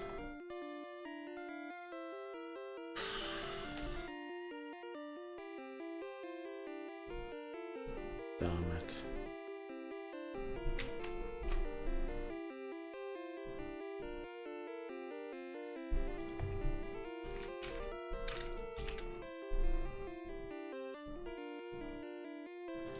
There we go, Cloyster fainted. That's 9 flipping Pokemon we've lost. And how many of them did I intend to use in Elite Four? Unbelievable. So that's 9 now. And also the level cap increases to level 50 for Giovanni.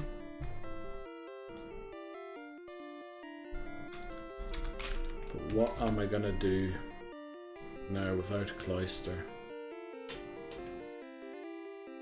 What am I gonna do without Cloyster? We also went and taught a Tri-Attack and took it off another Pokemon that could have potentially learned it. Oh boy. I'm in Egypt. Those withdrawals did absolutely nothing. I shouldn't have even used them.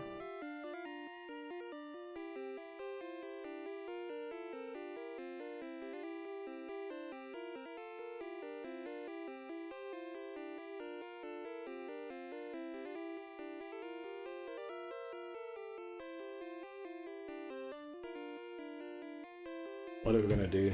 Are we gonna use Dugong?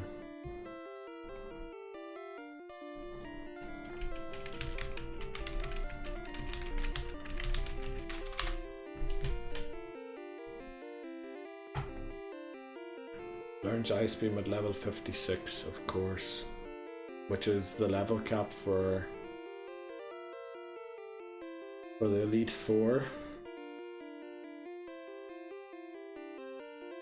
So that's not great.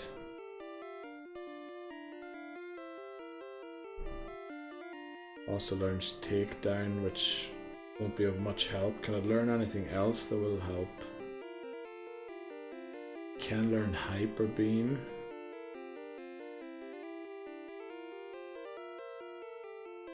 Doesn't look like a great Pokemon, to be honest. It can learn Payday, right? Bit of a weird one, that. Learns Rest at level 44.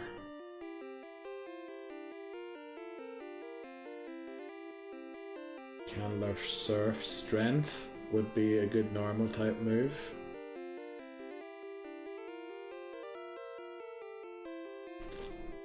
Damn it. What a stupid way to lose my Pokemon again. Flippin' hell. Oh, what am I gonna do now? How are we gonna defeat Giovanni? Well, Giovanni actually won't be the problem. The problem is the rival. Because we have no electric type Pokemon and no ice type Pokemon. Well, we can get an ice type Pokemon, but an ice type Pokemon without Ice Beam, which in my mind isn't a great ice type Pokemon.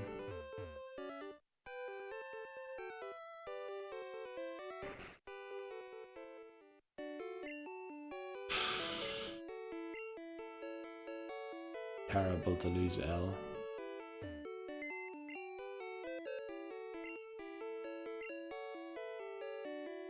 I have to deposit it in box 12. Oh boy, we lost some in every gym battle. No, Koga we didn't lose anyone, but Koga is pretty easy with a Haunter. But in the other gym battles, we lost two really important Pokemon. Our main two Pokemon to deal with our rival, which is just devastating, to be honest. Dude's level 38. I mean,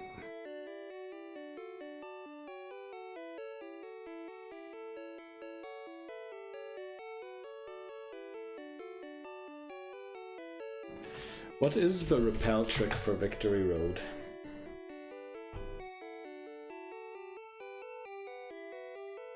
I need a level 46 Pokemon to get to Moltres without encountering anything else. I think we have that, don't we, with Haunter? Oh, but we can't get to Victory Road without defeating the rival and Giovanni anyway.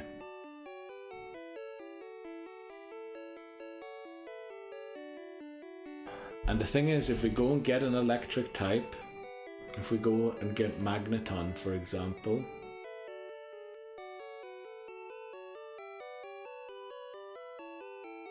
then first of all we need to definitely catch Moltres, which like, is easier said than done.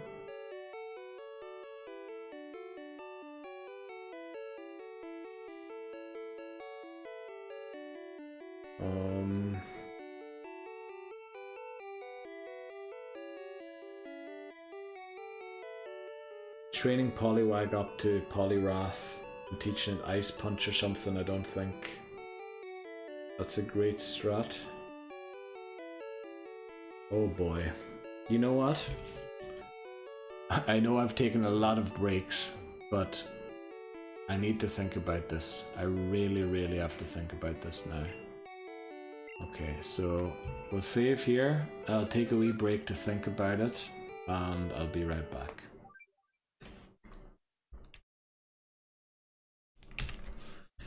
So, oh, I forgot the headphones. Sorry for the noise, probably picked the mic there, sorry. So I'm kind of torn between Tentacruel and Dugong. I think they could both save us. We can both learn Blizzard, which is a TM that we can pick up. Crucially, Tentacruel is Barrier, which increases its defense by 2 stages. So we could use it to set up. And Dugong can learn Double Team, which will make the opponent miss. So I'm kind of torn between those two, and I don't know which one to use. The unfortunate thing is, will they make it? The thing is, Tentacruel is weak to ground type moves, so I'm a bit worried of using it in Giovanni's gym. But then there are fighting types in there too, which is super effective against ice types, which Dugong is. So I'm really torn between the two. So we have Tent with us at the minute. 1, 2, 3, 4, 5. We can pick up one more Pokemon.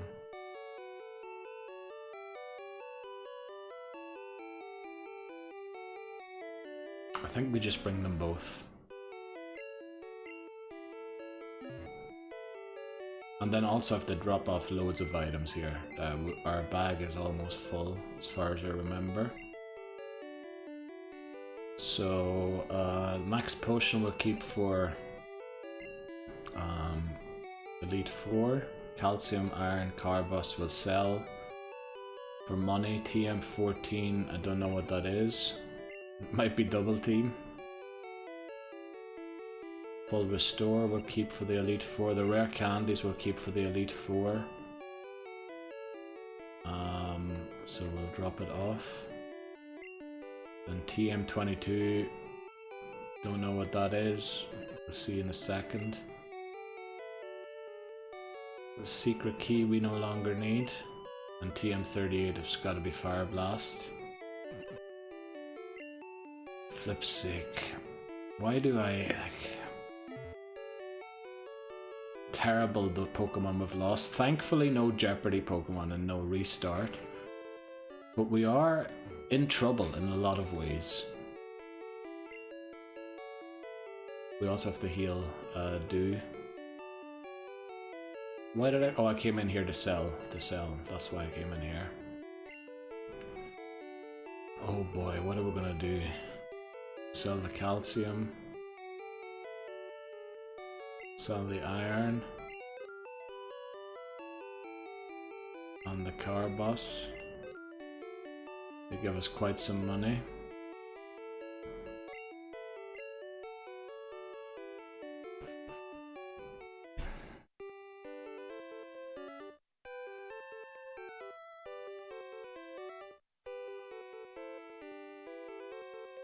Tentacruel is also weak to Alakazam.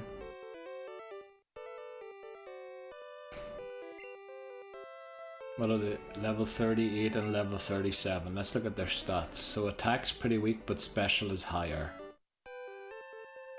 And then here, probably also special, very high, speed pretty high as well with 93. 60, very low speed there. Headbutt won't, so physical moves aren't great for Dugong.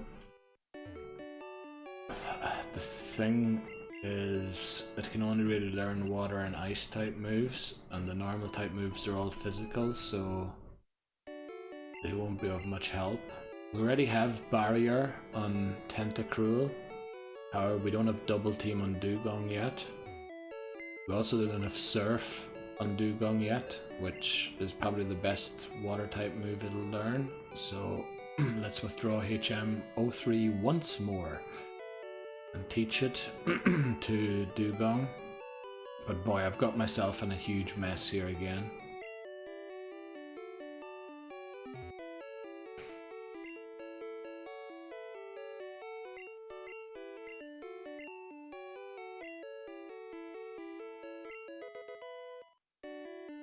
Okay.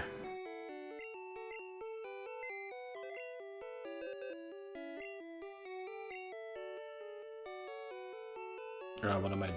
Not deposit Pokemon, deposit the HM. Oh boy, what are we gonna do?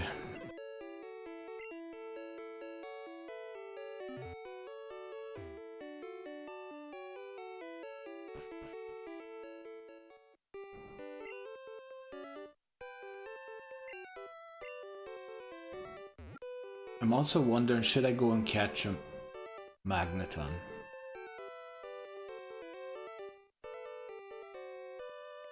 But then we really have to catch Moltres.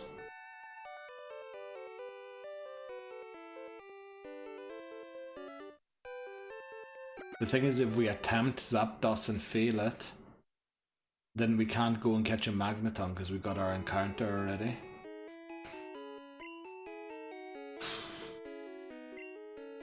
So do slower, but not as vulnerable to... Like, it's only 5 levels below Chopsticks, but then Chopsticks is also like 7 levels below the cap. There are a few trainers on routes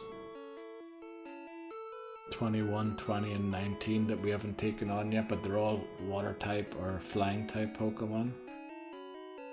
So that'd be ideal to train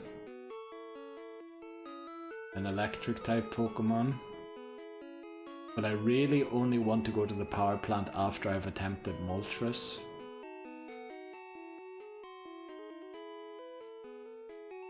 Damn it. Right, we're gonna go in here and take on a few of these guys here. We're gonna lead Dugong, see if it can fend for itself. If not, hopefully Haunter can bail us out, but then Haunter's weak to ground type moves as well, so yeah, we're gonna have to see how we deal with this gym. Also, I didn't get Double Team yet, which is a big mistake. I should have got that. Right, an Arbok, level 39. We should put Surf at the top, because that's by far our best move. Now, what is Chopsticks gonna do? Like, who's Chopsticks gonna take out? Nobody. Well, it does have Earthquake. But it is, as I said, just there to look good, the way Nidoqueen was in my last run. Let's see how much... if Dew can fend for itself here. Right, let's hope we don't get poisoned. We do have antidotes, of course we get poisoned. Right, I dealt with Arbok pretty well. Now Taurus, I am a bit worried about. So we're going to switch to Chopsticks here.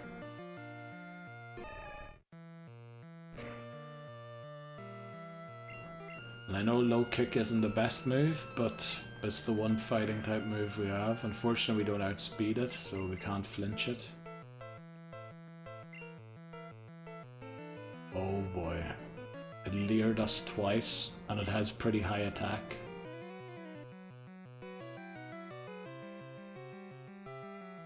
But I think it can't touch Ghast.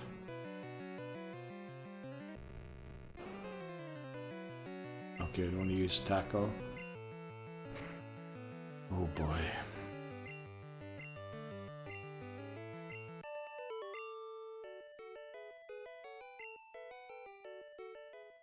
Okay, we'll take on these trainers, then we'll go and get the TM for double team for Dugong. Where are my antidotes there? The amount of Pokemon we've lost in this part again. I was so happy in the last part to not have lost any, and then here, alright, this is a black belt, so he'll have a fighting type Pokemon. Which shouldn't be able to touch Ghast. So we should be able to switch train Dew here.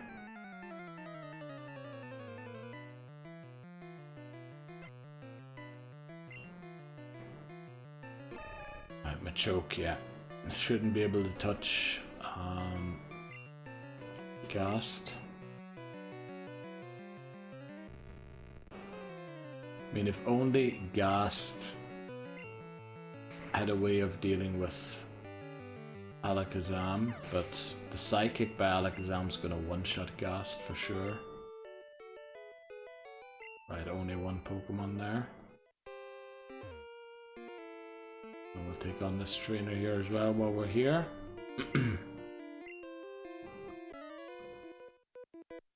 So now that I'm training Dew, I think we might as well stick with Dew and forget about Tent, because there's no point in leveling both of them. Right now, unfortunately, Nidorino isn't weak to water type moves yet. But it is weak to Ghast, and we should try and level at least one Pokemon to the level cap. So we're going to train Ghast rather than Chopsticks.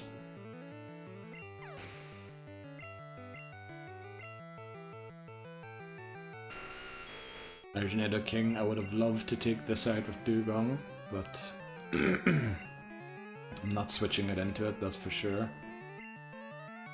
We'll reach level 46, okay.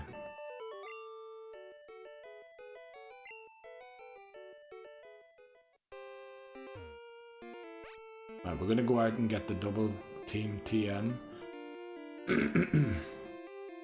Now I forgot what number it was, but it's purchasable in Celadon department store. So we'll fly to Celadon. And while the animation plays, I'm gonna go and look up what number it is.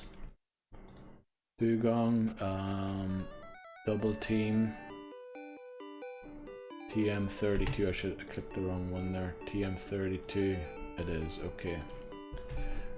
Supposed to do this. Okay.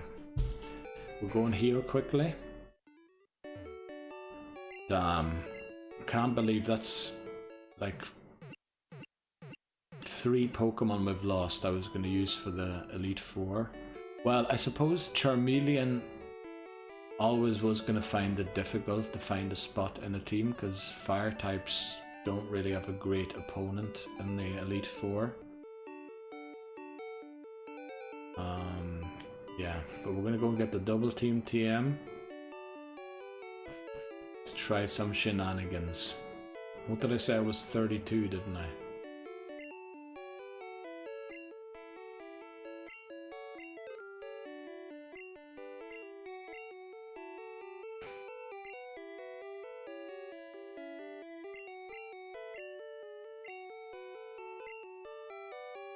Oh, all of them can learn it. Funnily, I didn't see that Tent could learn it when I looked it up during the break. But everybody can learn double team.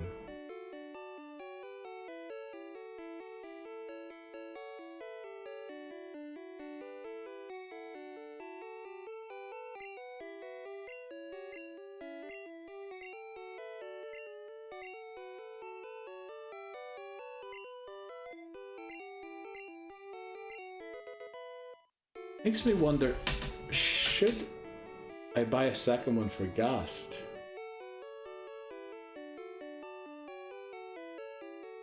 Which move would I drop for it? Nightshade.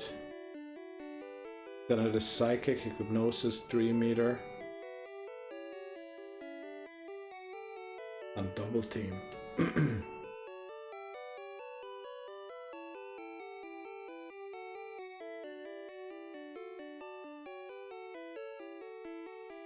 The thing is, all of these Pokemon aren't going to hit hard enough to take out Alakazam.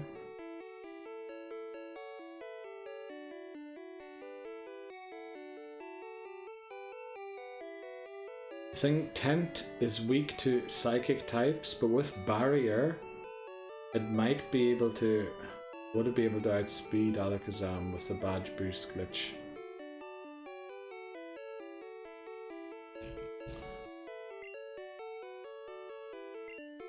I'm going to buy a second one just in case.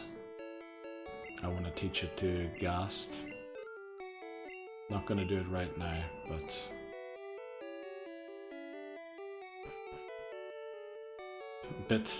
I mean, I have to do what I have to do to deal with the situation I'm in. But I'm definitely not in a great situation, that's for sure. And Giovanni does have level 50 Pokemon that do have Earthquake. Though they also have Horn Drill, which means I have to outspeed his Pokemon in order to ensure that I don't get hit by Horn Drill. And Dugong wasn't as fast, was it? Speed is 60. So it could get hit by Horn Drill. Whereas Tentacruel with 93 is more unlikely to get hit by it. But do I really want two water types?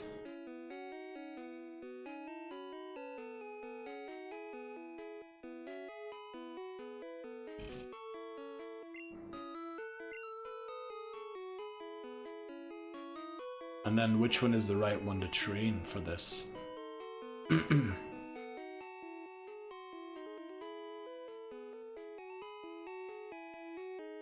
Now the thing is, flying type and normal type moves are physical, aren't they? So Barrier, if I could use 3 barriers, obviously a crit would ignore the boost. Against the Pidgeot, I could really set up Tenta for the rest of the battle. But then I need Blizzard and hope that it hits the Exeggutor, because it also has Confusion or Psychic or whatever. And then Alakazam. Flippin' hell, my rival has 2 Psychic type Pokemon.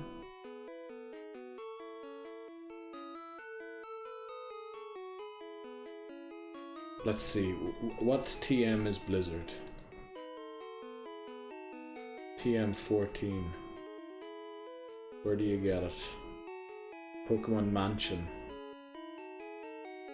There's only one of it, so we picked it up, definitely.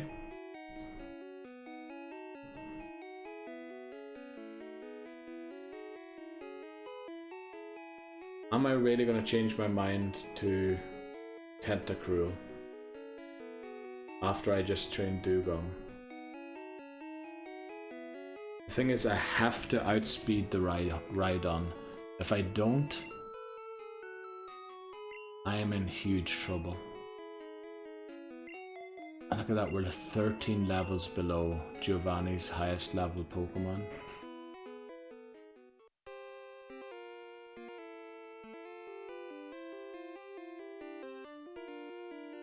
Yeah, let's just take on these trainers here.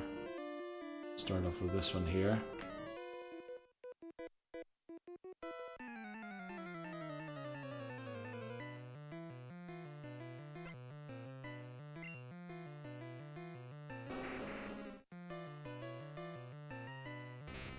Do we outspeed it? Pretty sure we do. This should knock it out. Okay.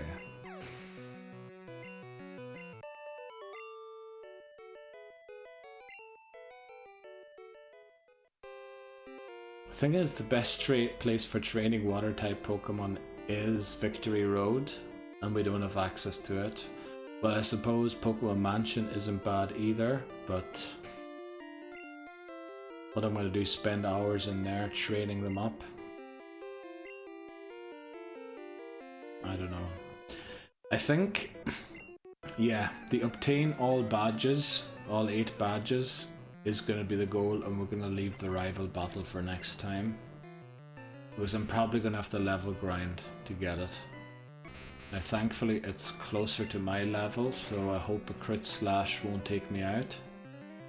Right, we take it out with a surf. So tent might actually be the way to go.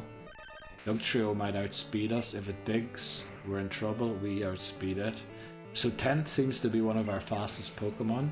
If it can outspeed a Dugtrio that's 2 levels above it, Dugtrio I think is pretty fast. This is going to be a fighting type trainer, so technically being poison type we resist fighting type moves, but they usually have karate chop as well. So we'll attempt a surf here and see how much it does. We also could have used barrier just to boost our defense, but now Machoke comes out. Yeah, let's use barrier here. Defense greatly rose. Low kick, I mean it's using a move that we resist.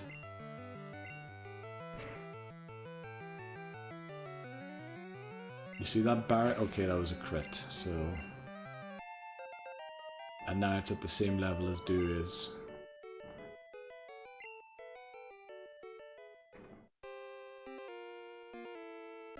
Right, let's see what this guy has. There's not a lot of trainers left in here.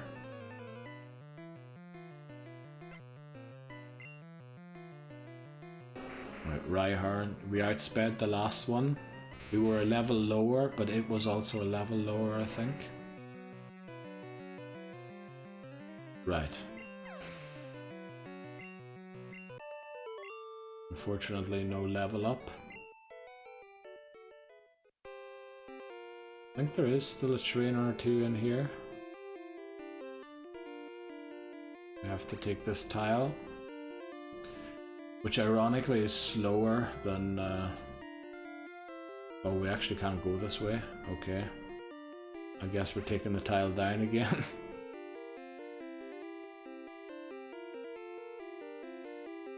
I think that's the final trainer, isn't it? There are no other trainers in here. Yeah, that's the final one.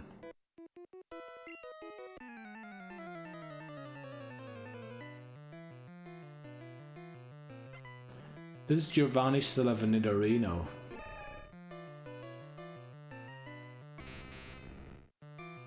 Gonna use the barrier here again. The thing is, it won't help against Karate Chop. Focus energy, it just lowered his chance to get a crit, which is lovely for me, bad for it.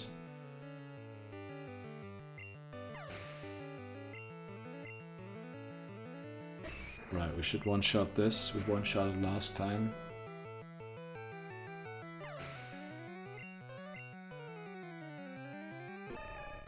So we're at the level that the trainers are at that have multiple Pokemon, which is not good. I'd prefer if we were at the level of the Pokemon that the trainers that have single Pokemon.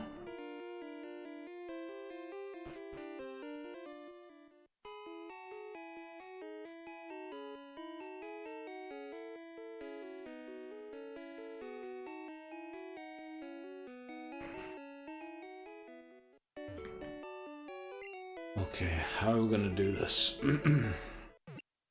I just have a feeling we're gonna lose Gast. If in this battle or against Giovanni. But I just have a feeling that Gast is not gonna be with us.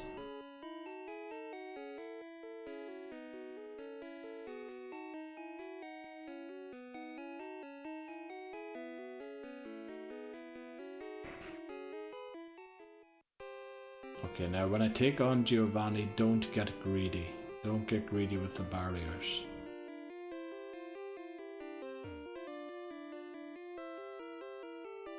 We're gonna go in with Tent. See what it can do. We're gonna try and set up a few barriers against the first Pokemon. Maybe 2. And then hopefully Haunter, if Tent falls, can bail us out. And then I would use Dugong against the rival and train it, but we have to go and train it somewhere. It's in no state to be used at the minute, I don't think. So yeah, I think we just go into this battle and see what we can do and hope that we don't end up on attempt 4. Right, let's take on Giovanni.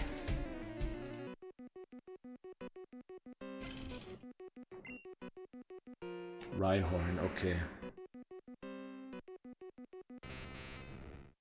Hopefully we can set up a barrier or 2 here.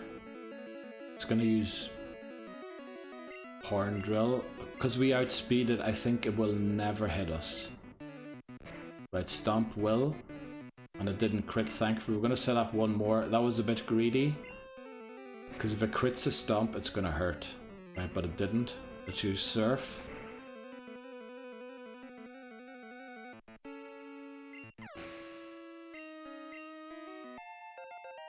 Thing is, that just reset our badge boosts. So this Dugtrio is going to outspeed us now. Yeah, it does. It dug a hole. We have Dodd with us, don't we?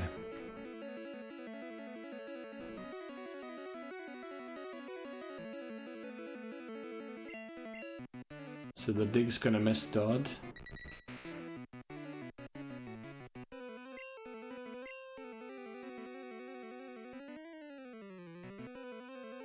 The thing is, will it predict us switching back into Tent?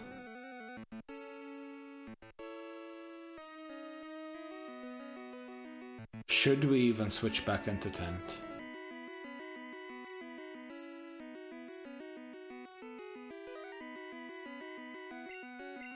Oh man, that was stupid that we leveled up there.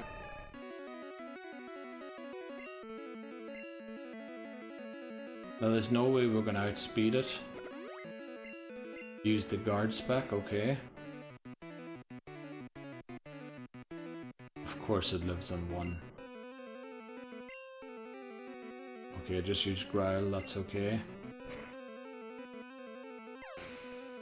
Glad I didn't decide to go for another dig. Now Nidoqueen. Earthquake.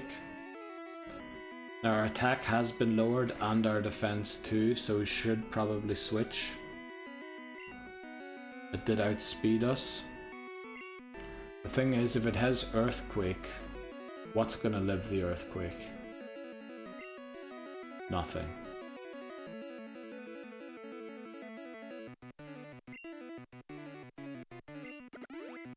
Used another guard spec.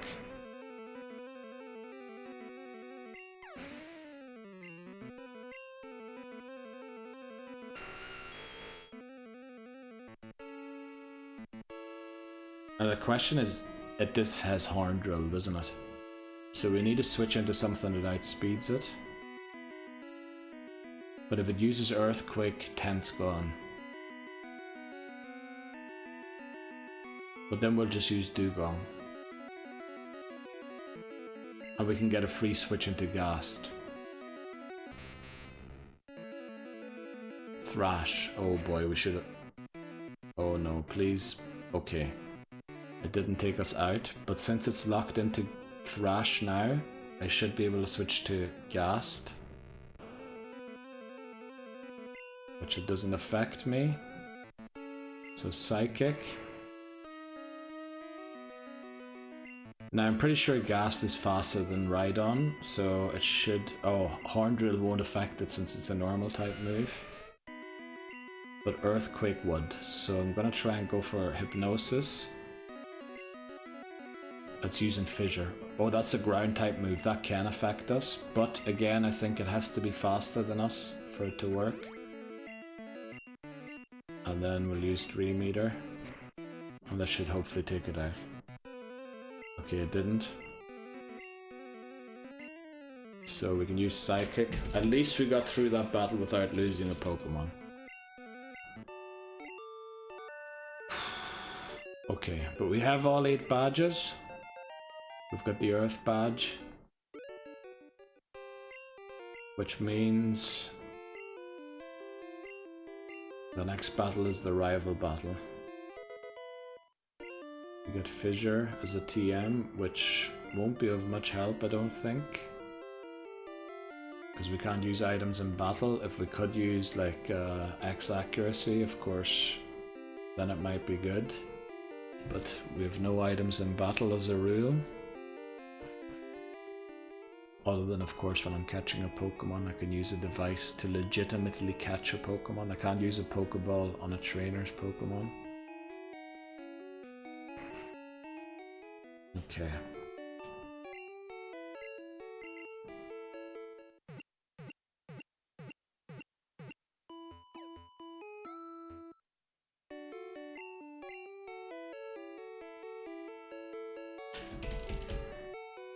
So the level cap went up, by the way, after defeating Giovanni. It goes to 53,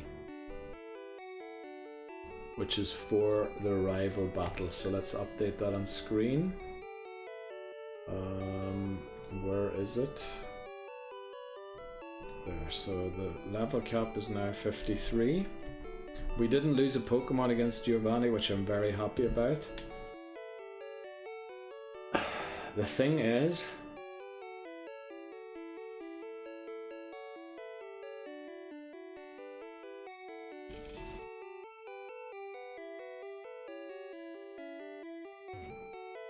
there's only one Blizzard TM in the game.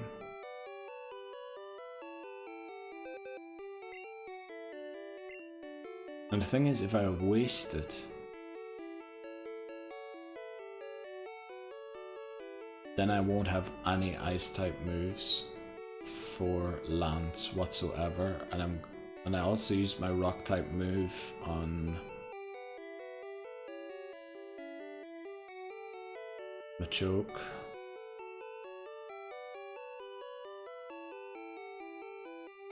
There's Blizzard.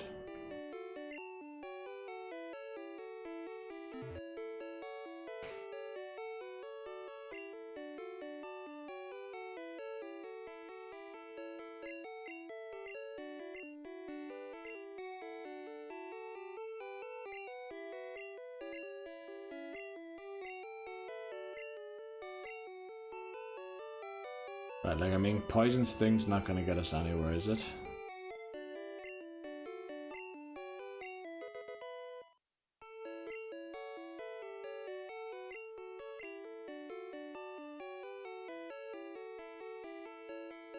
So now the question for me is, should I end the part here and then start the next part with a level grind?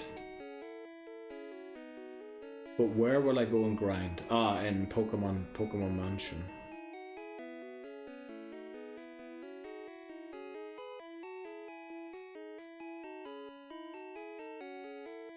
Yeah, unfortunately our team has been devastated by those two gym battles, Sabrina and Blaine.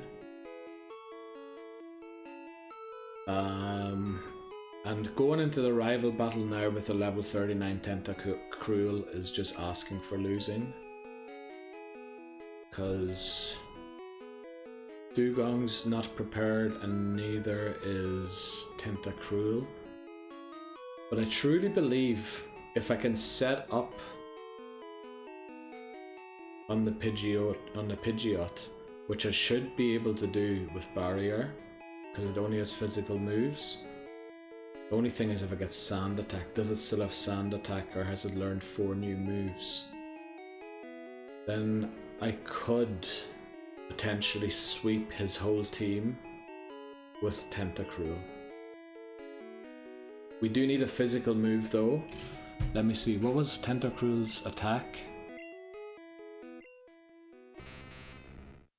71, not great. And Constrict isn't a brilliant move, to be honest. So let me see, we might finish on this. Let's look up at Tentacruel Gen 1 Learn set. Let's see if we can learn any physical moves. It can learn Cut, which isn't accurate, Skull Bash, which takes 2 turns. Rage isn't great, Hyper Beam. It can learn Hyper Beam. Double Edge, Takedown. Those are all moves with negative effects. Hyper Beam, so long as we one-shot, we don't have to recover in the next turn. So where do I get TM15? Rocket Game Corner. You buy it for 5,500 coins. How much money is that? You get 50 for 1,000, so 5,500 coins is 10,000, 110,000. We don't have that, do we? Is it 110,000? 10,000 to get 500, and then 100,000 to get 5,000. Yeah, it is. So was Porygon? Oh yeah, Porygon was 6,500. So we can't afford Hyper Beam unless we sell the rare candies. But I kind of want to keep those. Yeah, I think we're gonna have to forget about Hyper Beam. Did it have another move? Yeah, only moves with side effects. Like Takedown. Takedown, I believe, was TM09, was it? Or Double Edge. Double Edge actually has 100 base damage. Now I will take recoil from it, and it is 100% accurate. But I believe I should have TM10. Yeah, you get it in Rocket Hideout.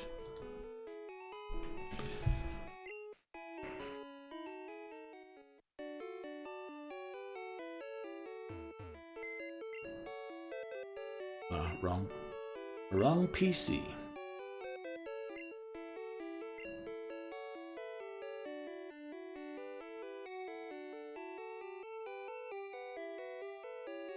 Oh, there it is there, TM10.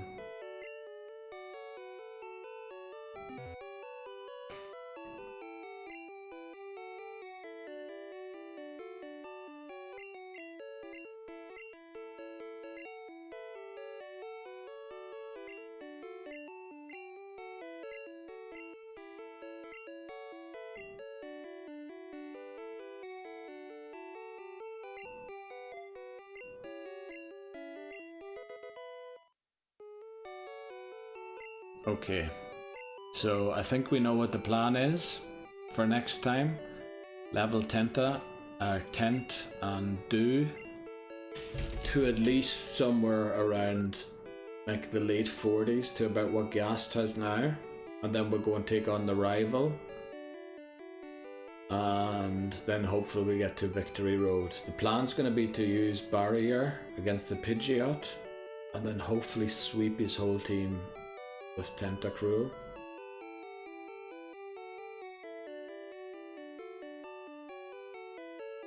Which is going to be difficult. Because especially his Blastoise is going to have Hydro Pump. So, and I don't know if I can use two Double Edges, because I'm going to have to use the Double Edge to take out the Alakazam. And if I use a second one to take out the Blastoise, I'm worried I'm going to knock myself out doing so. So, yeah, we'll see. But we'll do all of that in the next one. Right, I saved already. We're going to save again. Right, that was it for part 5 of Pokemon Blue. Hopefully next time we can finish the game. We've only got 4 Jeopardy Pokemon to evolve. One of them, which is a few levels, 2 levels, 13 levels, and unfortunately quite a lot of levels, 18 levels to evolve. But we're going to have to evolve all 4 of those before we finish the game. We're going to attempt to catch Moltres. If we fail, we're going to attempt Zapdos. If we get Moltres, we're going to go and get a Magneton, train it up. Then take on the Elite Four, hopefully. Then go to the Cerulean Cave, use a Repel trick to get to Mewtwo, use the Master Ball, catch it, You can't use Mewtwo in the Elite Four because the level cap of 56 will apply for the second time around as well. So yeah, I think that's the plan for next time. So thanks very much for watching. I really enjoy playing. I forgot how much I enjoyed it, and I shouldn't have stopped playing it really. I don't know why it took me so long to get back to it. Hope you liked it too. Little devastating, the Pokemon we lost, but I think it's still doable. I think we can still do it, and we haven't messed up anything in yellow yet. I think we're still good to go in yellow as well. We haven't used too many fully evolved Pokemon yet, so that we would be stuck there with weaker Pokemon. Yeah, so that'll be it for this one. Thanks very much for watching, and yeah, comment nicknames below please, because I think my nicknames aren't the greatest. And yeah, best of luck. I'll see you around.